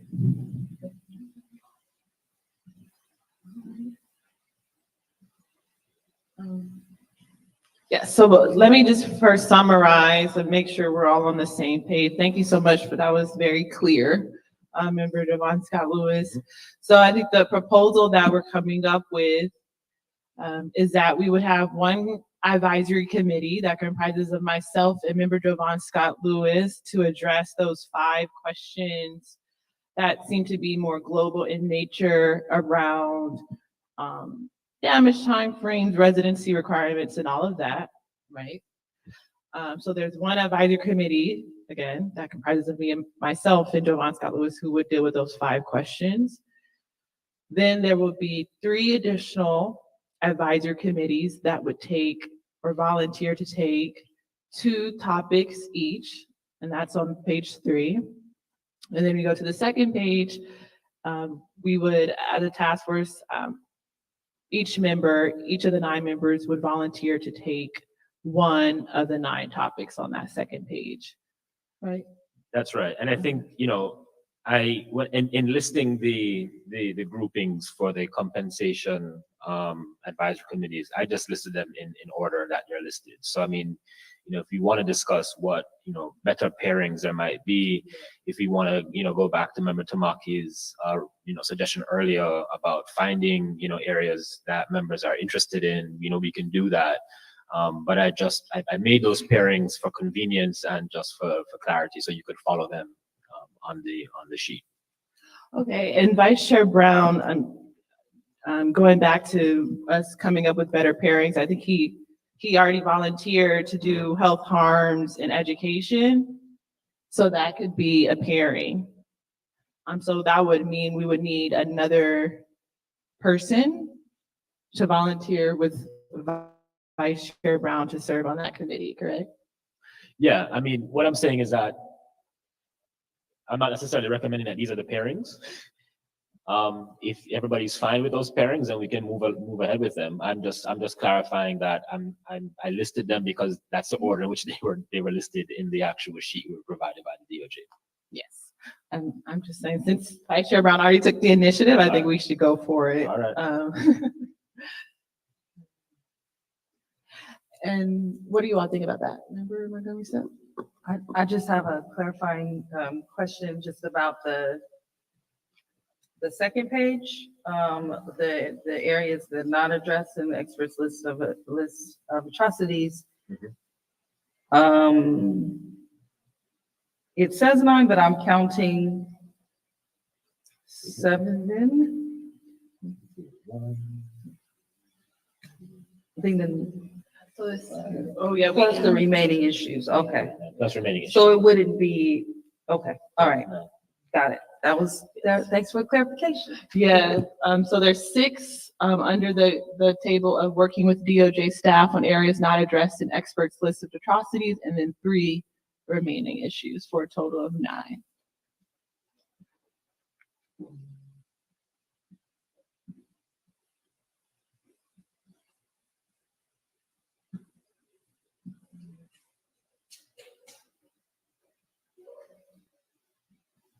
Yes, Member Tamaki, you recognize. This is in the nature of thinking out loud. It's not a proposal, but for instance, eminent domain is, and housing is subject matter related. So that might make it easier for pairing.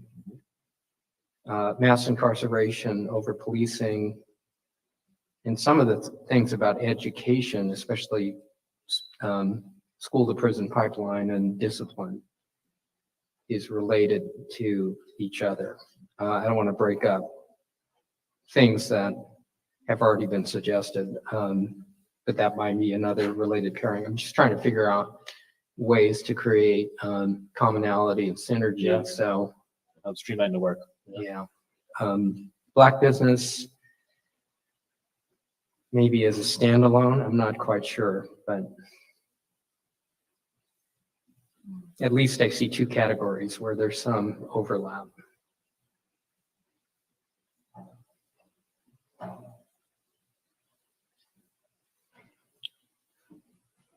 Okay, so going back to, oh, go ahead. Yeah, sorry, Member Holder, you're recognized.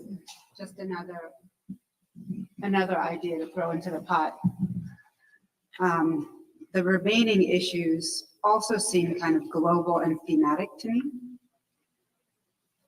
So I am wondering whether for each of the harms, however we separate them, whatever advisory committee is doing a harm might want to do those 3 remaining issues as related to the harm that they're covering. Sure.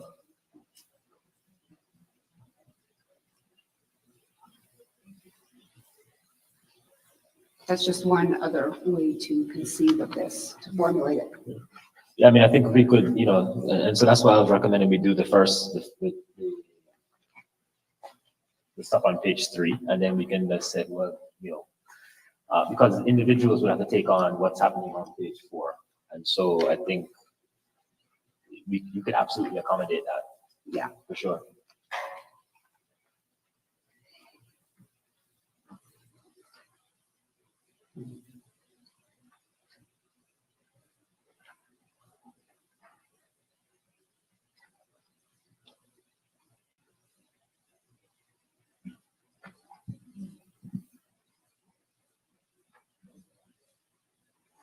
So I guess the first step is to really hone in on what the committees are gonna be.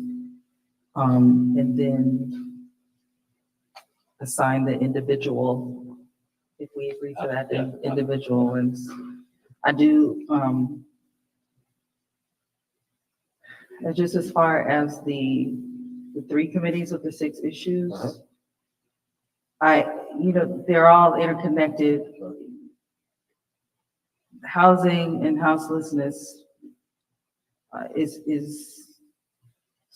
also connected with the criminal legal system quite a bit. And then eminent domain, there are quite a few Black businesses that were lost based on that too. So it's kind of tough. So I can, I'll go with the task force. I am interested in Black business devaluation.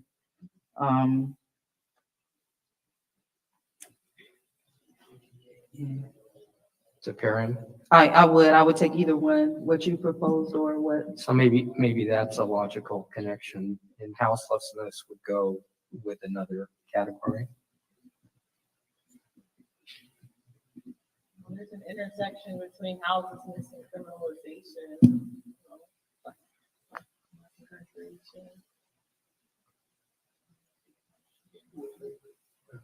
Yes. We did mention there how our water and holes have been destroyed.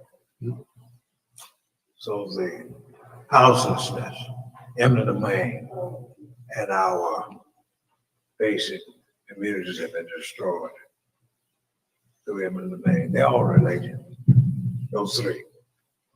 Can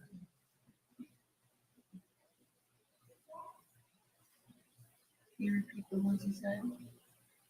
The destruction of our watering holes, our cultural enclaves, vis-a-vis Allensworth, South Central Los Angeles, the Fillmore. Where? Beverly, yes. Along with the name, that's land.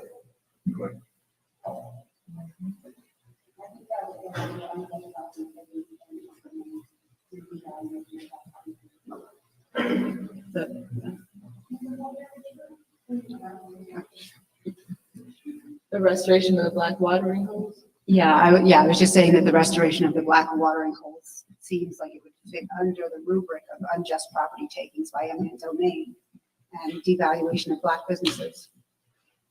And we should remember that these areas are what, the atrocity areas that the economic experts team, with guidance from the task force and the advisory committee have come up with. This is what they presented on yesterday.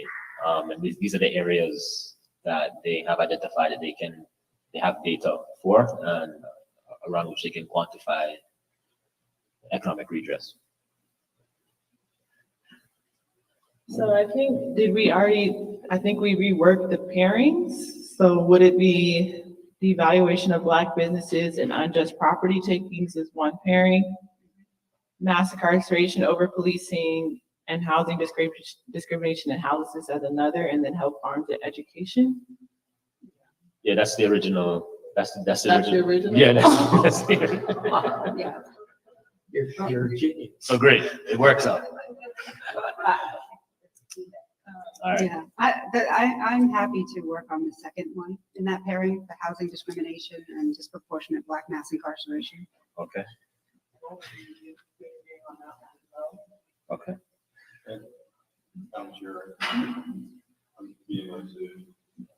Unjust property taking. Okay. Eminent domain. So that comes with the valuation of Black businesses. Yeah, I'll do that. as well. I mean, I think it's a nexus there for sure. Yeah. All right. Monica, did you? I'm done. So who's So Senator Bradford and who's? yeah, I got Senator Bradford. And But you done. oh, okay. Yeah, I'd be happy to do that with Senator. You want to do that one as well? Unless, did you want to do that? No, Camila and I are doing the 5 questions. So Camila and I aren't. Monica, did you? I did want to do devaluation of Black businesses. So maybe Unjust. you and Senator Bradford on unjust. Yeah. Okay. So then what will remain is health harms and education, which Brown already volunteered for. And then so that would leave you done.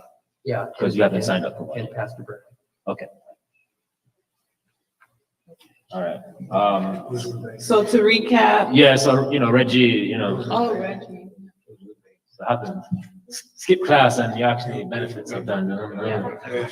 What expressed interest in that? What did they say? No, because Reggie's not here. Sorry. He gets mass incarceration. Yeah.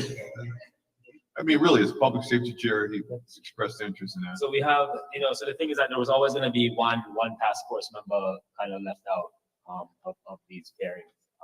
But then he'll have an opportunity for Yeah. the remaining issues. Yeah. So what we can do is we can give him, we can assign him something in the next section that might be befitting his stature and status. Yeah. Okay, so to recap or summarize, there's going to be on this first page 4 different advisory committees. The first committee would comprise of myself and member Jovan Scott Lewis, and we would handle those 5 questions. The other advisory committee would be on health harms and education, and it would comprise with Vice Chair Brown and member Tamaki. The other advisory committee would be on the valuation of Black businesses and unjust property takings, and it would comprise of Senator Bradford and member Montgomery Stepp. And the other advisory committee would be on mass incarceration and over policing, as well as housing discrimination and houselessness, and it would comprise of member Grills and member Holder. Yes. The point is well taken that member John Sawyer is on the Public Safety Committee, chairs it. So if, as I'm thinking out loud, I could be replaced on the housing discrimination and mass incarceration by member Joan Sawyer. And then instead of being on any of the 2-person committees, I could simply take a handful of those individual ones. So I could take the racial terror and the pathologizing of the Black family, and if necessary, enslavement.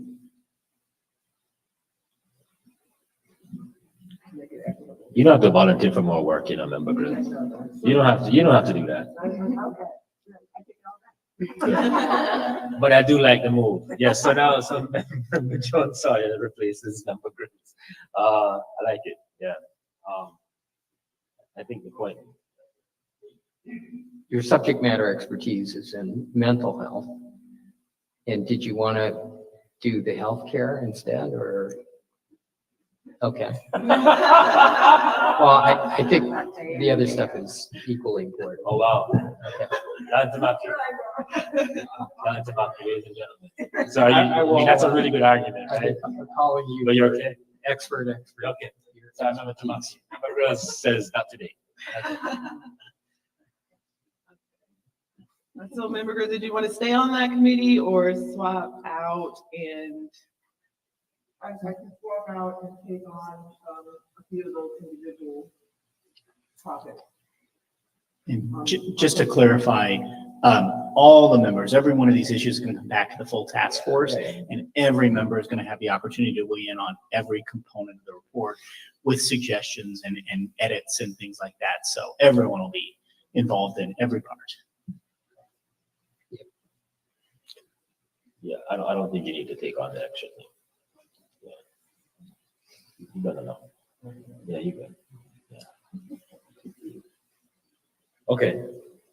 So, okay, we can move on to the remaining 9 issues, but I just wanted to clarify about that last committee. I also don't want to volunteer John Sawyer for something. Well, member Grills did volunteer. And Joan Sawyer, just so Joan Sawyer yesterday did say he expressed interest and volunteered here. So now in turn, you're volunteering him back when we're actually doing the. Okay, so maybe, do we need to, maybe just so we can just, maybe codify this via motion so we can just move on to the next 9 items? Can we do the other section first? Okay, yes, we can do that. But you want to confirm who's doing So what? to confirm, there will be 4 advisory committees, One will comprise of myself, Member Jovan Scott Lewis, who will handle those 5 questions. The other will be on health harms and education, which will include Vice Chair Brown and Member Tamaki. The other advisory committee would be on evaluation of Black businesses and unjust property takings, which will comprise of Senator Bradford and Member Montgomery Stepp. And the other advisory committee would be on mass incarceration and over policing and housing discrimination and houselessness, which will comprise of Member Holder and Member Jones Sawyer. So we'll go to the remaining 9 issues. And the original plan was for each of us to pick one, but we can talk through whether that's still the plan or if we want to do something different. Well, I'm particularly interested in appropriate ways to educate the California public of the task force findings. And unless somebody has a burning interest, that I certainly would defer to. That's one I have a high interest in. Great.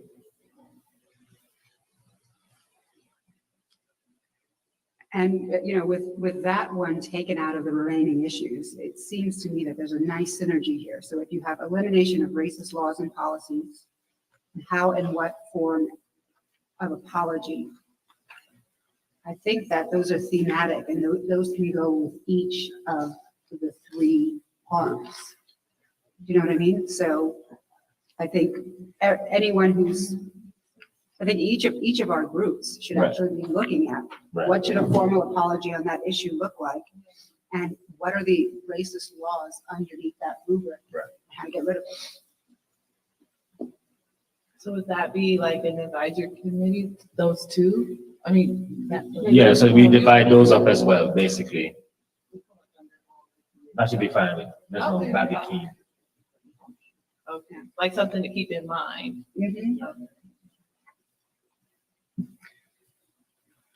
So you're saying instead of having an advisory committee or a designee on appropriate ways to educate on formal apology and elimination of racist laws, each advisory committee or designee is going to do those 2 for their subject. That's right.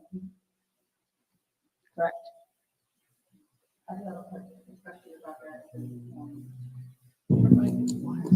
Okay, there you go. Thank you. Since there is an expert, I think, coming in on the elimination of racist laws and policies, so logistically, how would that work? So we have a team of attorneys at Loyola Law School who are working through putting together a sort of a list of all of them, but whatever we can find in terms of racist laws in California. I'm trying to think, it also includes case law and things like that are still on the book. So what we could do is we could facilitate from that compendium, which they're going to produce, and the idea was for it to be sort of added on to the report. We could work off of that compendium with each group to identify the ones that are key to the different subject matters. And then each group, individual or advisory committee, could figure out what they want to do in terms of the elimination of the ones that are applicable to their group. Some of them are going to be overlapping. Some of them may not fall into these categories, but we can figure that out. Okay, thank you. So if each of the advisory groups have to consider those 2 topics, and that would just mean it would just be 7 advisory committees, right? Instead of 9? Yeah, 7 individual topics instead of 9. I can do the racial terror. Okay. Racial terror. I would like to volunteer for control over creative, cultural, and intellectual life.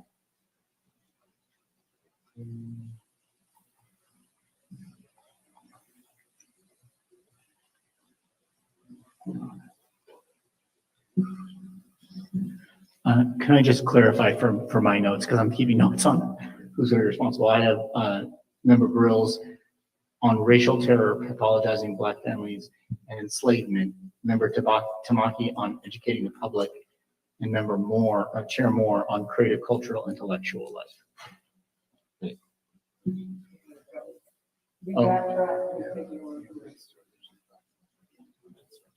So you're just doing racial terror? Yeah. Okay. So I'm gonna figure out.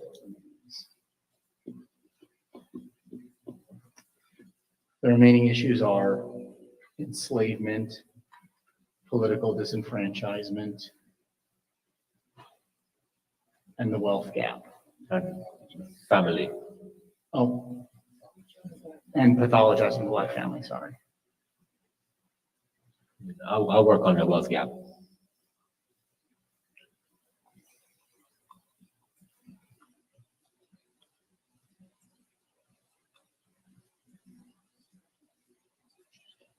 So the remaining, I'll do the, pathologizing the Black family.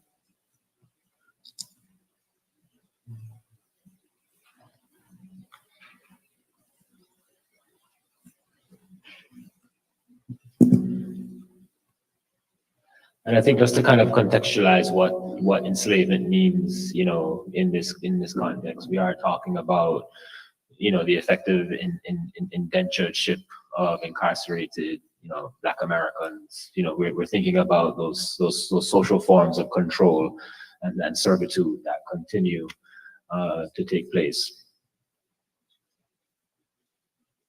I'll take enslavement too. You want to take two? Okay.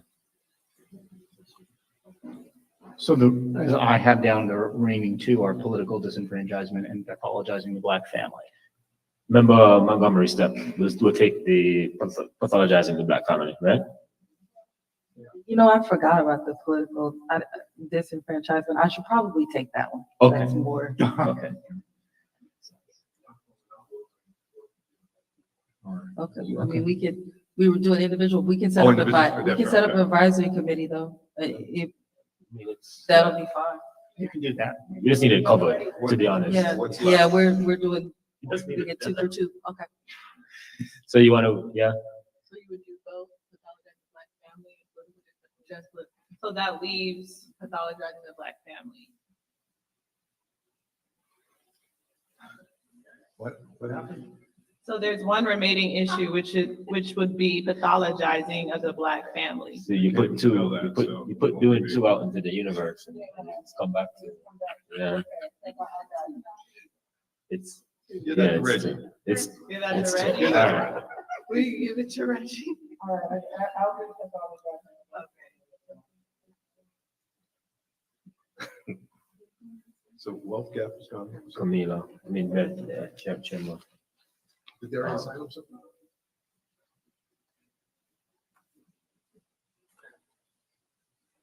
Okay. Okay. So in terms of the remaining issues and the areas not addressed in the expert list of atrocities, there would be advisory committee of 1 that would comprise of Member Tamaki around educating California's public on our findings. The other committee would be comprising of Member Grills that would cover racial terror and pathologizing of the Black family. I would cover control over creative, cultural, and intellectual life, as well as enslavement.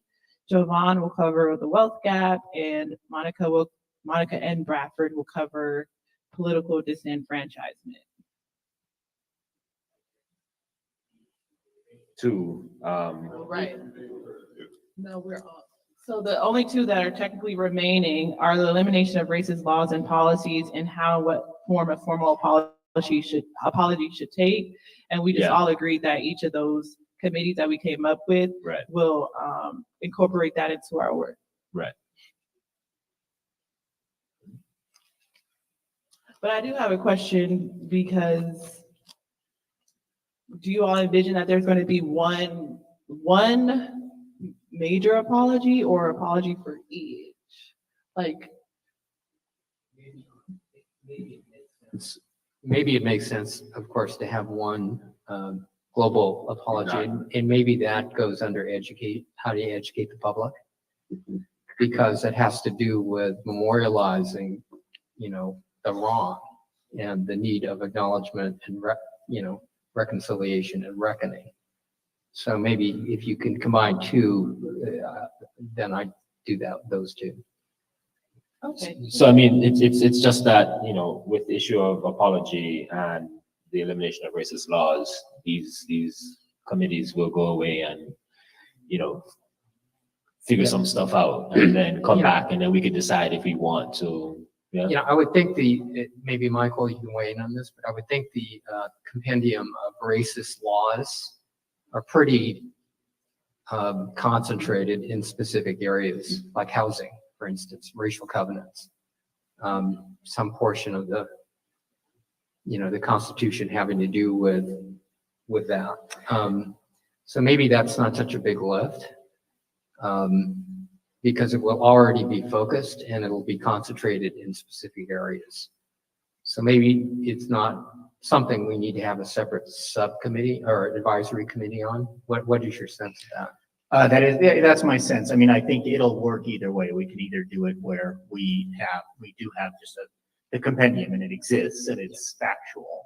And so it can be allocated to each of the different subcommittees, or one subcommittee can handle it either way.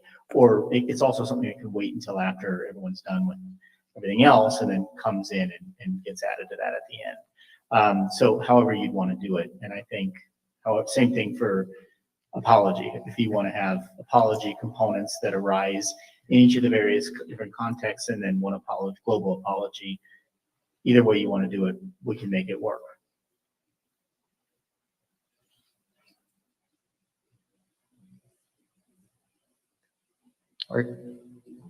And again, I just reiterate, it's all going to come back to the entire task force anyway.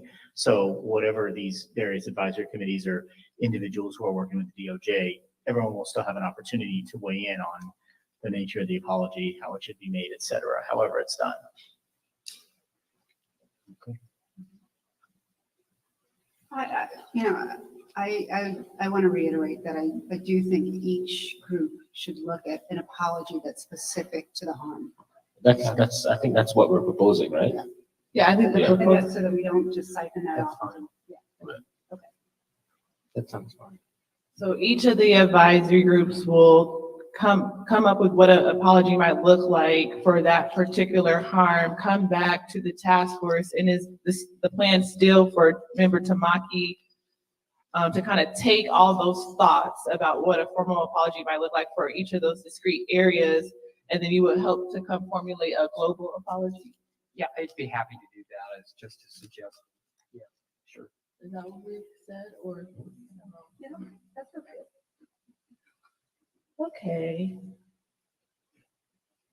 Okay, so I think now we are at a point where we can take potential action on what we've discussed. So I'll just summarize and then maybe we can entertain a motion to just codify what I summarized, unless someone wants to come up with a motion right now. Okay. So in summary, I entertain a motion to codify the following, that there will be first, an advisory committee that comprises of myself and Member Jovan Scott Lewis, who will answer those 5 questions on page 3 of the handout. The other committee would comprise of Vice Chair Brown and Member Tamaki, who will cover what policy and compensation recommendations might look like for health harms and education. The other advisory committee will be on the evaluation of Black businesses and unjust property takings, which will comprise of Senator Bradford and Member Monica Montgomery Stepp. The other advisory committee will be on mass incarceration, over-policing, housing discrimination, and houselessness, which will comprise of Member Jones Sawyer and Member Holder. Then we'll have other advisory committees to cover remaining issues and areas not addressed in the experts list of atrocities. One of these committees will comprise of Tamaki, who will cover educating California public on our findings, as well as what a global formal apology might look like. Member Grills will be on a committee on racial terror and pathologizing of the Black family. I will cover control over creative, cultural, and intellectual life, as well as enslavement. Jovan will cover the wealth gap, and Senator Bradford and Member Monica Montgomery Stepp will be on the committee covering political disenfranchisement. With the caveat that each of these committees will have to consider racist laws and what an apology might look like for each of the discrete areas that we've been assigned.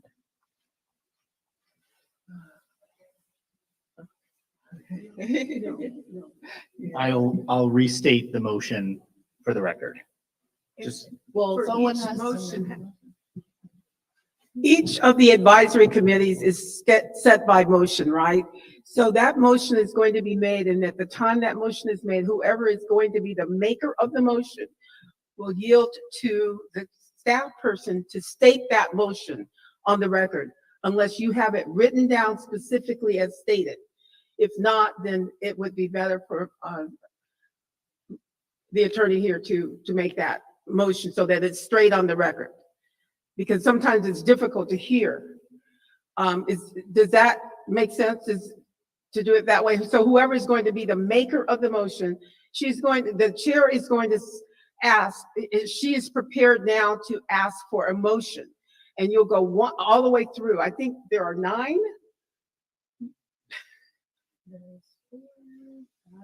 Yeah, there's 9. Okay, so that's 10, why we need to 10. do it one at a time so that it's clear on the record. Okay, so Madam Chair, if you would say you're ready to entertain a motion. Okay, yes, that's great. So I'm ready to entertain a motion on the advisory committee around those 5 global questions. Yeah, so maybe the person who's on the committee can. Okay.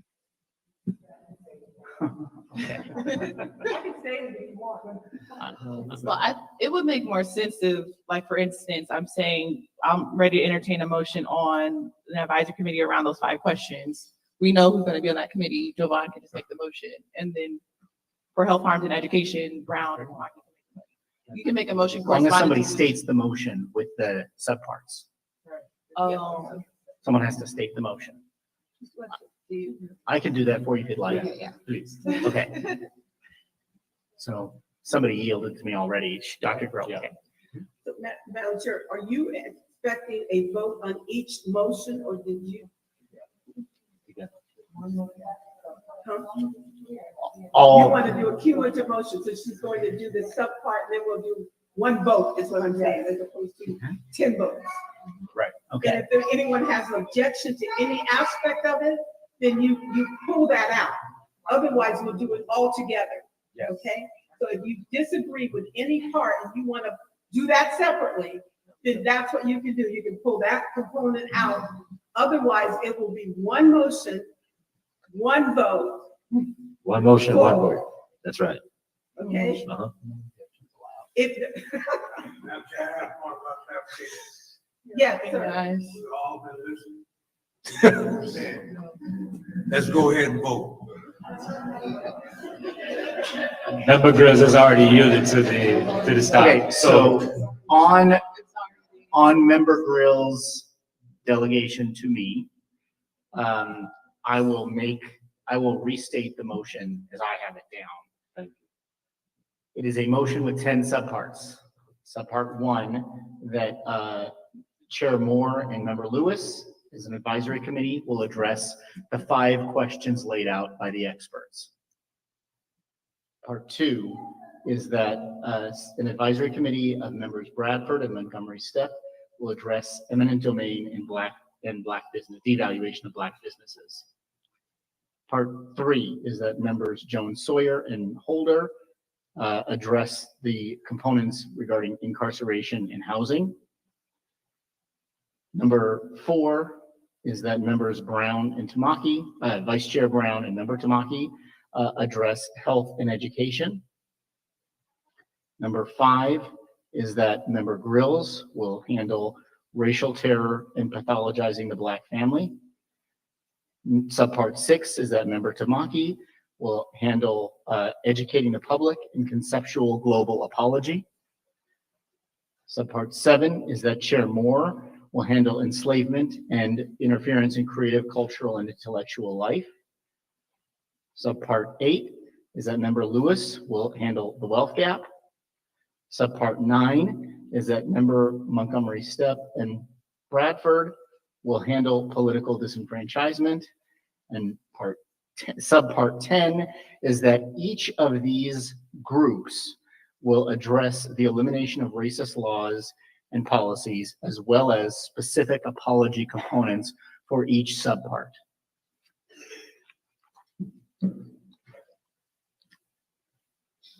Second. Excellent. Okay, so it has been properly moved and seconded by Vice Chair Brown that we will adopt the restated motion with 10 subparts. Is there any discussion on the matter?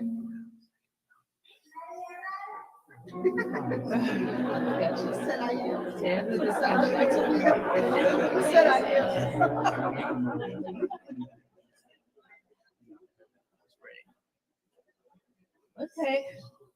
Hearing no further discussion, I'll turn to Parliamentarian Johnson for a roll call vote. Thank you, Madam Chair. Chair Brown? Chair Moore? Aye. Oh, my goodness. Chair Moore? Aye. Vice Chair Brown? Aye. Member Bradford? Aye. Member Grills? Aye. Member Holder? Aye. Member Jones Sawyer? Member Lewis? Aye. Member Montgomery Stepp? Aye. And Member Tamaki? Aye. Madam Chair, there were 8 members present and voting. There were 8 ayes and 0 nays. Thank you, Parliamentarian Johnson. There are 8 ayes, 0 nays, and so the ayes have it and the motion carries. So the next item on our agenda is item number 21, which is discussion and action item agenda for the next meeting. And that will be? No, it's 20. We're still on 20, which is the future hearing schedule, I believe, yes? Oh, yes, excuse me. We're still on 20. So now we'll go to the last. Page 5.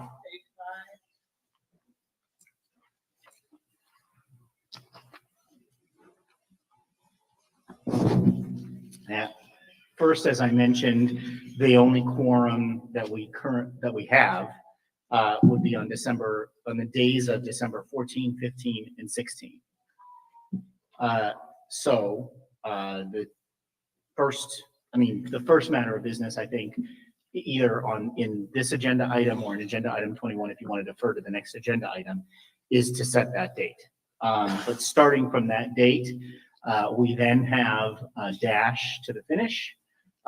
You can see that this proposed hearing schedule, actually, which I'll turn over to Member Lewis and Chair Moore to talk through, has a meeting scheduled every month. That presupposes we will have a quorum every month. So we will need to get a doodle going for the rest of the fiscal year, essentially. But with that, I'll turn it over to Chair Moore and Member Lewis if you want to discuss this, or I can also put up the other hearing schedule, which was the one circulated if you prefer, with the meeting materials.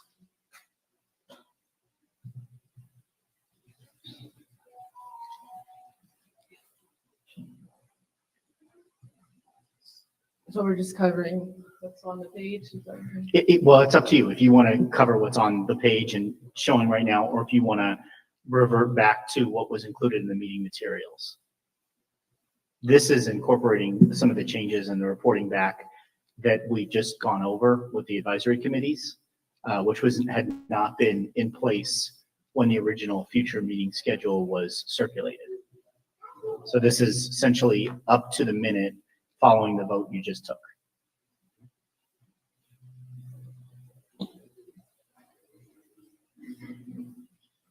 I think the other hearing proposal that we came up with was primarily based on the 5 forms of reparations under international law, but I don't think we're organizing.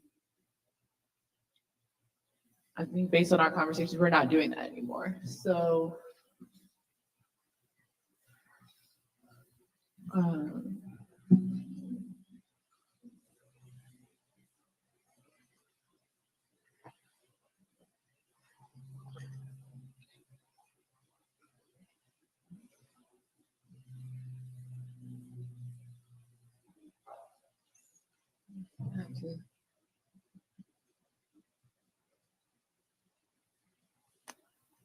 I can discuss the thinking behind this if you want, unless you want to, like I said, all we're figuring out right now is, do you want to talk through this proposal or do you want to go back to the Might as proposal? well, yeah, I don't think we're going back to the original one, so you can proceed.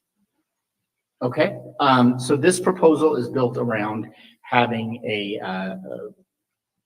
final report that incorporates essentially what we've just been talking about, all the different issues written up, with input from the experts, et cetera, that builds on the interim report, sort of builds out that interim report to include all of these issues that you're discussing. So it is, this schedule, as we propose, is built around a series of returns from the advisory committees to report back on their work, get the input of the entire task force, give input to Department of Justice so we can, and the experts, so we can continue to work up issues as we move forward, and then incorporating some amount of public testimony on, as we've delineated, potential remedies and remedial programs that are occurring out currently, experts for how to address the harms that are delineated in the report, in the interim report, testimonials on how racist laws have affected people, and legislative experts and legal experts recommendations on what recommendations from this task force should look like once we get into the part of the task force's work that discusses recommendations for the legislature's implementation of the recommendations in the report. It's a lot of recommendations. We've also planned to follow similar to how we handled the first report, which is to come to the task force with outlines for what we're calling the second report. It's really part 2 of the final report. We are planning to come back February of 2023 on the schedule. That presupposes that we're going to all be working with the experts, task force members and the experts working together and coming back and reporting back and having outlines of essentially very high level conclusions and what people can expect to be in the final report for the task force to discuss and give some direction to both the advisory committees, the DOJ, and the experts. Then, like last time, we will take those outlines, convert them into a draft, which will come back to the task force for awareness, but not necessarily a vote. We'll have the same discussion that we had the last time, where all of you will have an opportunity to provide edits, suggestions, comments for us to incorporate. And then finally, we'll come back. We scheduled here for May of 2023 to come back with a final report to present for your approval, at which point we will then finalize and prepare for publication.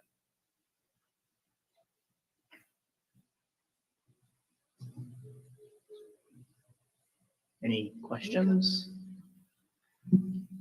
The one thing I will add is that as we go through this process, you'll have an opportunity to set for each meeting what witnesses you want, how you want to have public information come in, if you want that. But a lot of this is going to be work of the task force members with the task force members. So we'll want to keep a lot of time for there to be that work and discussion. Right.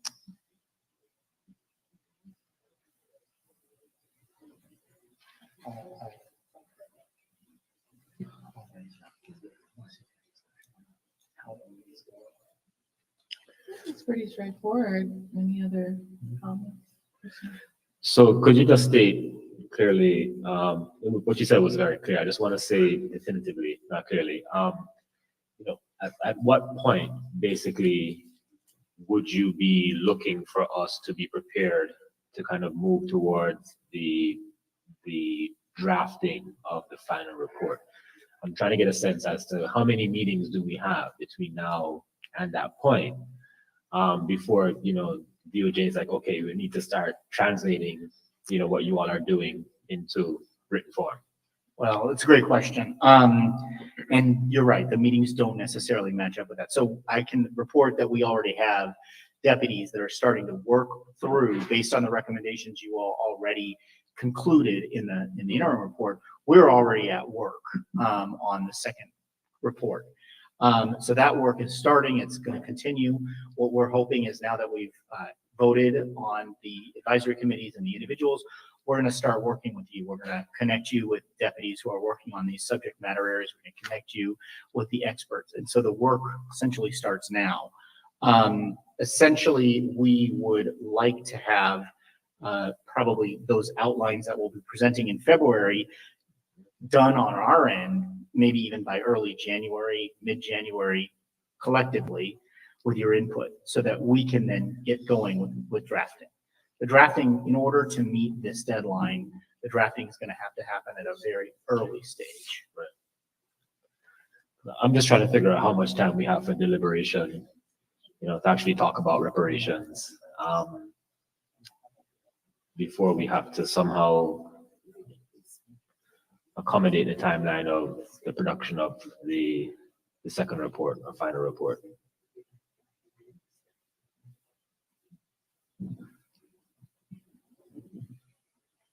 Sorry, was that a question from me? So in the timeline, for March, you have presentation of initial draft of report 2 by advisory committees, experts, and DOJ staff, the task force discussion. So what does that actually mean in practical terms? What does that actually look like? What is that? So if you remember from report 1, when we presented the draft, I mean, that was a fairly complete draft. That would be our expectation. So I think that's where we need to be. And it's down for March. So if we get a quorum, and the only quorum we have is in early March, that's putting a lot of pressure for us to get it done by late February, so it could be included in meeting materials. An alternative could be, if we can't get a quorum in March, we have a meeting in early April, and then the outline comes out later. We'll have the ability to move that around on a meeting by meeting basis. So this is you're voting on this right now. Essentially, there's two or three things that are really being locked in right now in terms of this vote. Are the meetings going to be in person or virtual? Are these the locations that you want the meetings to be in? Because then from there, we're going to do the doodle poll. Right. We're going to set the locations. Beyond that, if you want to change something about a particular agenda for an individual meeting, if we get to the meeting in December and there's still a lot of lack of clarity as to how things are going in terms of the developments of each of the advisory committees' workload, we can maybe push things back a little bit. So you have that flexibility, and that can be a meeting by meeting thing. But it'll be a matter of, this is sort of everybody's expectations. Okay, no, thank you. So I asked for that definitive follow-up, just so that everybody on the task force realizes that we're basically, I think, expected to have the thing worked out by that time. So in other words, this is not us going into March, April, still trying to figure out what reparations are. And so that increases the burden on our advisory committees to take that element very seriously. Because when we meet, we will be actually bringing to the table, the majority of the work that can be done. And so that work won't actually be done in these meetings. And so I just want to make sure that everybody, fully appreciates the consequence of the timeline on what we are going to be able to do in the remaining time of the task force. And I say that because, so Chair Moore and I came up with the schedule that really, tried to accommodate, prolonged discussions on compensation, right? Because we are cognizant of the fact that we actually haven't talked about reparations directly, as it were. Despite, some in the press saying that we had done so, we haven't. And so, yeah. you know. And so I just want to make sure that we're fully aware, you know, of what's at stake here.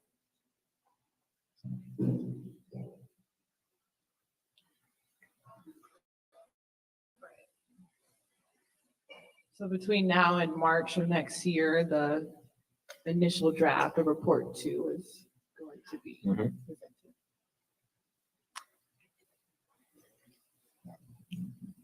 So this feels like an even shorter timeline than we had to work with for the interim report listing out the harms. Not that this second part of the report or this final report needs to be anywhere near as long, but it does require a considerable amount of crossing T's and dotting I's in terms of any recommendations need to be cross-referenced with a bunch of other things to make sure that it makes sense and it's something that legislators can work with. That being said, for the interim report, there were certain members of DOJ that worked specifically on certain chapters. Will there be something equivalent to that so that those in the various committees have a point person that will essentially be immersed in the same area or body of work as the advisory committee members? We're still working out staffing. Obviously, you know how much staff we used. We had working on the first report. That report was very much focused on legal and historical research, putting together the compendium of documents and the bibliography and everything else that we did in that report. I think with this report, you all have point people to talk with. I have to think about exactly how we'll be able to staff, whether it'll be, I don't know that it'll necessarily be one person with the subject matter or teams of deputies, but we'll have the staff that we need to be able to support you. And we will have, I mean, probably even next week, because I'm sure they're watching this right now, and they know what's coming. So we will endeavor, now that we have a vote on who's going to be handling what subjects. I'm going to meet with a team next week. We're also going to meet with the experts next week and start working out similarly who on the expert team, if the expert team is going to be handling different specific issues among them, or if they're going to be processing things collectively. So hopefully we'll have that all worked out, and we will be in communication with each of the advisory committees or designees on their subject, because we do intend to be moving forward with all of it all together. There's nothing that's going to be sort of, we're going to do these topics now and then come back to these topics. We've got to, because of the time frame, we got to do everything together. So you'll all have new friends in the DOJ. New BFS. And so, I'm sorry, a related question is, do you know when we will be able to get a copy of the racist laws and policies that may, have bearing? So I'm thinking, for example, when pathologizing the Black family, there are laws on the books related to relative caregivers, and that really decrease the ability of Black families to take in children who are being removed from their homes.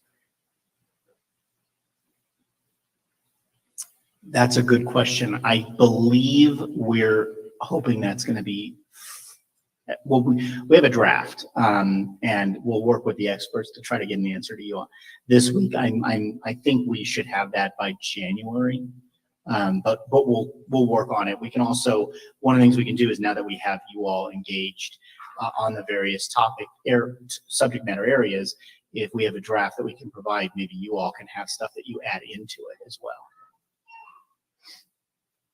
or suggestions.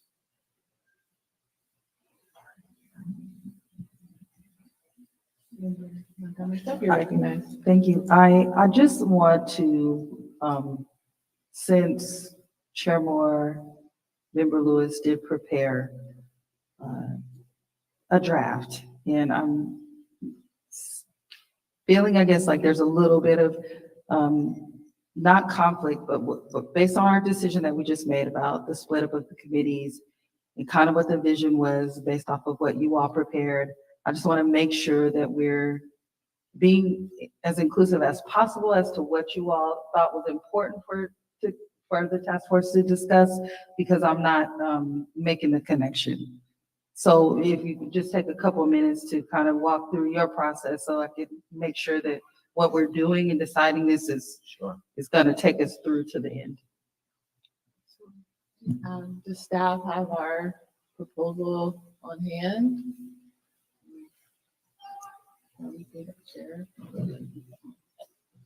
Be the meeting materials, agenda item 20. So what I can say is that, part of our thinking was wanting to make sure that we provided enough time for the task force to deliberate over the issues of compensation and to deliberate over guarantees of non-repetition and to think very clearly about what kinds of policies would then complement the kind of compensation that we might be recommending. And so just to answer your question, if there's a conflict, I don't think there necessarily has to be a conflict, as long as in the meetings that we have between now and when we're expected to really meaningfully contribute to this draft, that we have enough time in each meeting, to spend on those issues. And so that could be structured as simply as, those advisory committees continuously reporting back each meeting and us deliberating and incorporating that feedback, as opposed to, filling the time with too many witness panels and testimonies, which at this point, Dr. Brown, I know you have, a phrase to help us understand, I'm drawing a blank, but I'm just looking to you, but I know, the patting the head and rubbing the belly and the other one. But I really do think that, we can do it in the time frame, as long as we're not, we're not taking up too much time passively over those meetings. So I mean that's my personal view. Okay, yeah, I would definitely agree with that. And if, if we could be as focused as possible, if we have additional panels specifically to, to potential remedies and just very clear examples. I think we have enough in the record. And I would agree that it really needs to, as Mr. Newman said, it's coming from us and it needs to be very substantive at this point, whatever we do from here on out.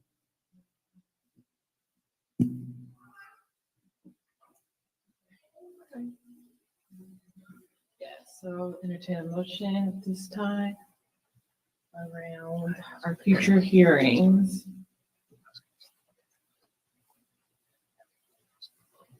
And I think, Michael, you needed us to actually also talk about the locations and so forth.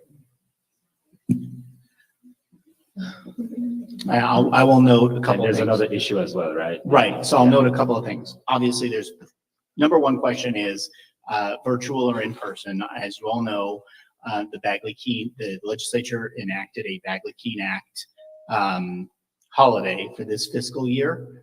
So until the task forces, the end of the task forces, or the sunset of AB 3121, this Bagley-Keene Act holiday would allow the task force to go back to being virtual meetings. So that's number one, and that would be totally up to your collective vote.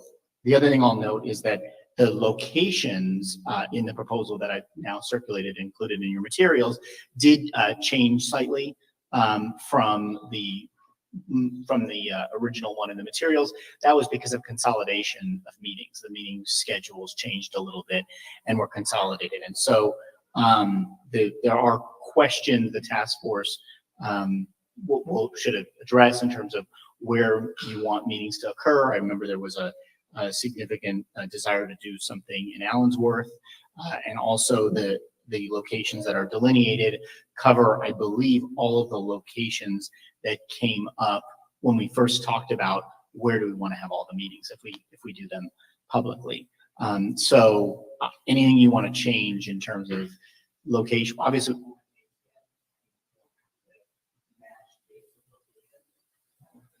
Yeah.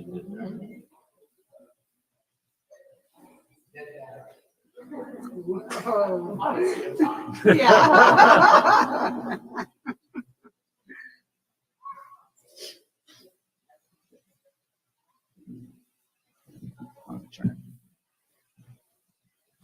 Okay, now I'm back.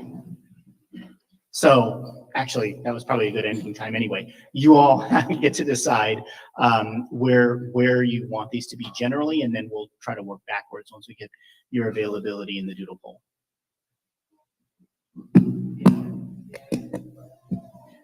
So can you give us a little bit of background on how difficult it is for the DOJ to set up meetings, how labor intensive it is? And the reason I ask is that this agenda and what has to be done is pretty breathtaking to me in terms of the amount of work,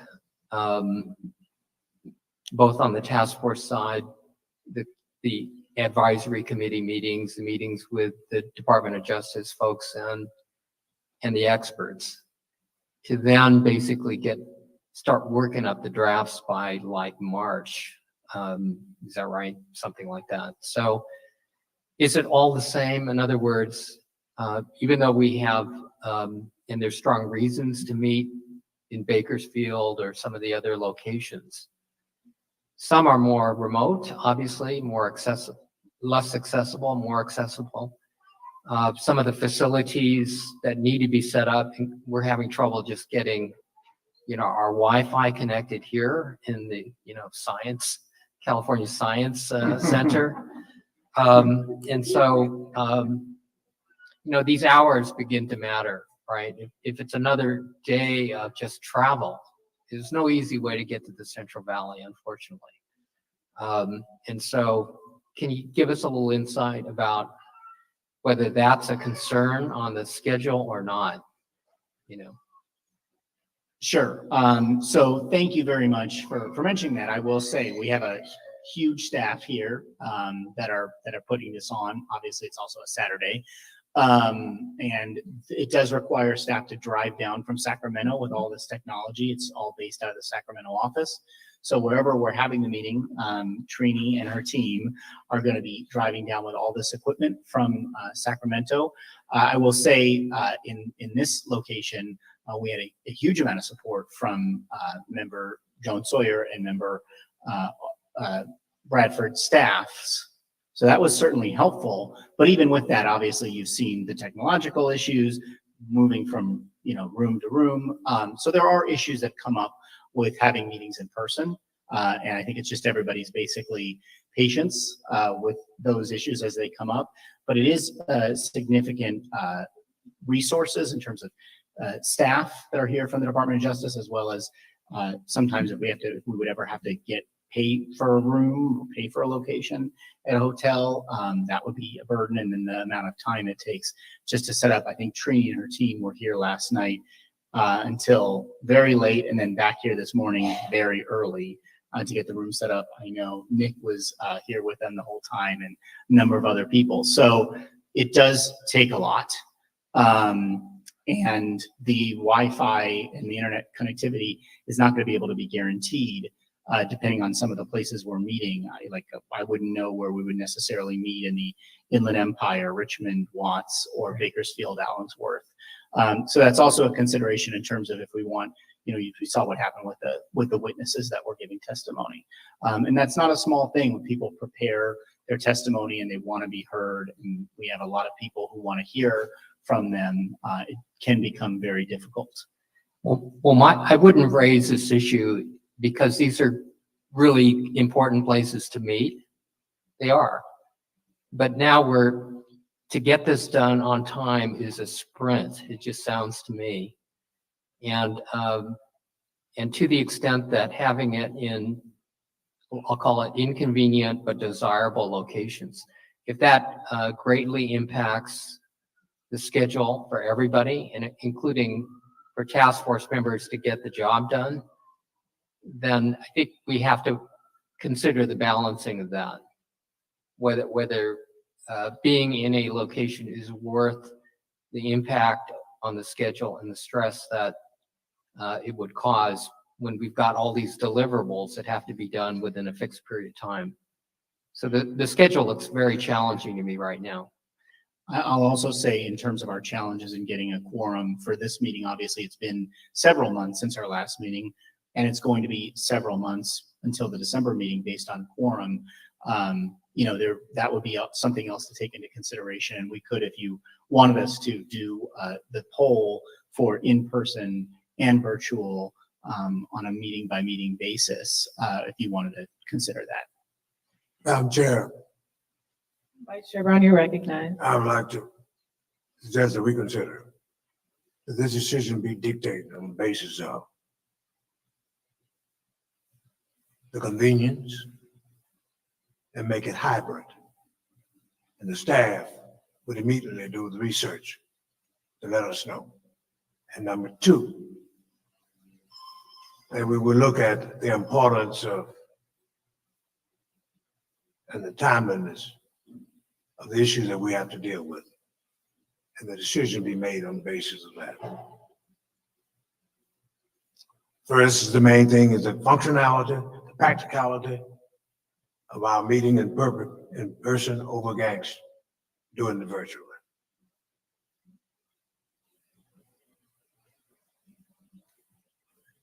So when you say research, you're saying research into the feasibility of finding locations in each of the city names?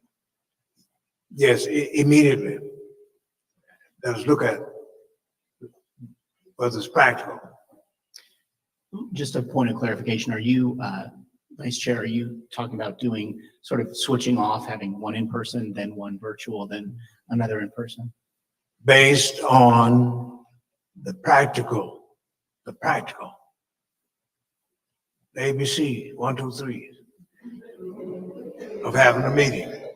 That's what I was talking about, you see? Yeah, I think he's saying based on the practicalities, not necessarily on the convenience or whims of what you want to do or not. You know what I'm saying? Like, so then that does require actual research. Like, it's not enough to say we don't know where we could have these hearings in San Diego or Sacramento. I think there needs to be some research to go into what potential locations would be. Chair, that's what the Vice Chair was saying. Right. Excuse me, that based on the immediate facts given to us, the decision be made. So I think that makes a lot of sense in terms of trying to figure out locations. I think that's a really important factor. I agree completely. And we can, look for those locations. Again, as we did the first meeting when we were going to select where we were going to meet, we talked, and I think that's, Vice Chair, that's where you first suggested the church in San Francisco. I think Exposition Park generally was suggested for Los Angeles. I don't think we had then specific suggestions going out from there, but essentially whatever the task force votes on, we'll make happen. Well, but time is of the essence. I guess what I'm looking for is I so appreciate your willingness to do whatever the task force asks of you. But my question is more like, what's going to negatively impact the schedule if time is of the essence? And do you have a recommendation? I'm just going to throw out something crazy, just thinking out loud. For instance, if it matters, if we met like every meeting in Sacramento, and that greatly facilitated the schedule.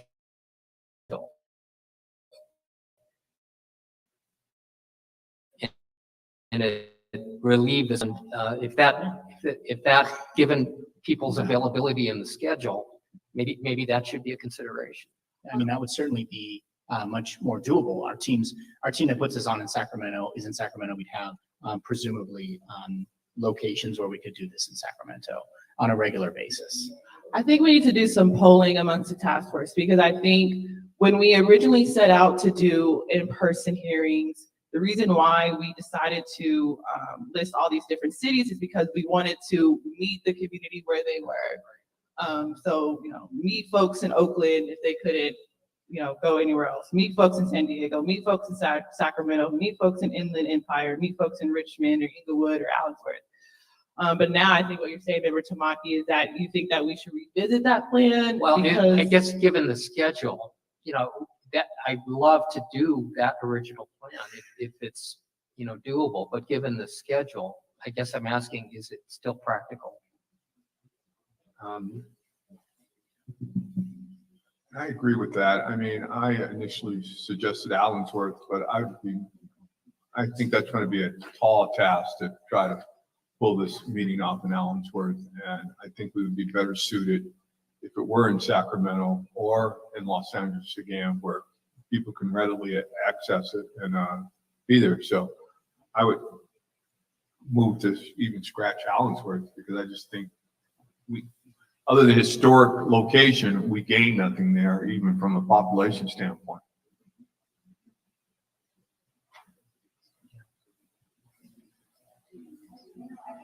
Variables went into how we organized it. Like, so for instance, with Allensworth, we were also thinking about the fact that that would be technically the last meeting, although it might not be anymore, but that we know that that will be the meeting when we release the final report. So for purposes of optics, education, Allensworth was an important consideration. But, there are other places, I'm sorry. But,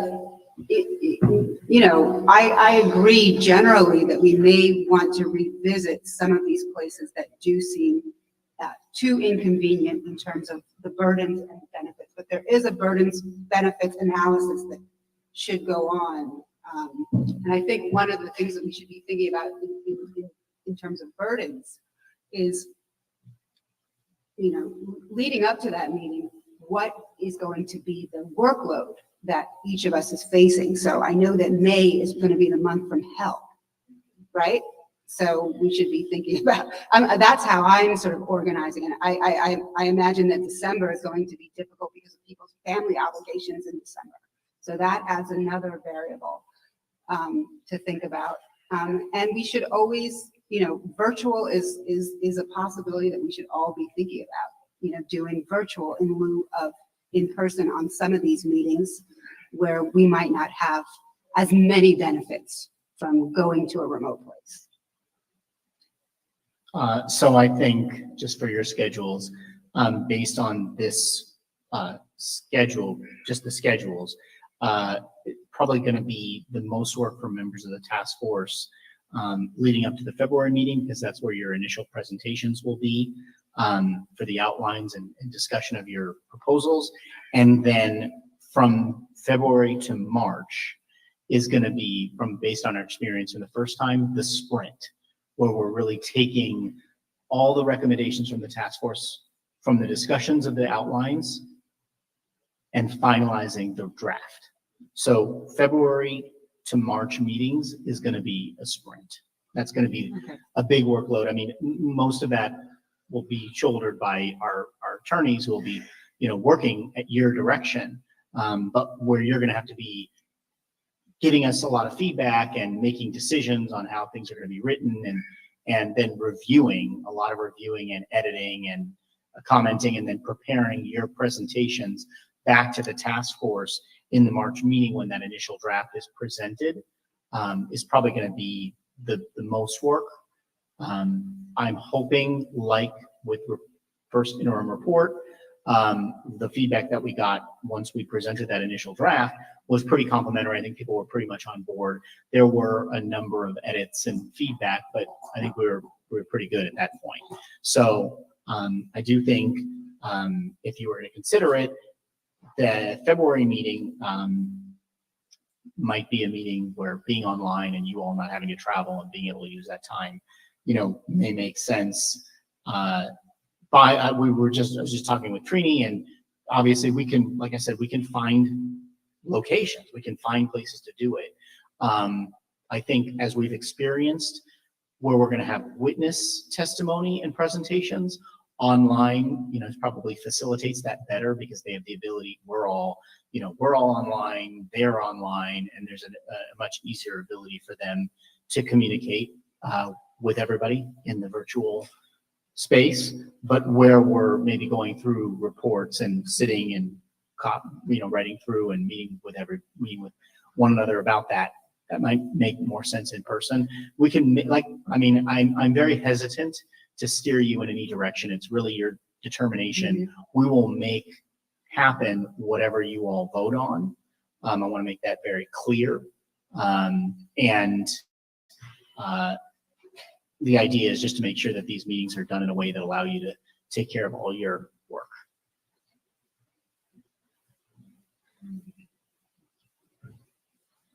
I just want to be open in that my concern is that if we decide to go all virtual, which I'm not saying that that's what we're doing. My concern is that we're potentially depriving the benefit of the public for us to meet them where they are, and kind of overprivileging what the DOJ thinks is convenient or not to do. The statute says, you all are supposed to give us technical, legal, and administrative assistance, and there's additional money provided for that. So I'm just being transparent about how I feel. I do think it is difficult not only for the DOJ but task force members to kind of meet in person in these locations, but I do think in part is necessary in order to meet the public where they are. And to benefit folks in the public. Because for instance, there's people who are emailing me all the time. When are you guys coming to Oakland? When are you coming here? When are you coming there?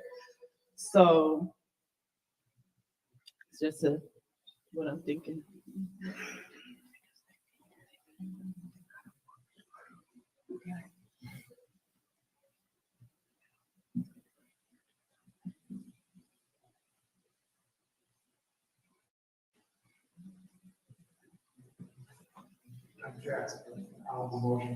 That this matter will be determined on the basis of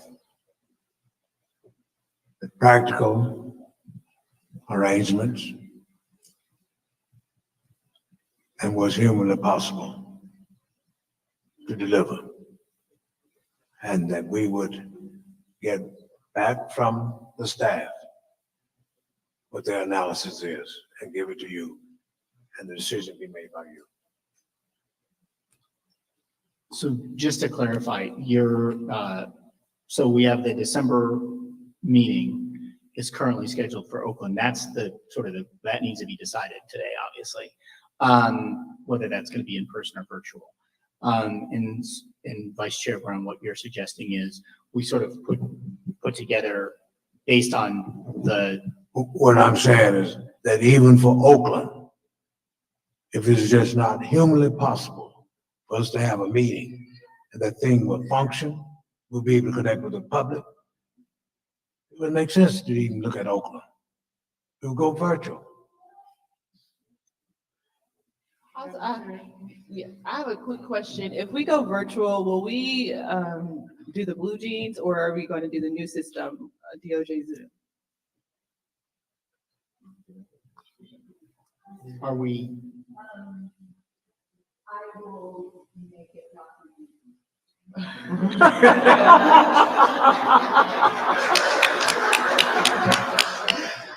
Okay, Member Grills and then Member Brack.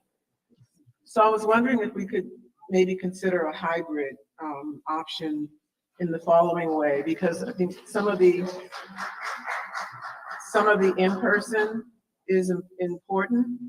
And so I'm also mindful of what was said earlier about the crunch time coming around February, March. So what if the December, the January, and the February meetings were in person in various locations? And then from there, the March, April, and May are virtual, which allows us to still have our meetings, but we're not using valuable time that's going to be needed to write and edit finish up the report. And then we go back to in-person in June. I was thinking, what about, I just have a question.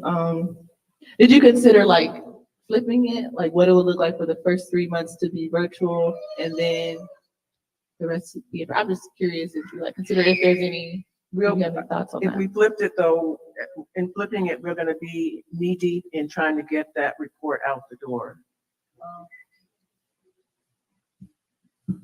And I just think that, you know, the travel time and the staff having to take their time to go to virtual, you know, in-person spaces would be a drain. Towards the end of the process rather than the beginning, that's what you're saying. Yeah, so we go virtual toward the end, except for the very final meeting. So in December, January, and February, we continue with in-person, decide on the cities, and then March, April, and May, we go virtual, which, you know, allows the staff to stay focused and us not to use travel time. That travel time could be used for report work. And then in June, we go back to in-person. Maybe we can do a poll on that suggestion. Motion that Dr. Grills' recommendation will be adopted. So it has been properly moved by Member Grills and, it's been properly moved by Vice Chair Brown and properly seconded by Member Bradford that we adopt Member Grills' plan, and that plan would be the first 3 meetings, December, January, and February, remain in person, and we can decide the locations. The March, April, and May meetings will be virtual, and then our last meeting will be in person. Is there any discussion on the matter? The one thing I just want to confirm for the in-person meetings, Oakland, San Diego, and Sacramento are going to be the best for Wi-Fi and connectivity. So I think, and the location and hotels and all those things. So I think I would just, I will say this. Can you confirm that those locations are going to still correspond to those dates as part of the motion?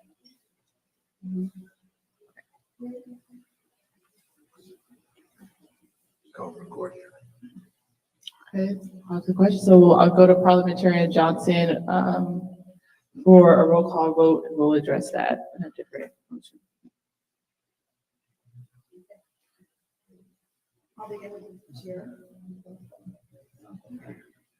Aye. Chair Moore, Aye. Vice Chair Brown. Yes. I'm sorry, sir. Yes. Thank you. Member Bradford.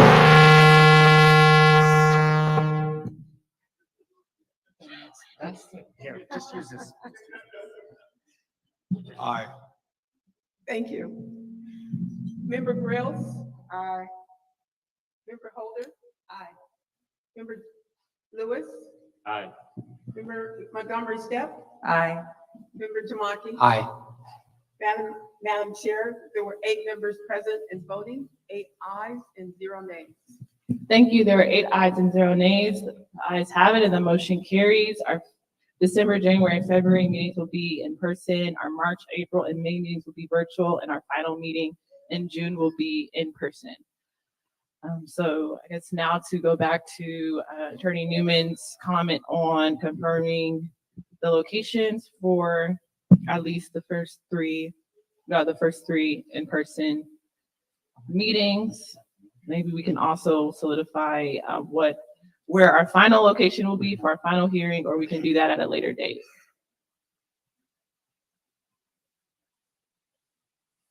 I thought that was part of all of the motion. That, you know, for San Diego, I also have staff available and additional folks from the mayor's office and all of that. And we've been brainstorming locations, and we'll just definitely keep in mind, you know, what's really important to me is that we hear every single person that has prepared to come, that we've invited to come, and that we be able to take in that testimony fully. And so we'll just keep those in mind, but we're available in San Diego, so that shouldn't be an issue at all.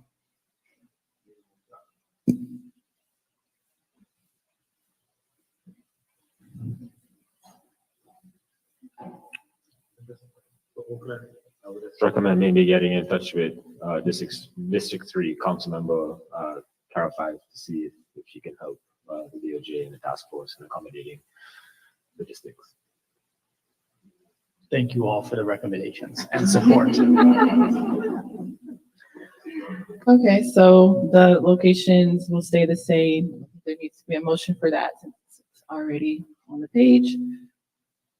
Are there any other comments or questions from the DOJ?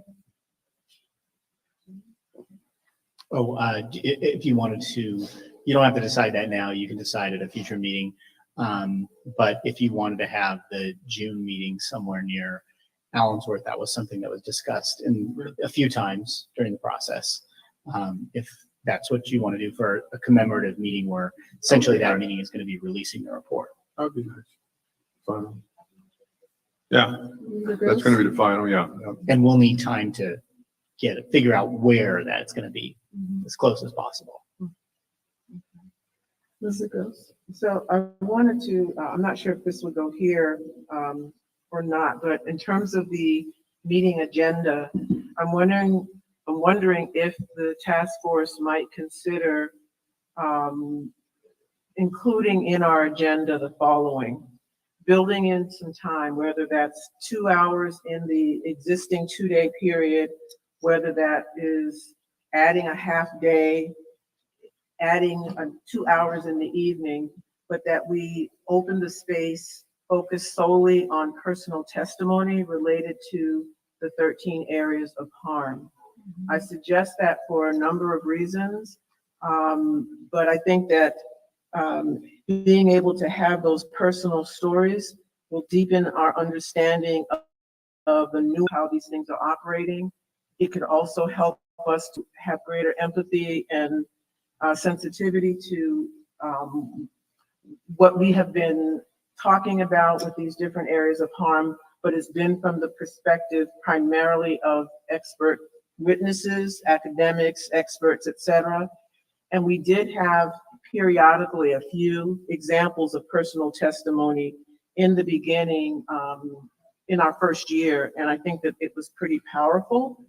And remembering what our witnesses said this morning in terms of the Japanese reparations, one of the most impactful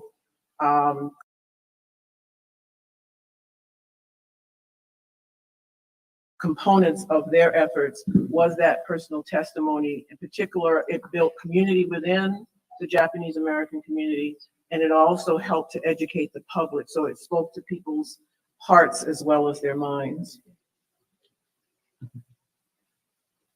think that's a brilliant idea. Thank you for that suggestion. To that, when we say personal stories and relating back to the Japanese American hearings that were powerful, the personal stories are different from positions or exhortations. In other words, in the Japanese American hearing, there was witnesses who talked about a brother who walked too close to the barbed wire fence line, and from 300 yards away, the sentry took aim, shot, and killed him with a single shot in the chest. People have not heard that before because no inquest was held and the guard was exonerated. Here, for instance, in the interim report, you have the Odell Short family, for example. In 1943, they move into a house that the Odell family built. And the sheriff says, if I were you, you need to go back to your black neighborhood. Vigilantes warn him to get out. 2 weeks later, as disclosed in the report, there's an explosion. Witnesses see the mother, Helen, trying to beat back the flames, consuming her children. All family members died. San Bernardino Police Department concludes it was an accident. The Attorney General concludes no evidence of vigilante activity could be found. You know, those kinds of stories and the stories of people here in this room, frankly, that people have actually gone through, whether it's the Great Migration of grandparents or whether it's, you know, current day. We heard some testimony in the listening sessions about a father turned down by 3 or 4 landlords trying to move out of the neighborhood because gang members were threatening to kill his son. You know, I think that's different. That's a different story than an advocacy or an exhortation or an urging or something like that. And so we dealt with that too, and tried to make a distinction between, you know, actually disclosing the human side of what happened and the consequences versus taking a position. And so I think what you're talking about is something like that, which means that some careful attention has to be gotten to get people who are willing to share their story. And maybe they never shared it before because it's so damn painful. And for those people, coaxing them out, or maybe not, but you know, in our struggle, we actually worked with those witnesses. We helped them get prepared, and we made sure the press was there and cameras were on. And so when the country saw that, it did move the needle of public opinion. So there's a difference here between even our public comment, even the comments from the listening session, and personal stories. So if that's what you're talking about, I'm totally with you. Yeah, Just that's what I'm based upon talking my about. experience. Yeah, that's what I'm talking about.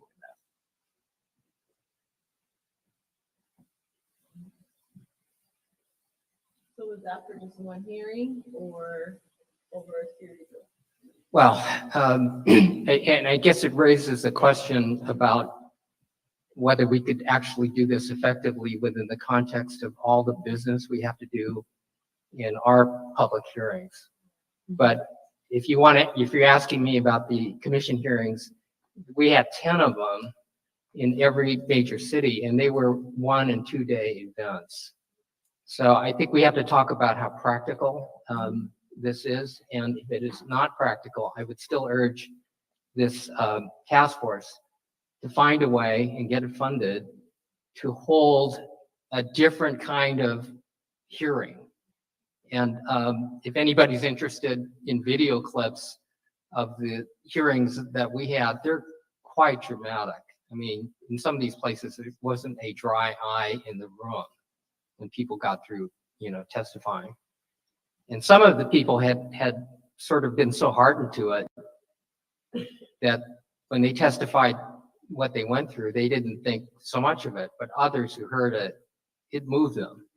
So I guess my point is, member girls, I think you're onto something, and we have to determine as a practical matter whether it fits within the context of a hearing when we've got all this stuff to do by June of 2023. And if it's too much to shoehorn in there something this important, then maybe we ought to be thinking about another kind of thing. And it could be, again, I'm not sure how we do this on the schedule and everything, but maybe there is completely separate where you devote a day to this kind of thing, or multiple days. Right. I was thinking that if we did something that was consistent with the 3 in-person meetings, we would then have the opportunity to hear from people from different parts of the state. It might require us to, extend like day 1 and have after dinner an evening session that was devoted just to this. That would have then allowed people to attend and not have to miss work, and more of the community could hear it and see it, or we add an extra and make sure the press is there. Yeah. Madam Chair, Vice Chair Brown, you're right.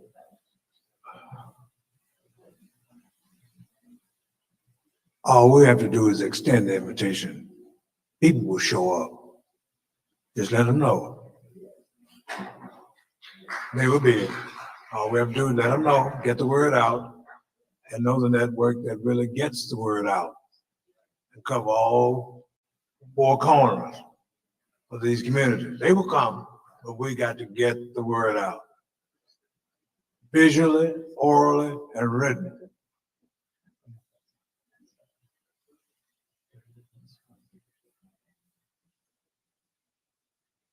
Okay, so I think we need to move on, but we're already discussing what we need to move on to, which is the agenda for the next meeting.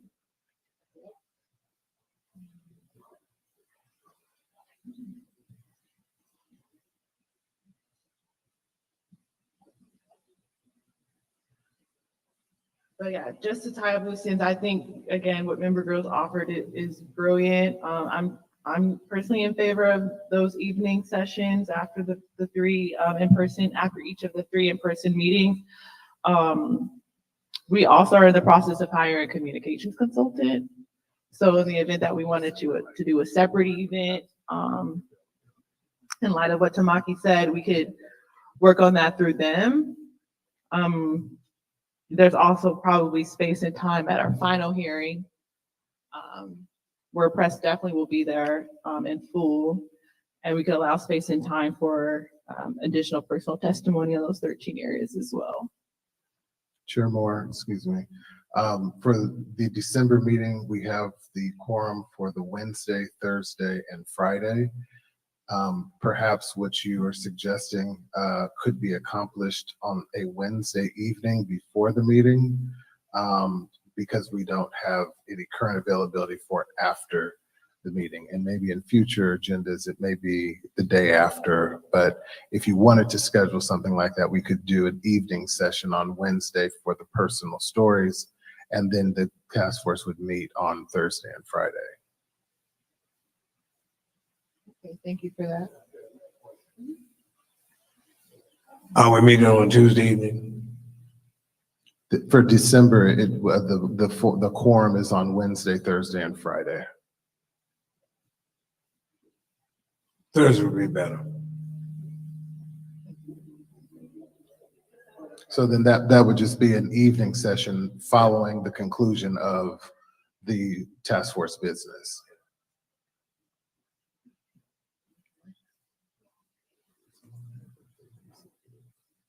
So this agenda still says November, but would be December, right?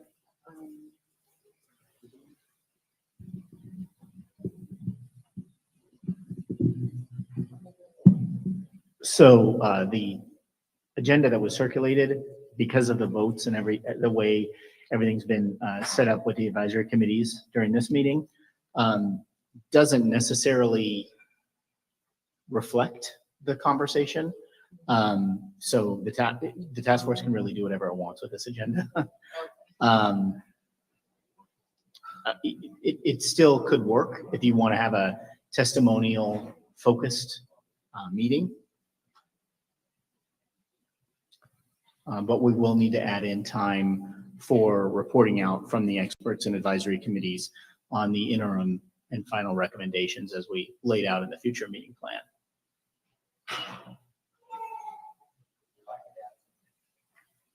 Jamaki, you recognize? Yeah, so again, this is just rethinking out loud, just based upon what our community went through. If we do this, it should be done with some care. It should be orchestrated and prepared. In other words, if we just call for people to come out, it might work, it might not work. We, in our community, we had to identify people who had good stories and arrange for the press to be there, arrange for community support to be there. It takes a lot of work to do that. So, it's produced, actually. The stories are authentic, they're accurate, they're true, but it still has to be produced. And, you gotta have also the media there. So there's a fair amount of preparation that goes into this. So if you make this commitment, that means we really gotta get behind it. And if it's in Oakland, to work with local folks there to identify, some key people I mean, others could be there too, but identify key people that really, really have compelling stories. And there are there, but people have to be approached. So that's just, one caution I want to throw out. I think that would be too soon to try to come up with this by December in Oakland. Excuse me, Madam Chair. Yes. I'm in Oakland. I know the Bay Area. I've been there for 47 years. But seriously, this is not being arrogant. We have quality, competent publicists that we can put to work. Number two, we have a built-in network that has many tendrils out there. Trust me, we know how to work miracles. So we can do it. Okay, no, the only thing I'm gonna say, okay, we can do it. I was gonna offer, we could do something for Black History Month in February, since that meeting is gonna be virtual. We can do maybe a in-person event. It kind of corresponds with Black History. It gets people riled up and ready for our June release, but we can do it in October. I'm totally fine with that. And then I was going to suggest, as a happy medium, to incorporate Grill's suggestion, we just extend public comment for the rest of the 3 in-person hearings. So my idea was we extend public comment for the December, January, and February meeting, and we do an orchestrated event in February for Black History Month or something like that. But that's just my idea. I don't dictate or decide.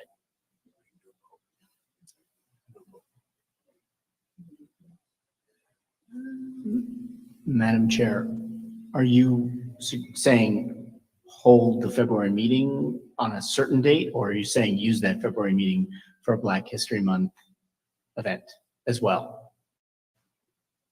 No, I was saying the Sacramento meeting would stay as is with that particular topic, but then there would be an extra event or like an extra day. But I'm really just thinking out loud, and I would like to just probably defer to Vice Chair Brown or anyone else who has some other thoughts around what we could do.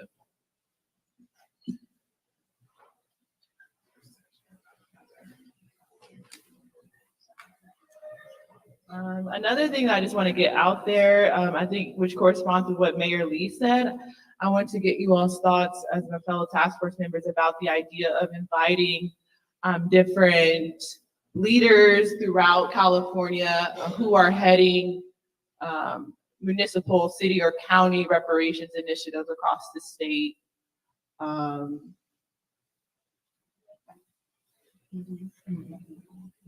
Yeah. Well, we had Michael Lawson here yesterday, who's heading up to City of LA's Reparations Taskforce, and also is the president of LA Urban League. So I'd probably be key to invite him back for our next meeting as well, or at the appropriate time. So I had a question to the attorney. So for the December, the December meeting where there's 2 witness panels, do you think that could potentially be an appropriate time to invite these city and county leaders of different reparative justice measures that assist in our work at all at that particular time? So first of all, you all can set the panels however you wish. I will say, I think there's 2 different concepts. For our purposes, it would be good to know. I think there's a discussion about specifically inviting and welcoming specific individuals with stories as opposed to just an open forum. That's important for us to get clarification on exactly what the plan is. And of course, we'd be looking to the members, as with all the witnesses, to tell us who to be in touch with, to invite to offer personal testimonies as you're talking about. So I think that would be very important to be very clear on, that it's a intentional inviting of specific people with experiences rather than a forum. And then in terms of the witness panels, so I recognize that the witness panels on the future hearing schedule that we just worked through are different from the witness panels that are in this meeting ahead plan. Can you scroll down a little bit? They're different from the witness panels that are that were delineated in your materials. My message to you is however you want to schedule that meeting, however you want to set that meeting up, we just need to make sure that we have time for the work in each of the coming meetings.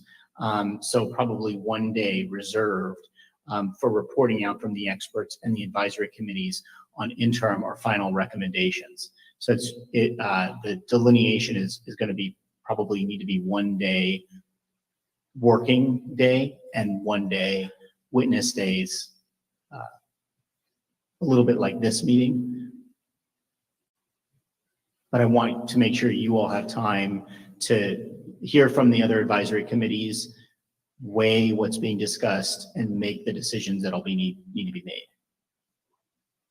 And I wanted that to cut into witness testimony.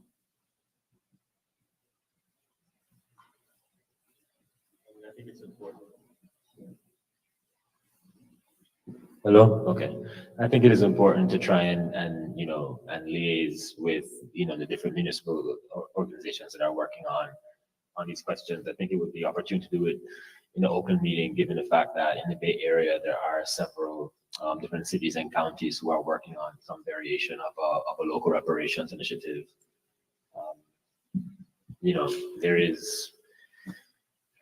is Cal 5 working on kind of like a Black New Deal program in Oakland. There is, of course, San Francisco and Alameda counties respectively working on their initiatives. There's the city of Hayward working on a Russell City initiative. So I think, given that those are like 4 or 5 that I just named, they're all in the Bay Area. So it could be opportune. And then I know what's happening here in LA, but I think just taking a view as to geographically where some of these initiatives are, having that happen in Oakland might be beneficial. So would that look like just an additional panel or reserved for those leaders, or? I don't think you necessarily need an additional panel. I guess the idea is this, the delineation of panels was key to sort of an earlier plan. So you can pull away from those panels and just start from scratch with panels.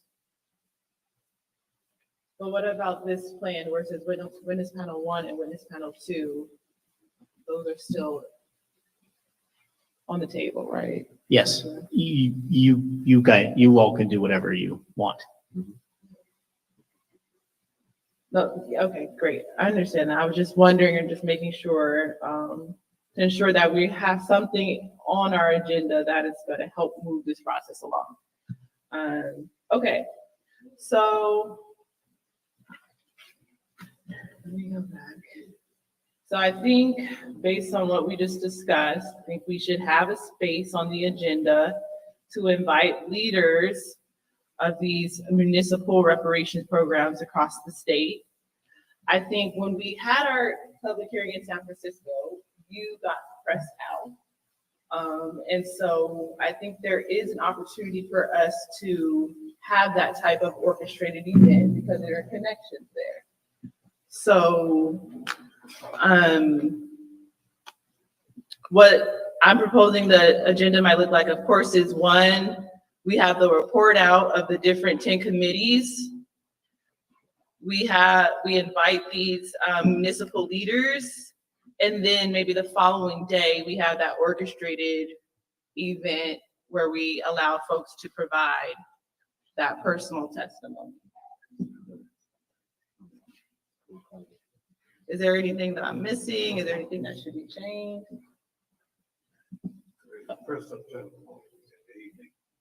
Oh, in the evening. Okay. Right. Okay. Chair Moore, just to clarify, are you saying the witness panel on that Member Lewis was just talking about, as well as the 2 witness panels that we talked about on this plan, or scrap those 2?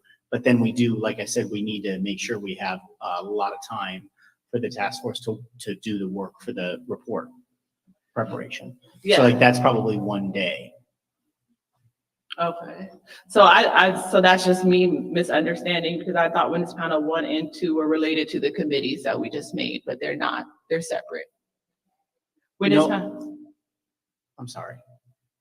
witness panel 1, testimony and suggestions regarding potential remedies and remedial programs. Witness panel 2, legal, legislative, and program administrative experts' suggestions for addressing harms delineated in the report. That would essentially be similar to the witness testimony in the first phase, where that witness testimony would inform the final decisions of the task force as to the reparations plan. So those witnesses are in furtherance of the work of the advisory committees, but then the advisory committees will need, according to the plan that we've set out, to present panels on the first day, and then the second day for the advisory committees to report out and have the task force discuss all of the different issues. And then if you chose to have the personal testimony, that would be the first day of the meeting. So it'd almost be like day 1, night 1, day 2. Okay.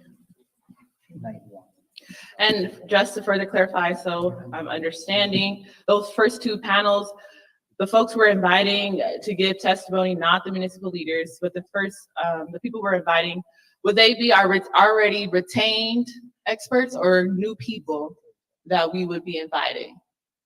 You'd be inviting other people with experiences outside of the task force to offer their testimony. Again, it's similar to what we did in the first phase, where we had people coming and testifying about what turned out to be each of the chapters in the report.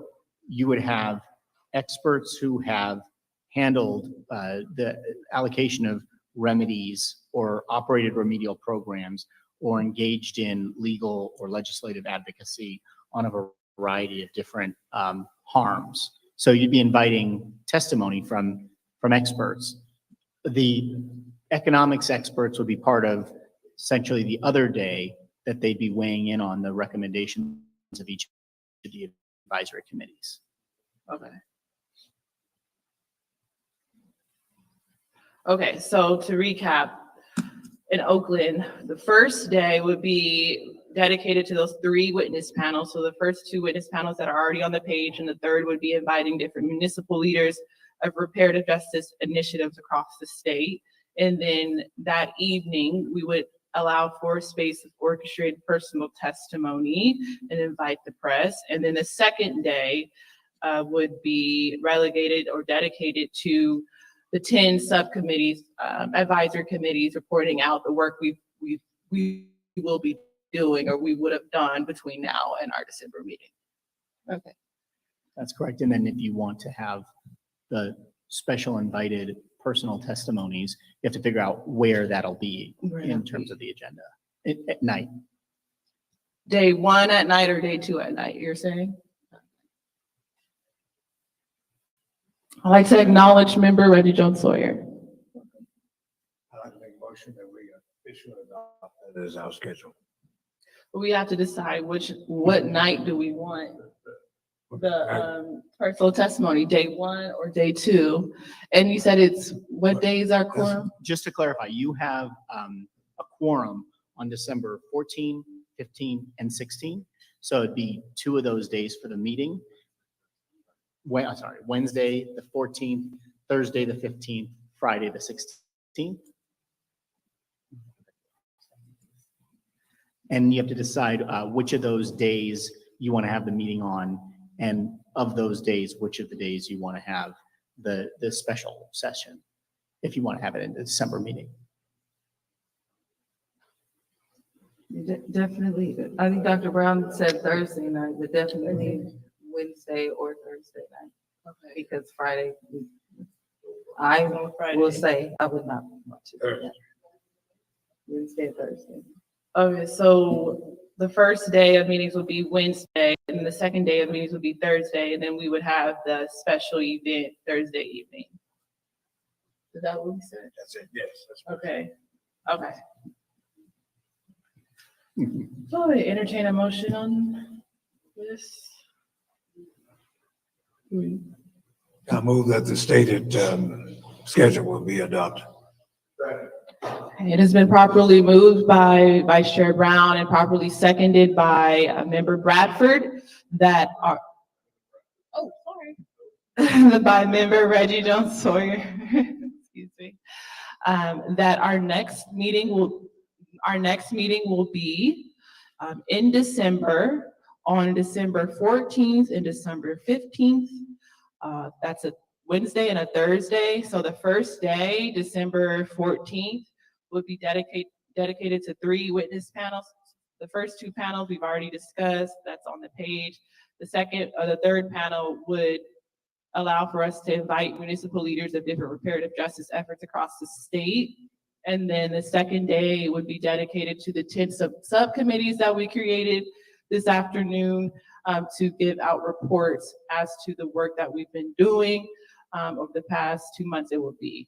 And then that night, Thursday evening, we will have that special event inviting folks to provide personal testimony on the 13 harms or atrocities outlined in our interim report.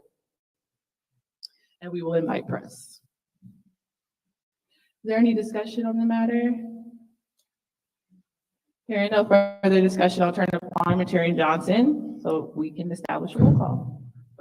Thank you, Madam Chair. I will begin the vote with a call with Chair Moore. Aye. Vice Chair Brown. Aye. Member Bradford. Aye. Member Grills. Aye. Member Holder. Aye. Member Jones Sawyer. Aye. Member Lewis. Aye. Member Montgomery Step. Aye. Member Tamaki. Aye.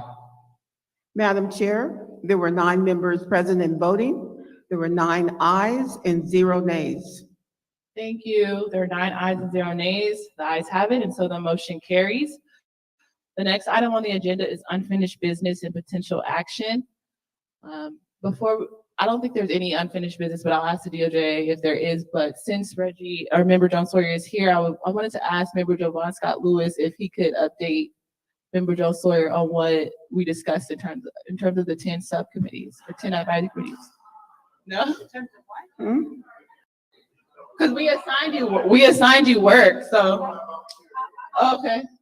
It's right in your wheelhouse. I'll talk to you about it. We're working on it together. Okay.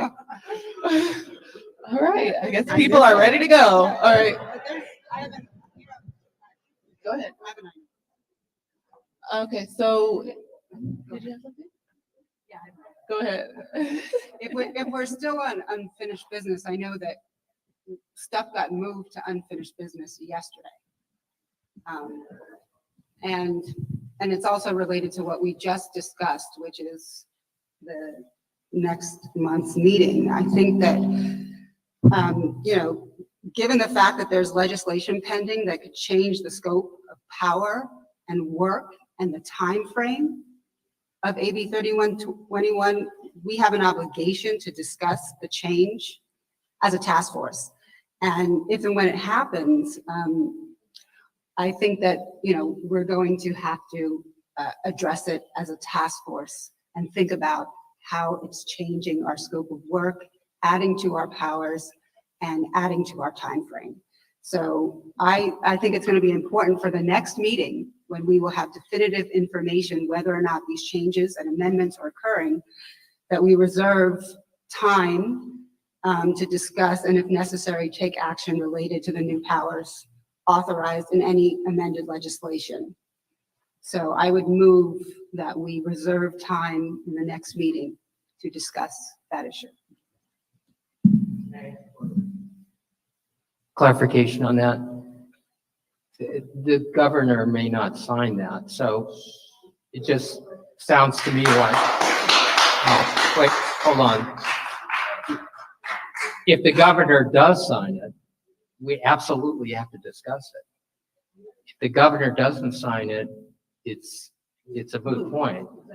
So I guess the motion would be the safest motion would be a contingent motion, that if the governor doesn't sign, it doesn't appear as an agenda item because there's nothing to discuss.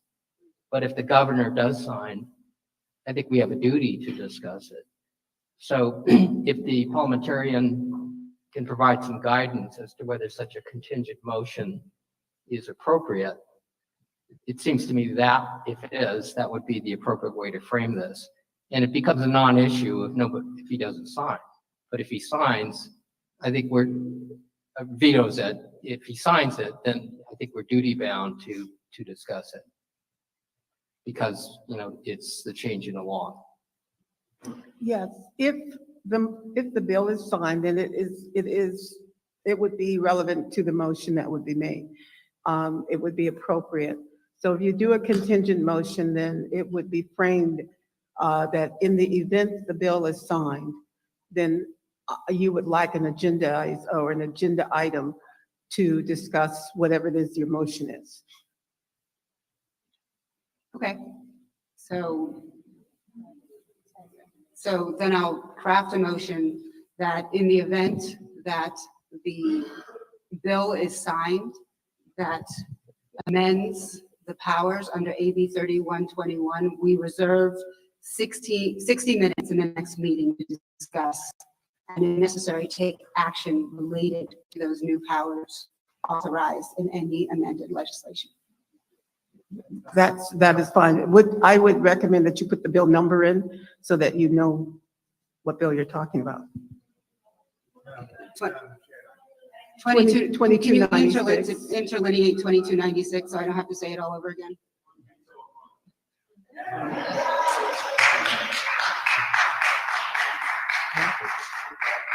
So, okay. No, we'll just put the bill number in. Okay. Okay. Yes. Well, that's the chair's prerogative. The chair is now right for a second. It has been properly moved by Member Holder and then properly seconded by Member Jones Sawyer that if Governor Gavin Newsom signs AB 2296 into law, 60 minutes will be reserved on our agenda for December to discuss next steps. Is there any discussion on the matter? Yes. I would like to speak in opposition to that.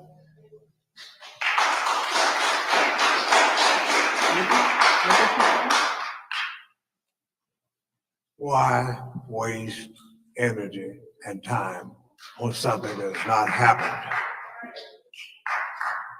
If it happens, it happens. We should take it, in my estimation, one day at a time. Because basic and fundamental, as I've said all along, it's just my little opinion.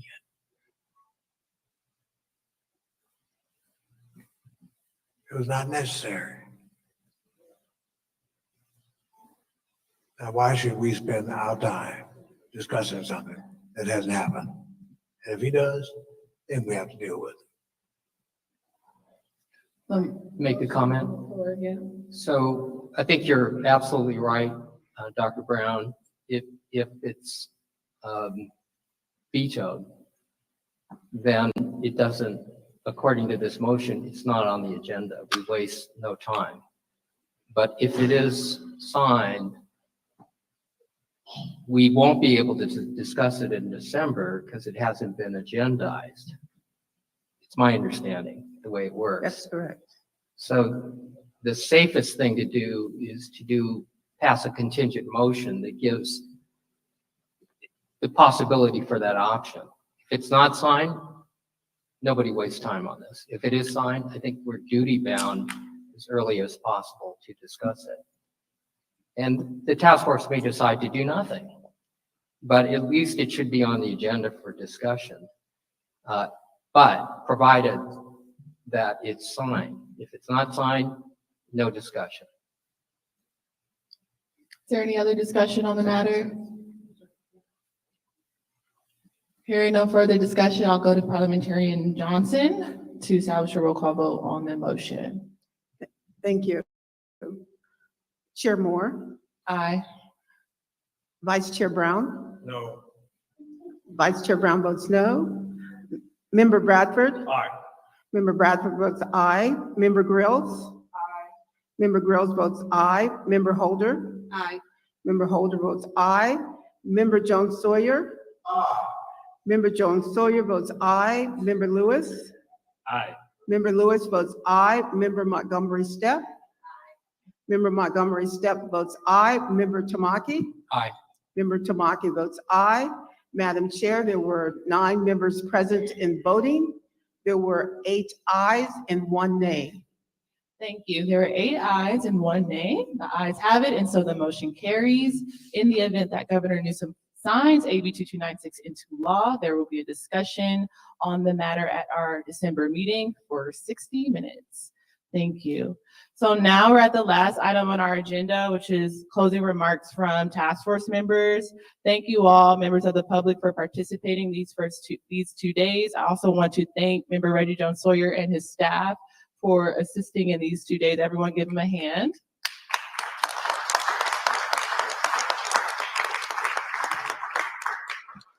All right. Is there any other closing remarks from our task force members? I'm gonna say real quick, we also are available to gather people to tell their stories in San Diego as well, if that is needed, and we continue in that vein. Thank you. Thank you. Hearing no other closing remarks, this meeting is now adjourned. Thank you all.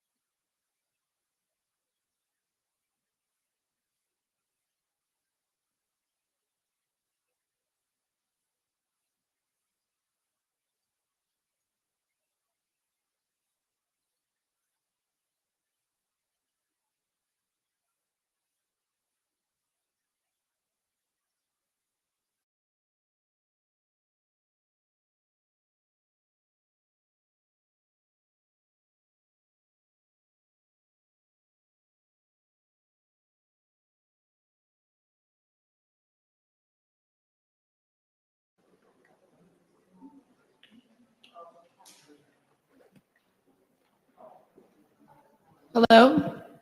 Good morning, everyone. Today is April 13th, 2022, and the time is 9:16. The AB 3121 Task Force meeting is now called to order.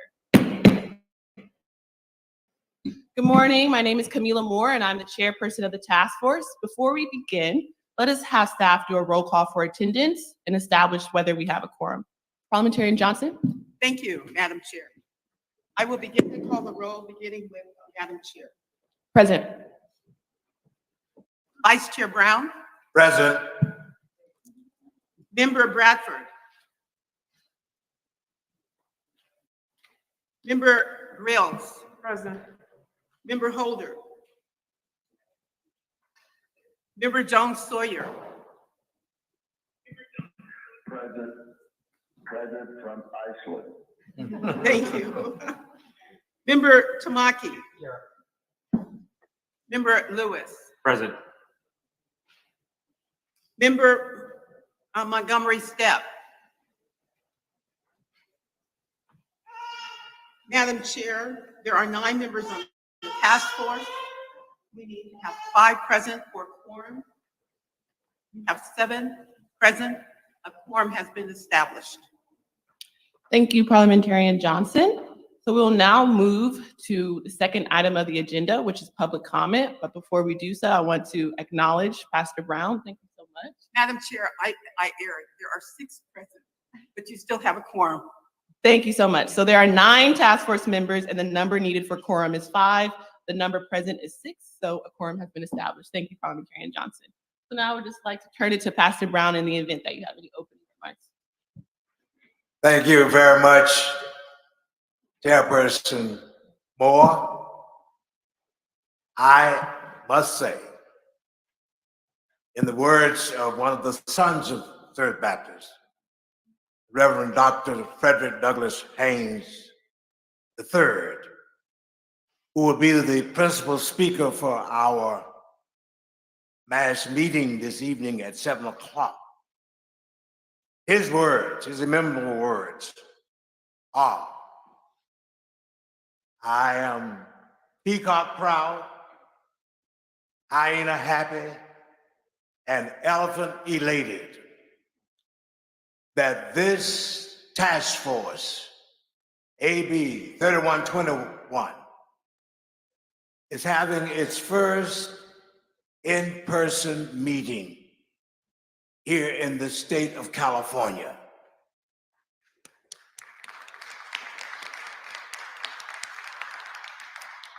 Under the very capable, substantive, enlightened, and courageous leadership of our chairperson, a young lady of great distinction, dignity, and devotion to the liberation of the sons and daughters of Africa who reside in this state. Let's give our chairperson a big round of applause.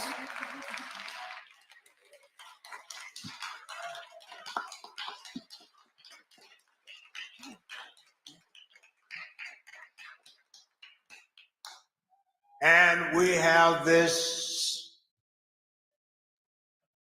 dream team, a strong line of members of this task force who are gathered here with yours truly in order that we will take care of the people's agenda.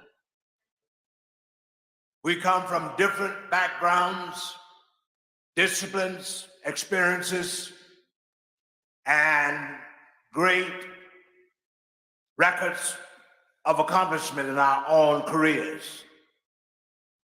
However, I must say that with all sincerity, this task force is all needed to do the incredible, to do the miraculous feat of having California set the pace, establish the bar as to what America morally must do in order to make amends for that evil system of enslavement of our ancestors for nearly 250 years.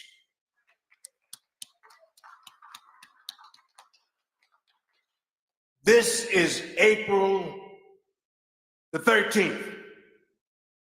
And in our culture, our parlance, and our tradition, supposedly the number 13 symbolizes bad luck, evil, travesty. But I say to you, this task force that meets here at the historic Third Baptist Church on April the 13th carries with it great historicity. For on April the 13th, 1858, sons and daughters of Africa gathered in the city of St. Francis at the first AME Zion Church. They met that night to celebrate the release of a young man from the native state of Mississippi, of our chairperson and yours truly. This young man, R.C. Lee, at the age of 19, was enslaved by the Charles Stovall family from Carrollton County, Mississippi. He came here with his enslaver, and though California was a free state, what he saw as a visitor to this state to make this brother a hired enslaved person. The long short of it is that because of blacks in this city, Starr King of the First Unitarian Church, the Broderick and Baker families who were abolitionists, because of their tenacity, because of their courage, this young man, R.C. Lee, was set free. At the first AME Zion Church, I repeat, they celebrated back there in 1858.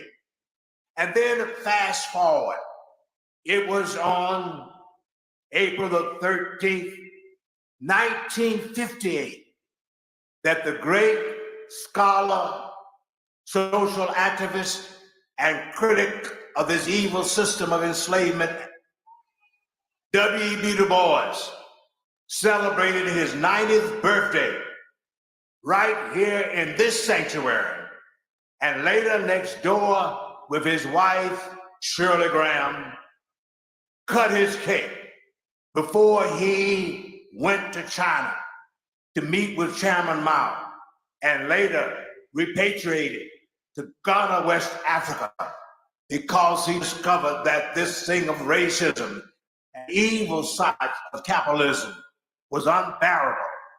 So today, thank God that April 13th has history to it, but more importantly, it brings great meaning and prospects for tomorrow. For I am convinced that under the leadership of this chair and the followership and support and buttress of every one of the members of this task force, we are going to give it our best, and California will find it to be difficult to refuse to support what we come up with as rational, reasonable, substantive actions to pay back African Americans for the evils of enslavement that has been perpetrated against us. So thank you for coming to be a part of history, but also to be a part of a great purposeful movement of reparations for the sons and daughters of Africa. Thank you very much, Madam Chair, and I thank you for the privilege of my giving these introductory remarks as a Baptist preacher who is tempted every time when he sees a crowd to take a text and give an oration. God bless you. Thank you.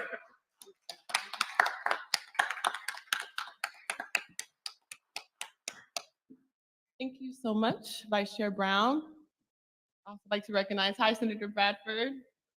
Before we go to public comment, I also want to make a brief acknowledgement to the Los Angeles City Council. The Los Angeles City Council is the largest city council in the state of California and the second largest city council in the nation. And after our March hearing on April 12th, the Los Angeles City Council unanimously supported AB 3121. So I want to acknowledge the Los Angeles City Council for their leadership. Thank you so much.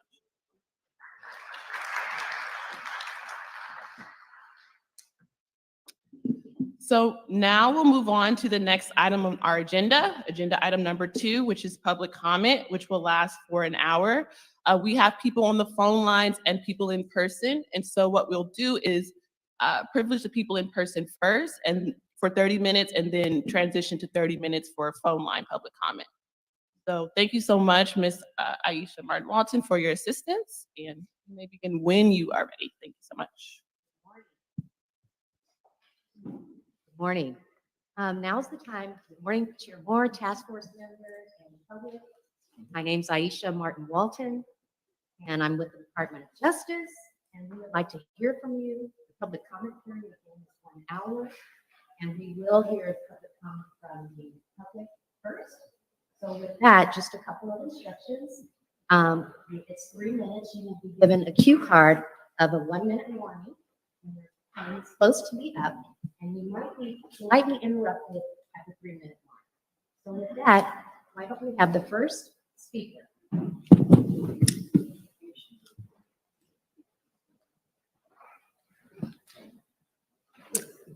Good morning. My name is Sharice Cryer, and I traveled from Los Angeles to be with you today. Dr. Javon Scott Lewis, I thank God for you. You embody integrity and sacrifice your personal interests to help move this legislation forward. To our other Jamaican American on the task force, Mrs. Holder, my family still owns the land where my enslaved ancestors are buried. I first saw my enslaved ancestors' worn headstone with my own eyes at 14 or 16, a woman who endured slavery and whose name is engraved on a historical marker in Sabine County, Texas. It was traumatic for me to hear you claim over and over that it would be too hard for Black people to trace their lineage. I come from a family of landowners, business owners, valedictorians, educators, sharecroppers, homemakers, midwives, moonshiners, veterans. My ancestor, Robert Rogers, escaped slavery to fight in the Civil War, and I have his pension record. And this is where the sabotage part comes in, Senator Bradford. I'm going to cast doubt on the testimony of the preeminent scholar in American constitutional law and say it's too hard for Black Americans to find their ancestors. Because if my family can't get into this claim, neither can yours. Too often, there's an assumption held by other minority communities that immigrate to this country that Black Americans are lazy, not smart, not hard workers, and don't know their ancestral history. This myth is a result of white supremacy in America's caste system. Chairman Moore tried to bring this up in her edits last month. Black Americans are bottom caste. Speaking of ancestors, Mr. Jones Sawyer, I hear Black social media was able to find your ancestors before 1940 in a few minutes. It is common knowledge that you're related to a member of the Little Rock Nine. That wasn't that long ago, and neither was slavery. I'm here to represent information about a reparations super fund, as I provided in my public comments and follow-up email to the DOJ in July 2021. California cannot solve reparations on its own. The federal government must be involved. From Here to Equality mentions the super fund.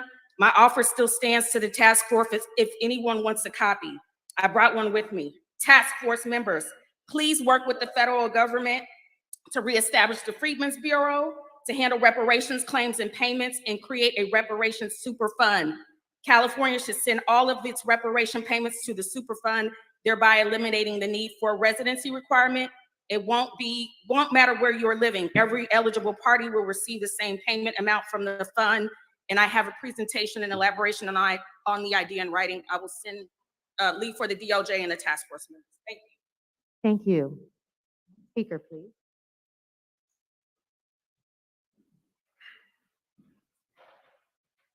Good morning. My name is Hatim Ansari. I just graduated last year from Morehouse College with a degree in philosophy. And I'm here today to be a voice of the youth and be a voice of reason. And I want to speak about my opinion about reparations in California and reparations as a whole. I want to like quench any doubt that for anybody that might be listening, that it's not a matter of if reparations should be implemented, but really it should be how. And it's not even a matter of when, because it should have been yesterday. Should have been back when slavery was emancipated. Should have been a long time ago. Slavery should have never happened.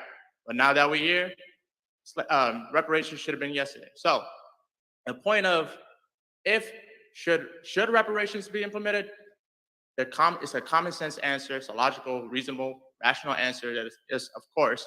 Why is this the case?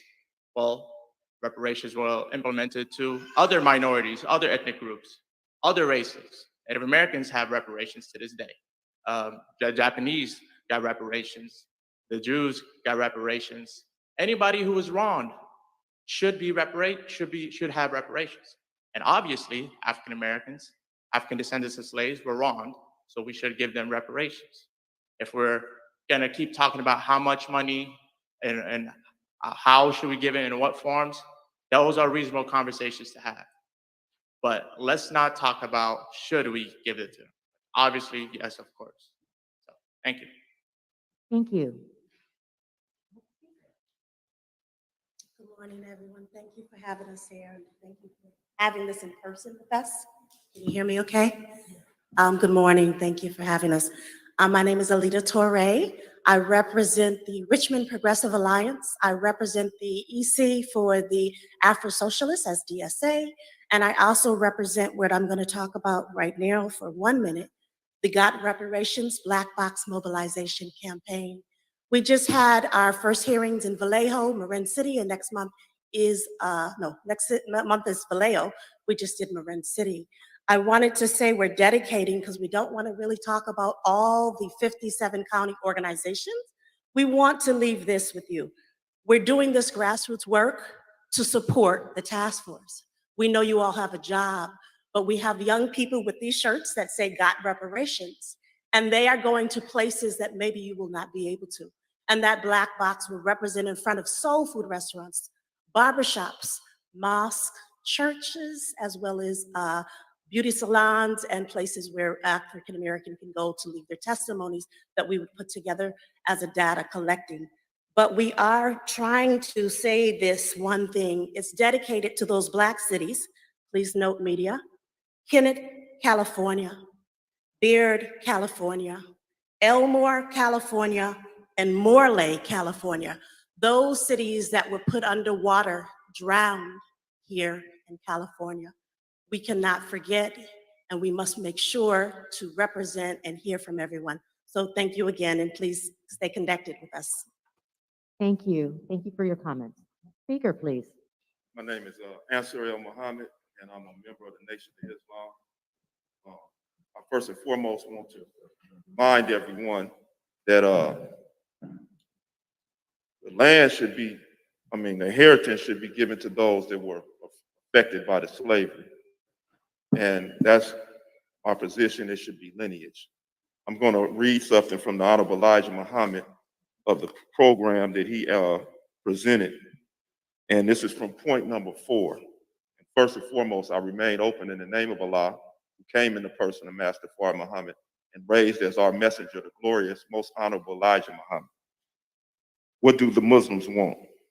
We want our people in America whose parents or grandparents were descendants from slaves to be allowed to establish a separate state or territory of their own, either on this continent or elsewhere. We believe that our former slave masters are obligated to provide such land and that the area must be fertile and minerally rich. We believe that our former slave masters are obligated to maintain and supply our needs in this separate territory for the next 20 or 25 years until we are able to produce and supply our own needs. Since we cannot get along with them in peace and equality after giving them 400 years of our sweat and blood and receiving in return some of the worst treatment human beings have ever experienced, we believe our contributions to this land and the suffering forced upon us by white America justifies our demand for complete separation in a state or territory of our own. So that goes without question. It says that we should receive this reparations, and that California being the the centerpiece, so to speak, for everything that takes place in this country, even as far as Washington is concerned, should be the ones to take charge and represent this. But it is going to take the whole United States federal government to get behind this here.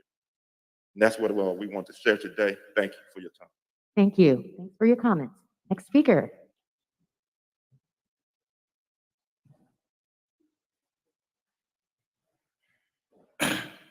أعوذ بالله من الشيطان الرجيم بسم الله الرحمن الرحيم.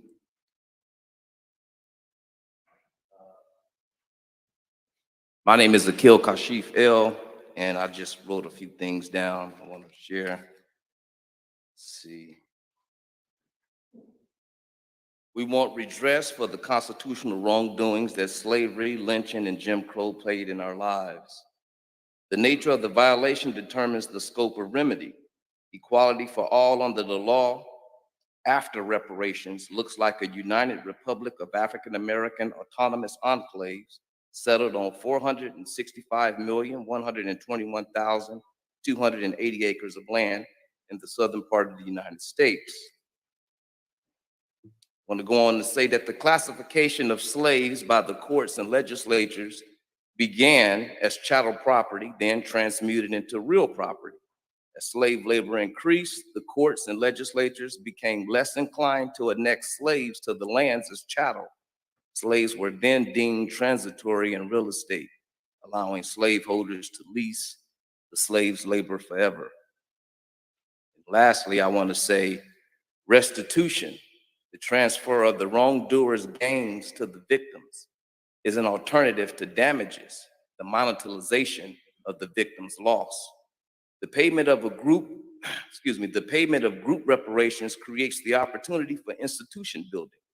Individual compensation cannot produce that. Compensation to African Americans for the injustice suffered must be sufficient. The guiding principles for reparations must be self-determination in every sphere of life where we are currently dependent. Thanks. Thank you. Next speaker, please. Hello, everyone. My name is Iris Peebles. I am a third-generation Californian. I guess technically a fourth-generation Californian because my great-grandmother did move here from Louisiana after my grandparents kind of settled in, and she ended up passing here. Actually, I wanted to start off by saying thank you.